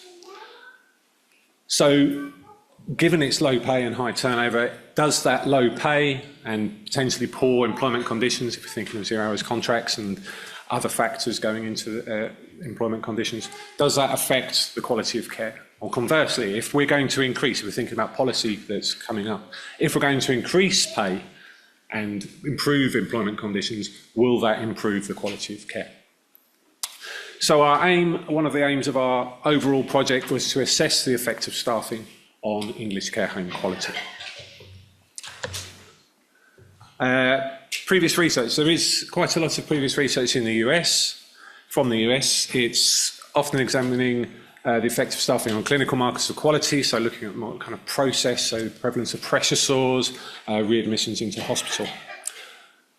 It's generally, but not always, finding a positive effect of staffing on quality, so sometimes negative effects of agency staff, for example, the employment of agency staff. There's limited evidence for England, but we've started to increase that research evidence and that research base. And our initial work, we looked at just cross-section and found a negative association between job vacancies and staff retention on care home quality. So, again, got a QR code for anyone that's interested in further details in this. And mea culpa at this point that this one, I've suddenly realised, is not open access. I could have sworn it was, so it's not free to read. But so for this one, I do apologise. But if you typed our names and staff retention into Google, there is a free copy on the university website, on the university repository, if you were interested in this one. But virtually all the others that I link to are open access and free to read, for those of you who are interested in further details. So, based on that, we look to extend that analysis as part of the MyCare HQ research study. So this was a wider project with 3 key objectives, with colleagues from the Brighton and Sussex Medical School, the University of Sussex, and then a couple of institutions within the University of Kent. And it was led by Professor Jackie Cassell and Professor Anne-Marie Towers, and it's the Measuring and Improving Care Home Quality study. And the aim that I'm going to talk to today was to assess the relationship between certain staffing conditions and the quality of care homes, and as I said, that's the work that myself and my co-author Florian Verdayen led on. Okay, so I'll go into the details of what we did. I won't go into all the statistical details because it's late in the afternoon and I don't want to send you all to sleep.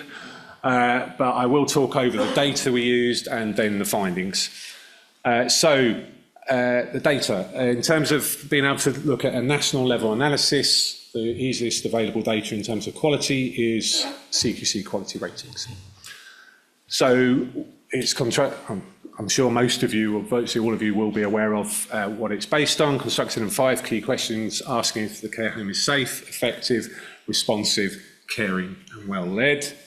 And homes are given 1 of 4 overall ratings, either inadequate, requires improvement, good or outstanding. For our analysis, we grouped them into 2 types of quality: lower quality for those homes rated as inadequate and requires improvement, and higher quality, those rated as good or outstanding. There were changes in ratings between the groups over time, for both within our sample and nationally. So that means that care homes rated as inadequate and requires improvement didn't just stay, it wasn't static. They did change, some changed to good and outstanding, and vice versa. Some did go down as well. We grouped them into 2 groups for a couple of reasons, mainly because if you're rated inadequate, that's a temporary kind of rating that ultimately would lead to closure if you didn't improve, and so the care homes had to make a number of changes. And so we grouped them into 2, and as the next slide shows, there's also a very small percentage of care homes rated as outstanding. So this is in our sample of care homes, which I'll get to explain what size sample we had, but it's a good size sample of care homes.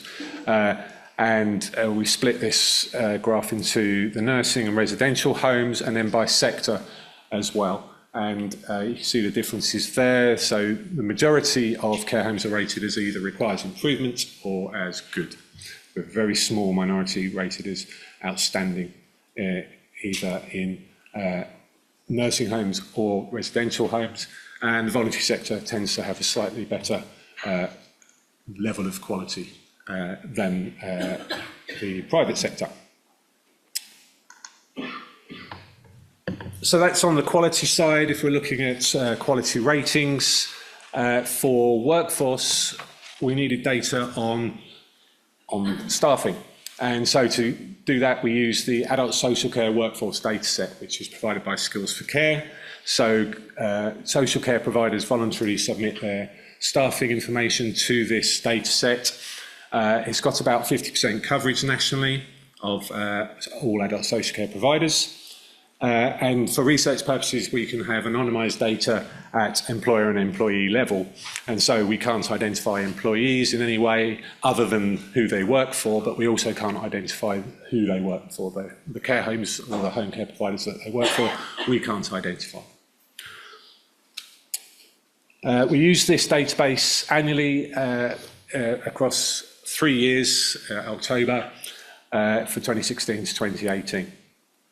And the measures of pay were, we used measures of pay, which is average hourly wage. In terms of our measures of staffing that we were particularly interested in, we looked at average hourly wage of direct care workers, and then training in terms of 2 measures of training proportion, so the percent of staff with dementia training and a percent of staff with training in dignity and or person-centred care. In terms of our sample size, so this is we looked at care homes for older people and or those living with dementia. So that nationally is about 11,000 care homes, give or take, at that time. And we had across the 3 years just over 12,000 care home observations of around 5,500 care homes. So we had about half of all care homes in our sample, and each year we had around 4,000 care home observations. So we've covered more than a third of all care homes in England in our analysis each year. And over 2,500 were present across all 3 years.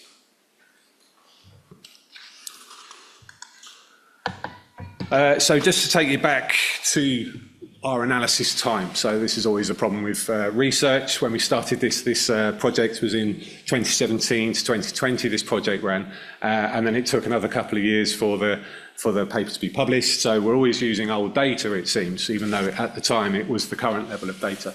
So just to take you back in terms of national living wage, it was being introduced in April 2016, and it was at £7.20 in April 2016, and then changed to £7.50 in 2017 and £7.83 in 2018 for those aged 25 and over.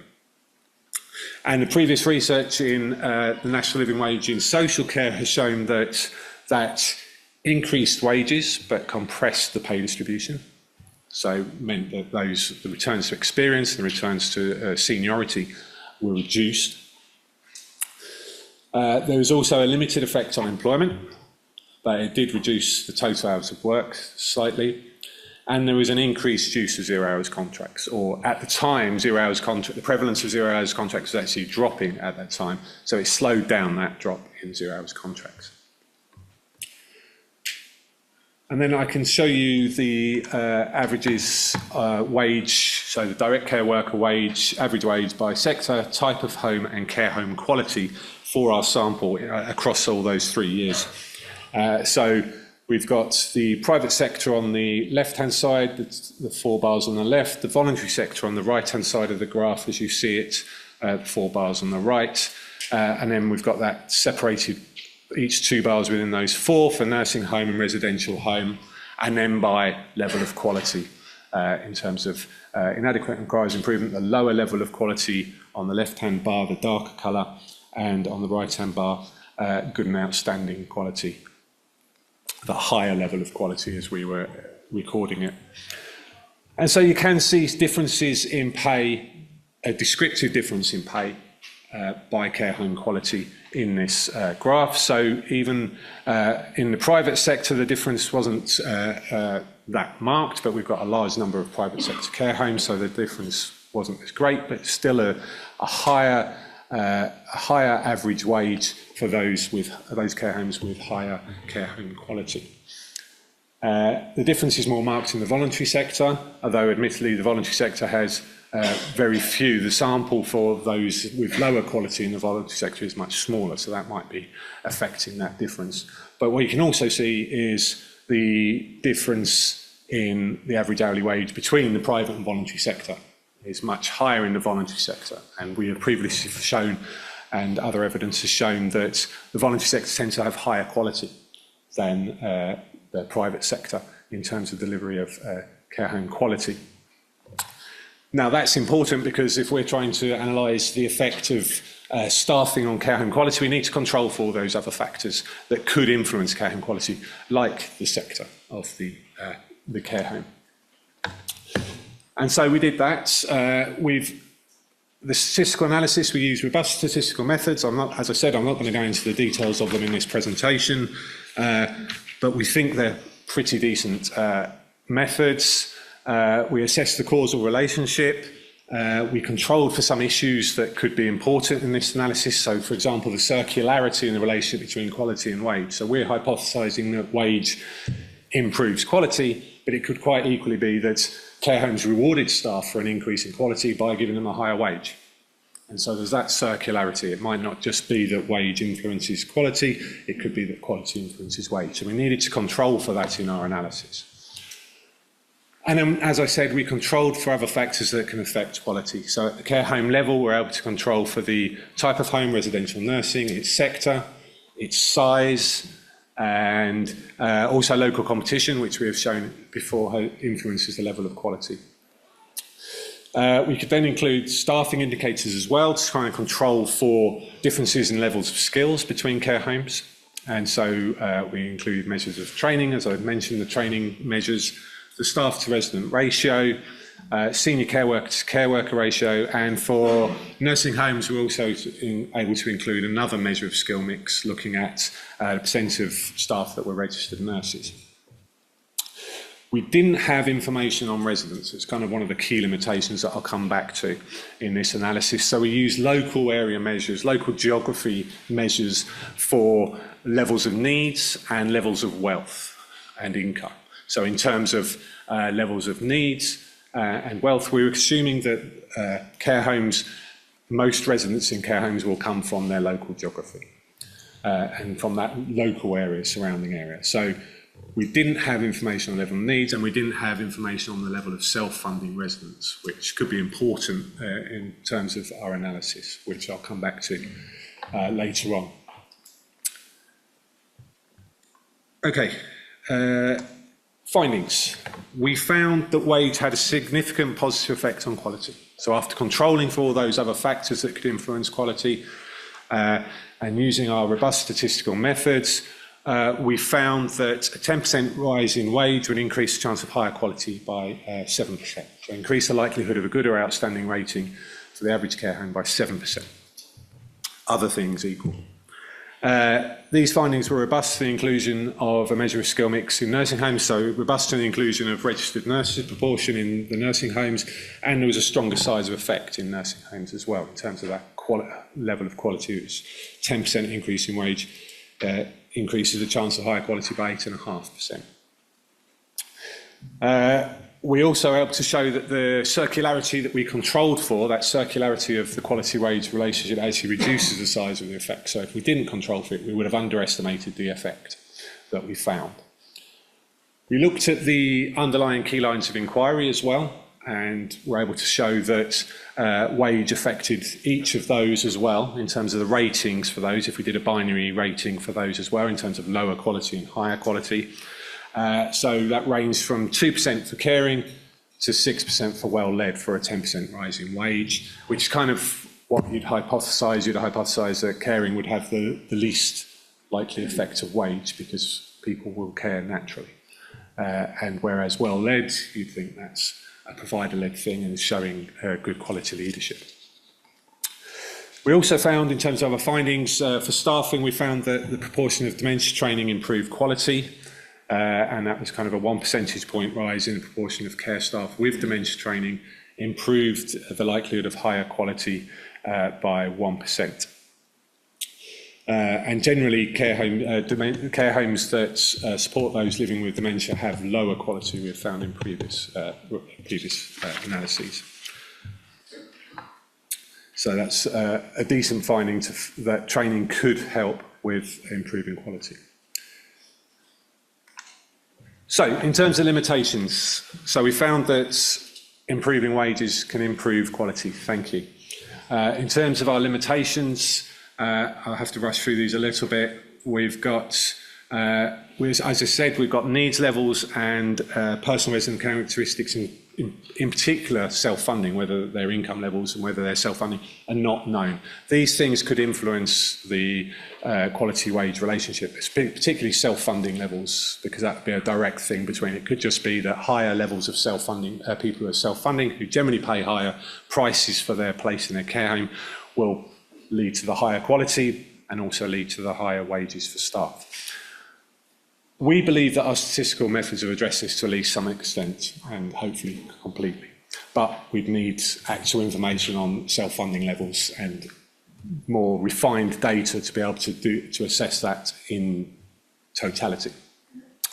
We also don't know what the impact of wages are on actual resident care outcomes, on quality of life, for example.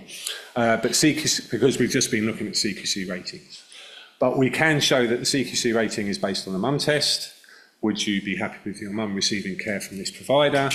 And we've shown in a number of small research studies where we've gone to care homes and measured residents' quality of life, that there is a positive correlation between their care home rating in the care home they live in and their quality of life. So there is a seeming relationship there to that.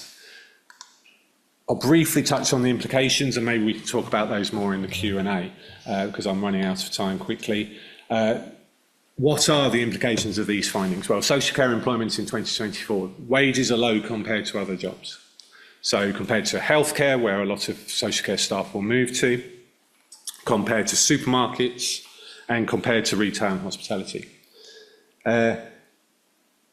What research can show is that wages and conditions can reduce turnover in social care, and we believe, and we're also finding as well in other research that we've been performing recently, that it should increase overall labour supply as well. If we improve wages, the overall amount of labour working adult social care should increase as well. What we've done in this study in particular is found a further positive effect of wages on quality of care. And I think that's important because in terms of making appropriate policy decisions, as we weigh up the costs of increasing wage, we need to know what all the benefits are. And so the main benefit is going to be, hopefully, an increase in employment in social care and a reduction in turnover. But also, if it's having knock-on impacts on quality of care, and it's improving quality of life, and it's reducing NHS use, then we are going to be making savings elsewhere as well.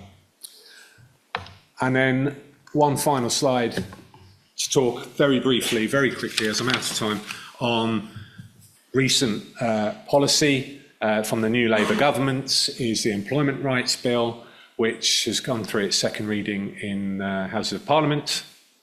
And that proposes an adult social care fair pay agreement.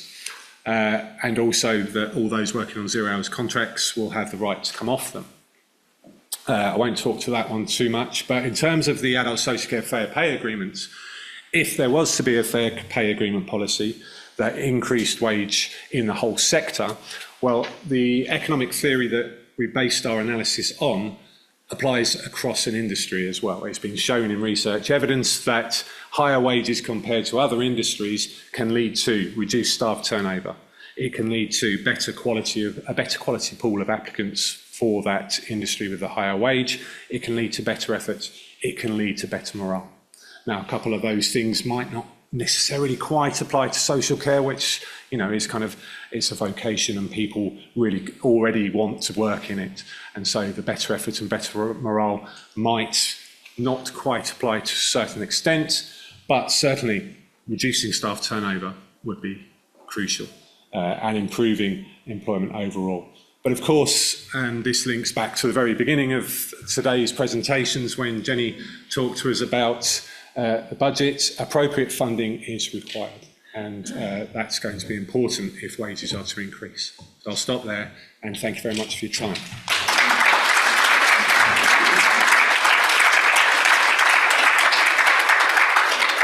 Thank you, Dr. Allan. Could I invite last questions, please?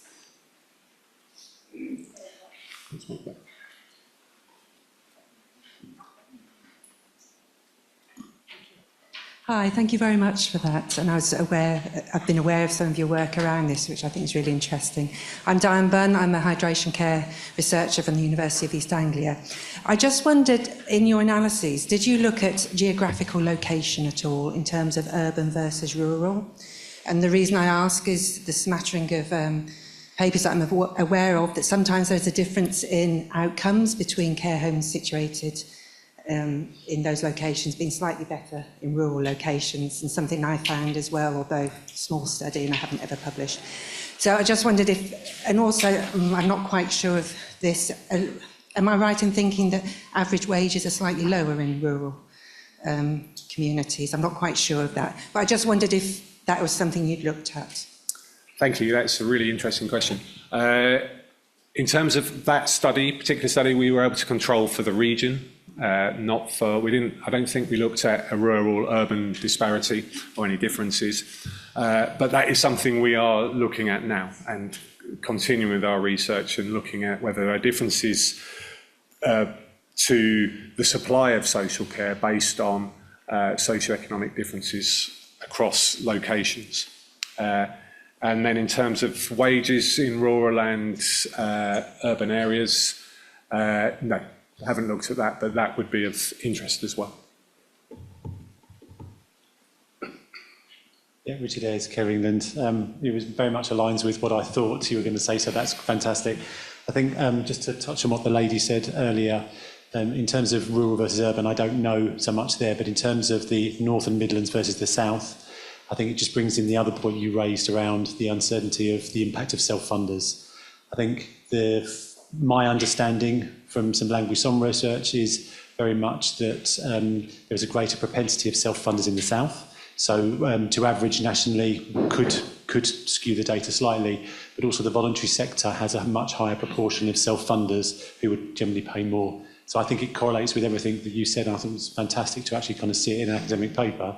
What would be great is to find out whether you've got an appetite to kind of relook at that, because in light of the national insurance uplift and the fair pay agreement, probably going to take us till 2027 till we get that.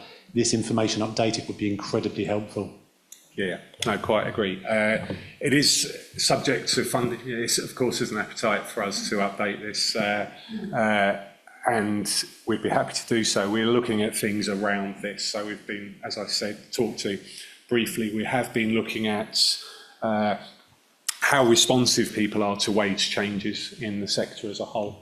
And we've also done some research for the Scottish Government based on that as well, because they've had a sector minimum wage introduced there. And so they wanted to know how responsive employment in adult social care would be overall with that wage increase. So yeah, certainly.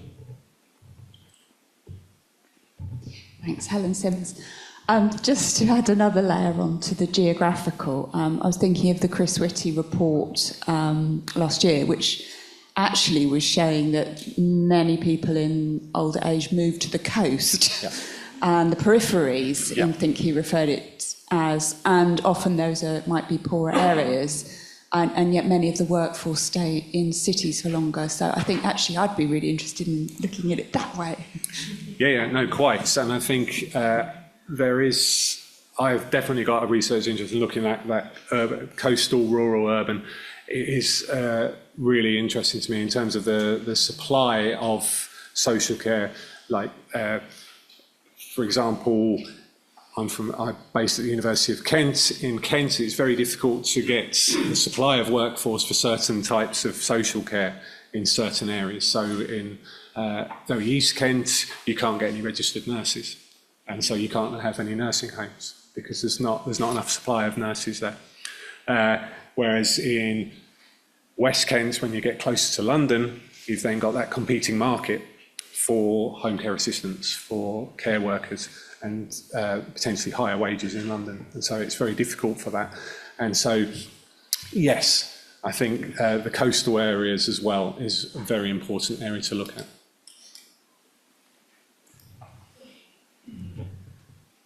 I'm very keen on the coastal thing as well. I live in Norfolk, and we've got a very big coast full of a lot of older people.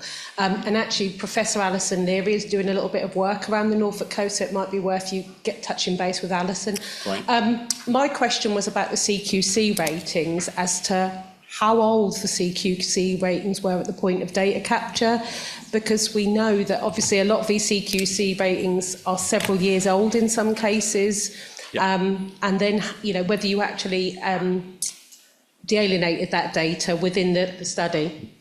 Yeah, that's a great question. So, no, we didn't delineate by when they were rated. I think our argument would be that that was when CQC quality ratings were first being introduced. So we did have some missing data. So one of our statistical methods was to deal with that missing data. Because care homes hadn't been rated yet, and so we had to predict what their quality would be. So care homes were getting rated through that period, and so virtually all had been rated by 2018, but it was just being introduced. So we would argue, I think, the timing of the rating issue is less of an issue at that stage. But I acknowledge the point that it's certainly an issue if we're doing it again. It's definitely an issue we need to consider. So thank you, and thanks for the tip as well.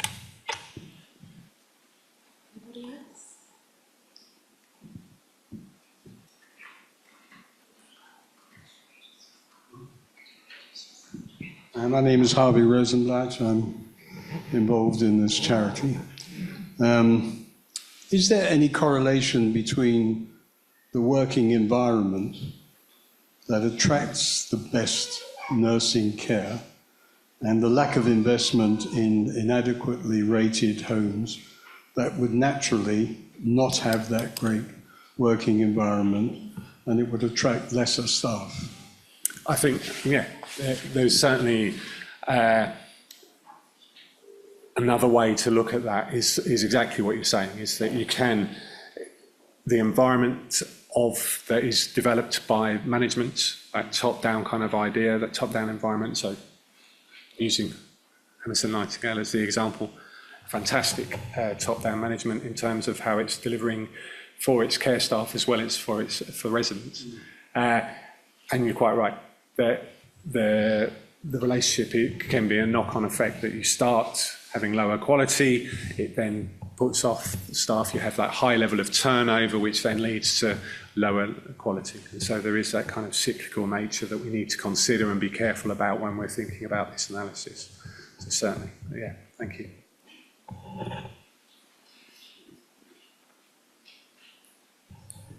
That's it. Thank you very much. Thank you. Thanks everyone.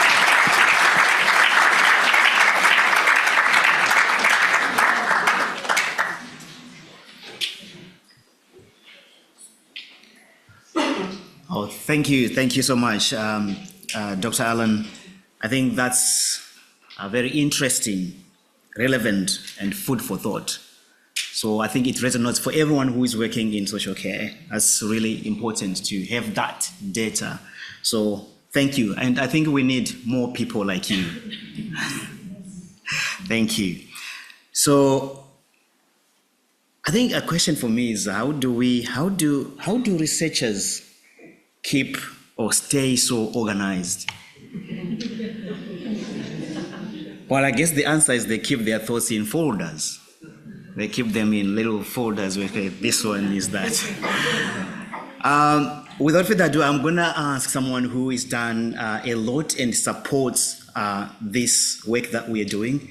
And in terms of research in a care home, let me call and introduce Nuno Santos Lopes.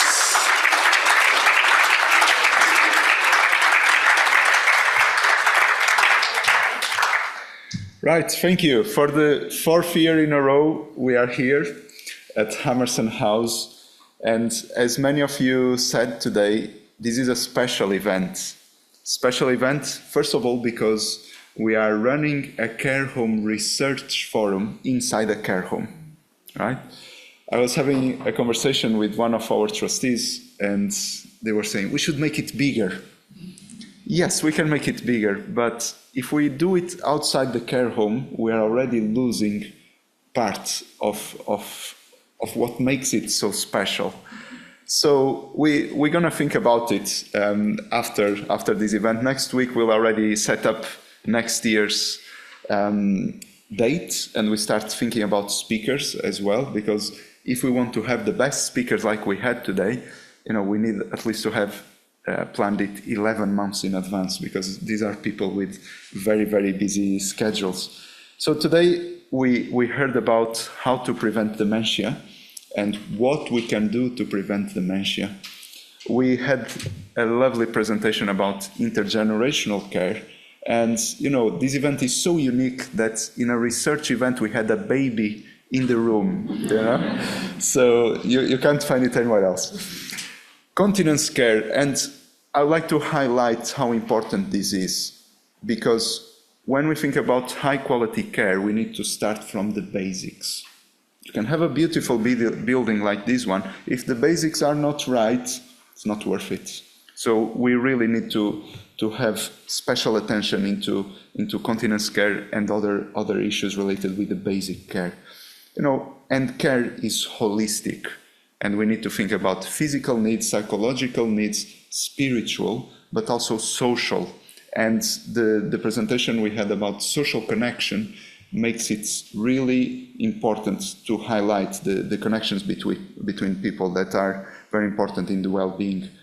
But also, again, and I think this is the 4th time we are mentioning it, that care home residents are being neglected in the access to dental care. And again, it was raised today. Nutrition, there's so much focus in getting the measurements of what's the resident's weight every month, but what do we do about it? So we are glad that there's more research going on around nutrition and hydration, and there's a need for more, and there's need for more research involving people that live with dementia. We can sort out the consent. There's ways to consent for people that live with dementia, but we need more studies, not only on nutrition, but overall for people that live with dementia. And once again, we wanted to challenge the status quo in moving and handling. When the majority of care providers have a policy that say you need 2 people to use a piece of moving and handling equipment, those policies are not evidence-based.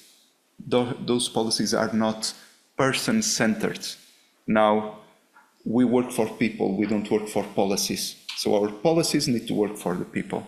So thank you, Rosalind, as well, and Deborah, for challenging it. Sleep. Many of people in this room have sleeping problems.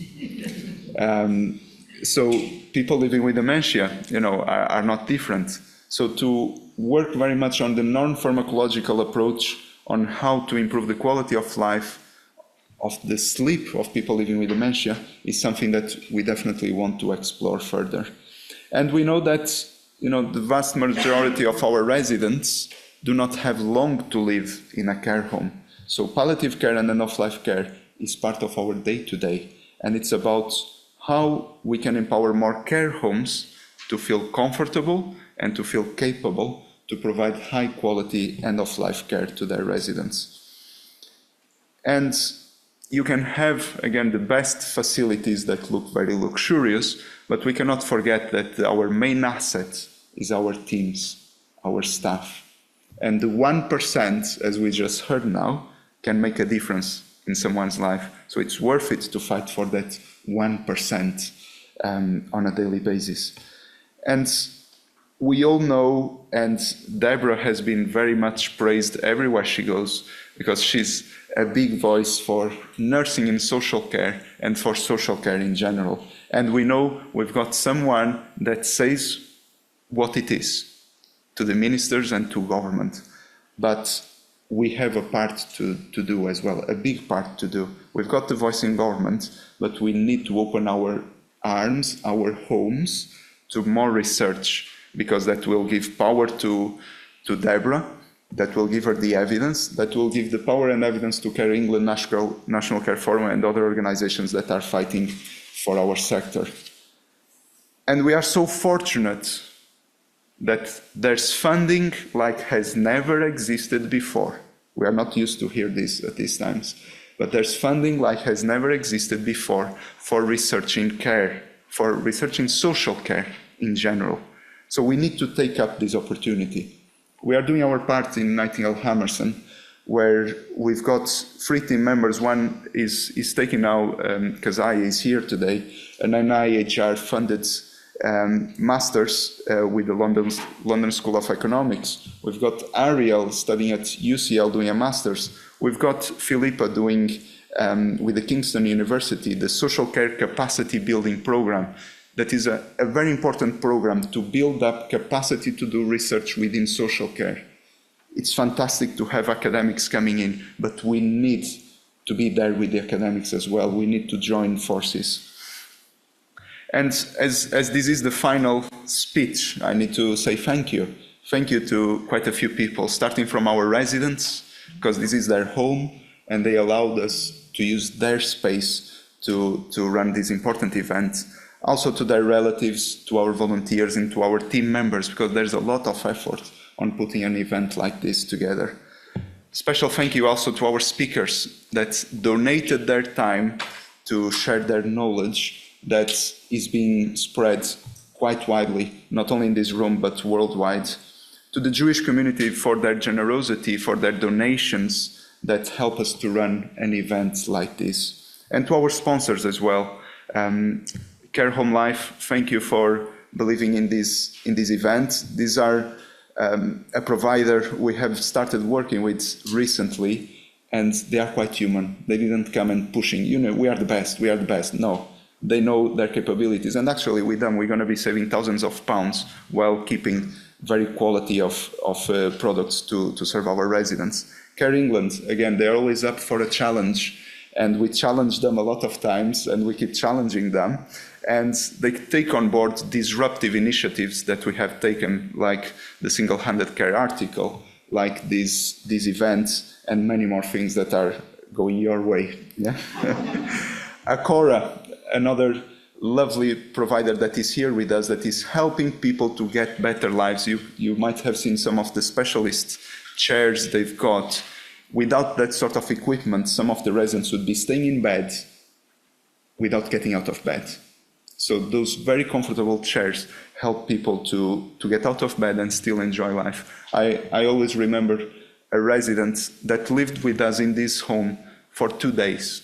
He wanted to die in Hampstead, and that was possible. He came from Newcastle to Hampstead, and it was possible for him to spend the last 2 days of his life, not in a bed, but he was able to be looking at the garden while sitting in a specialist chair. So this sort of equipment really make a difference in people's life. Apples and Honey, Nightingale Education and Training, they are a big partner. I thank Judith especially because we had a last-minute change in the speakers, and I called Judith at 5 p.m. yesterday, and she sent her presentation at 2 o'clock in the morning, and she was so fresh this morning here doing her speech.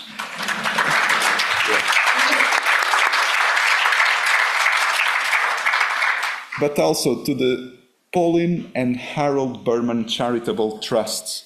This is a trust that's trusted in the Reach by Nightingale Hammerson project when it was just an idea, and it's now becoming a reality. So they believed in us from day one, so we are extremely grateful to them, because with the Reach by Nightingale Hammerson project, we'll be helping people to live better for longer at home. We don't want people to come into a care home. We want them to live better in their own home. And you can already see in your booklets at the back you've got the QR code to our website where you can have access to free resources. And these resources are practical advice, not for professionals. They also work for professionals, but they are for lay people without healthcare knowledge. And we are giving it for free to the world. And when I talk about the world, today we have a good example on how we really want to spread the word, because we had people joining us from 18 different countries, and I'm going to tell you all of them. Australia, Indonesia, China, India, a big group from Nigeria, England, Wales, Northern Ireland, Republic of Ireland, Denmark, the Netherlands, Spain, Portugal, Trinidad and Tobago, Argentina, a big group from Brazil as well, Colombia and Chile. People from all over the world join these events is because the message we want to give is relevant to everyone, irrespectively of where you are. So going forward, if I could say I had a wish for today, was for us to create a list of requirements. This is a word I learned from IT, requirements. What do you need?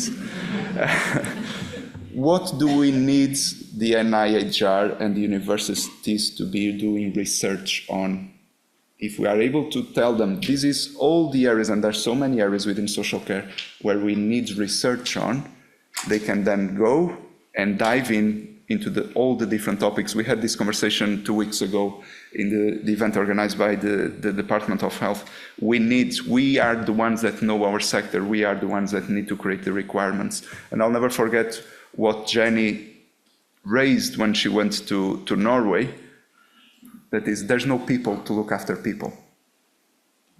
There aren't enough human beings to look after the ones that have care needs.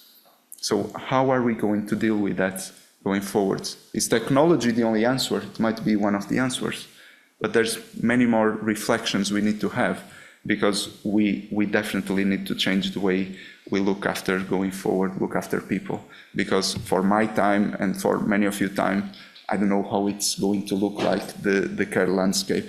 So concluding, I just hope you enjoyed the day, and the message is clear. We need to work together to create a better social care, and research has a big role to play on it. So thank you.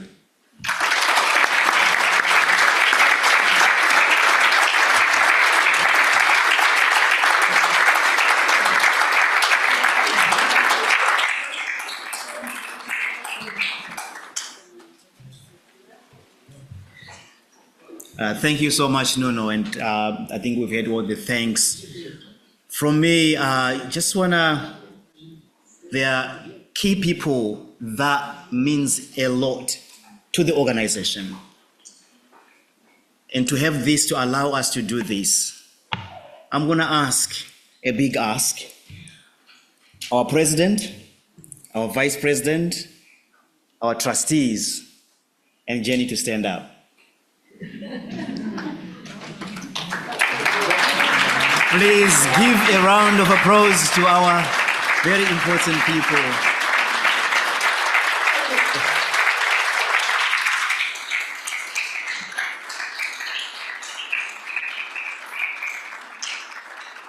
Thank you. Thank you so much. Without your support, your guidance, I think this will be just an idea and just dies as an idea. But we really appreciate your support. So thank you to everyone. Probably now you're bored with my voice. But I want to say thank you today. My energy level, I was just monitoring my energy levels. You know, they just kept on the high, so it didn't drop. And I hope the same remained with you, and you have safe travel. So thank you so much, everyone. We've come to the end. Thank you. Thank you.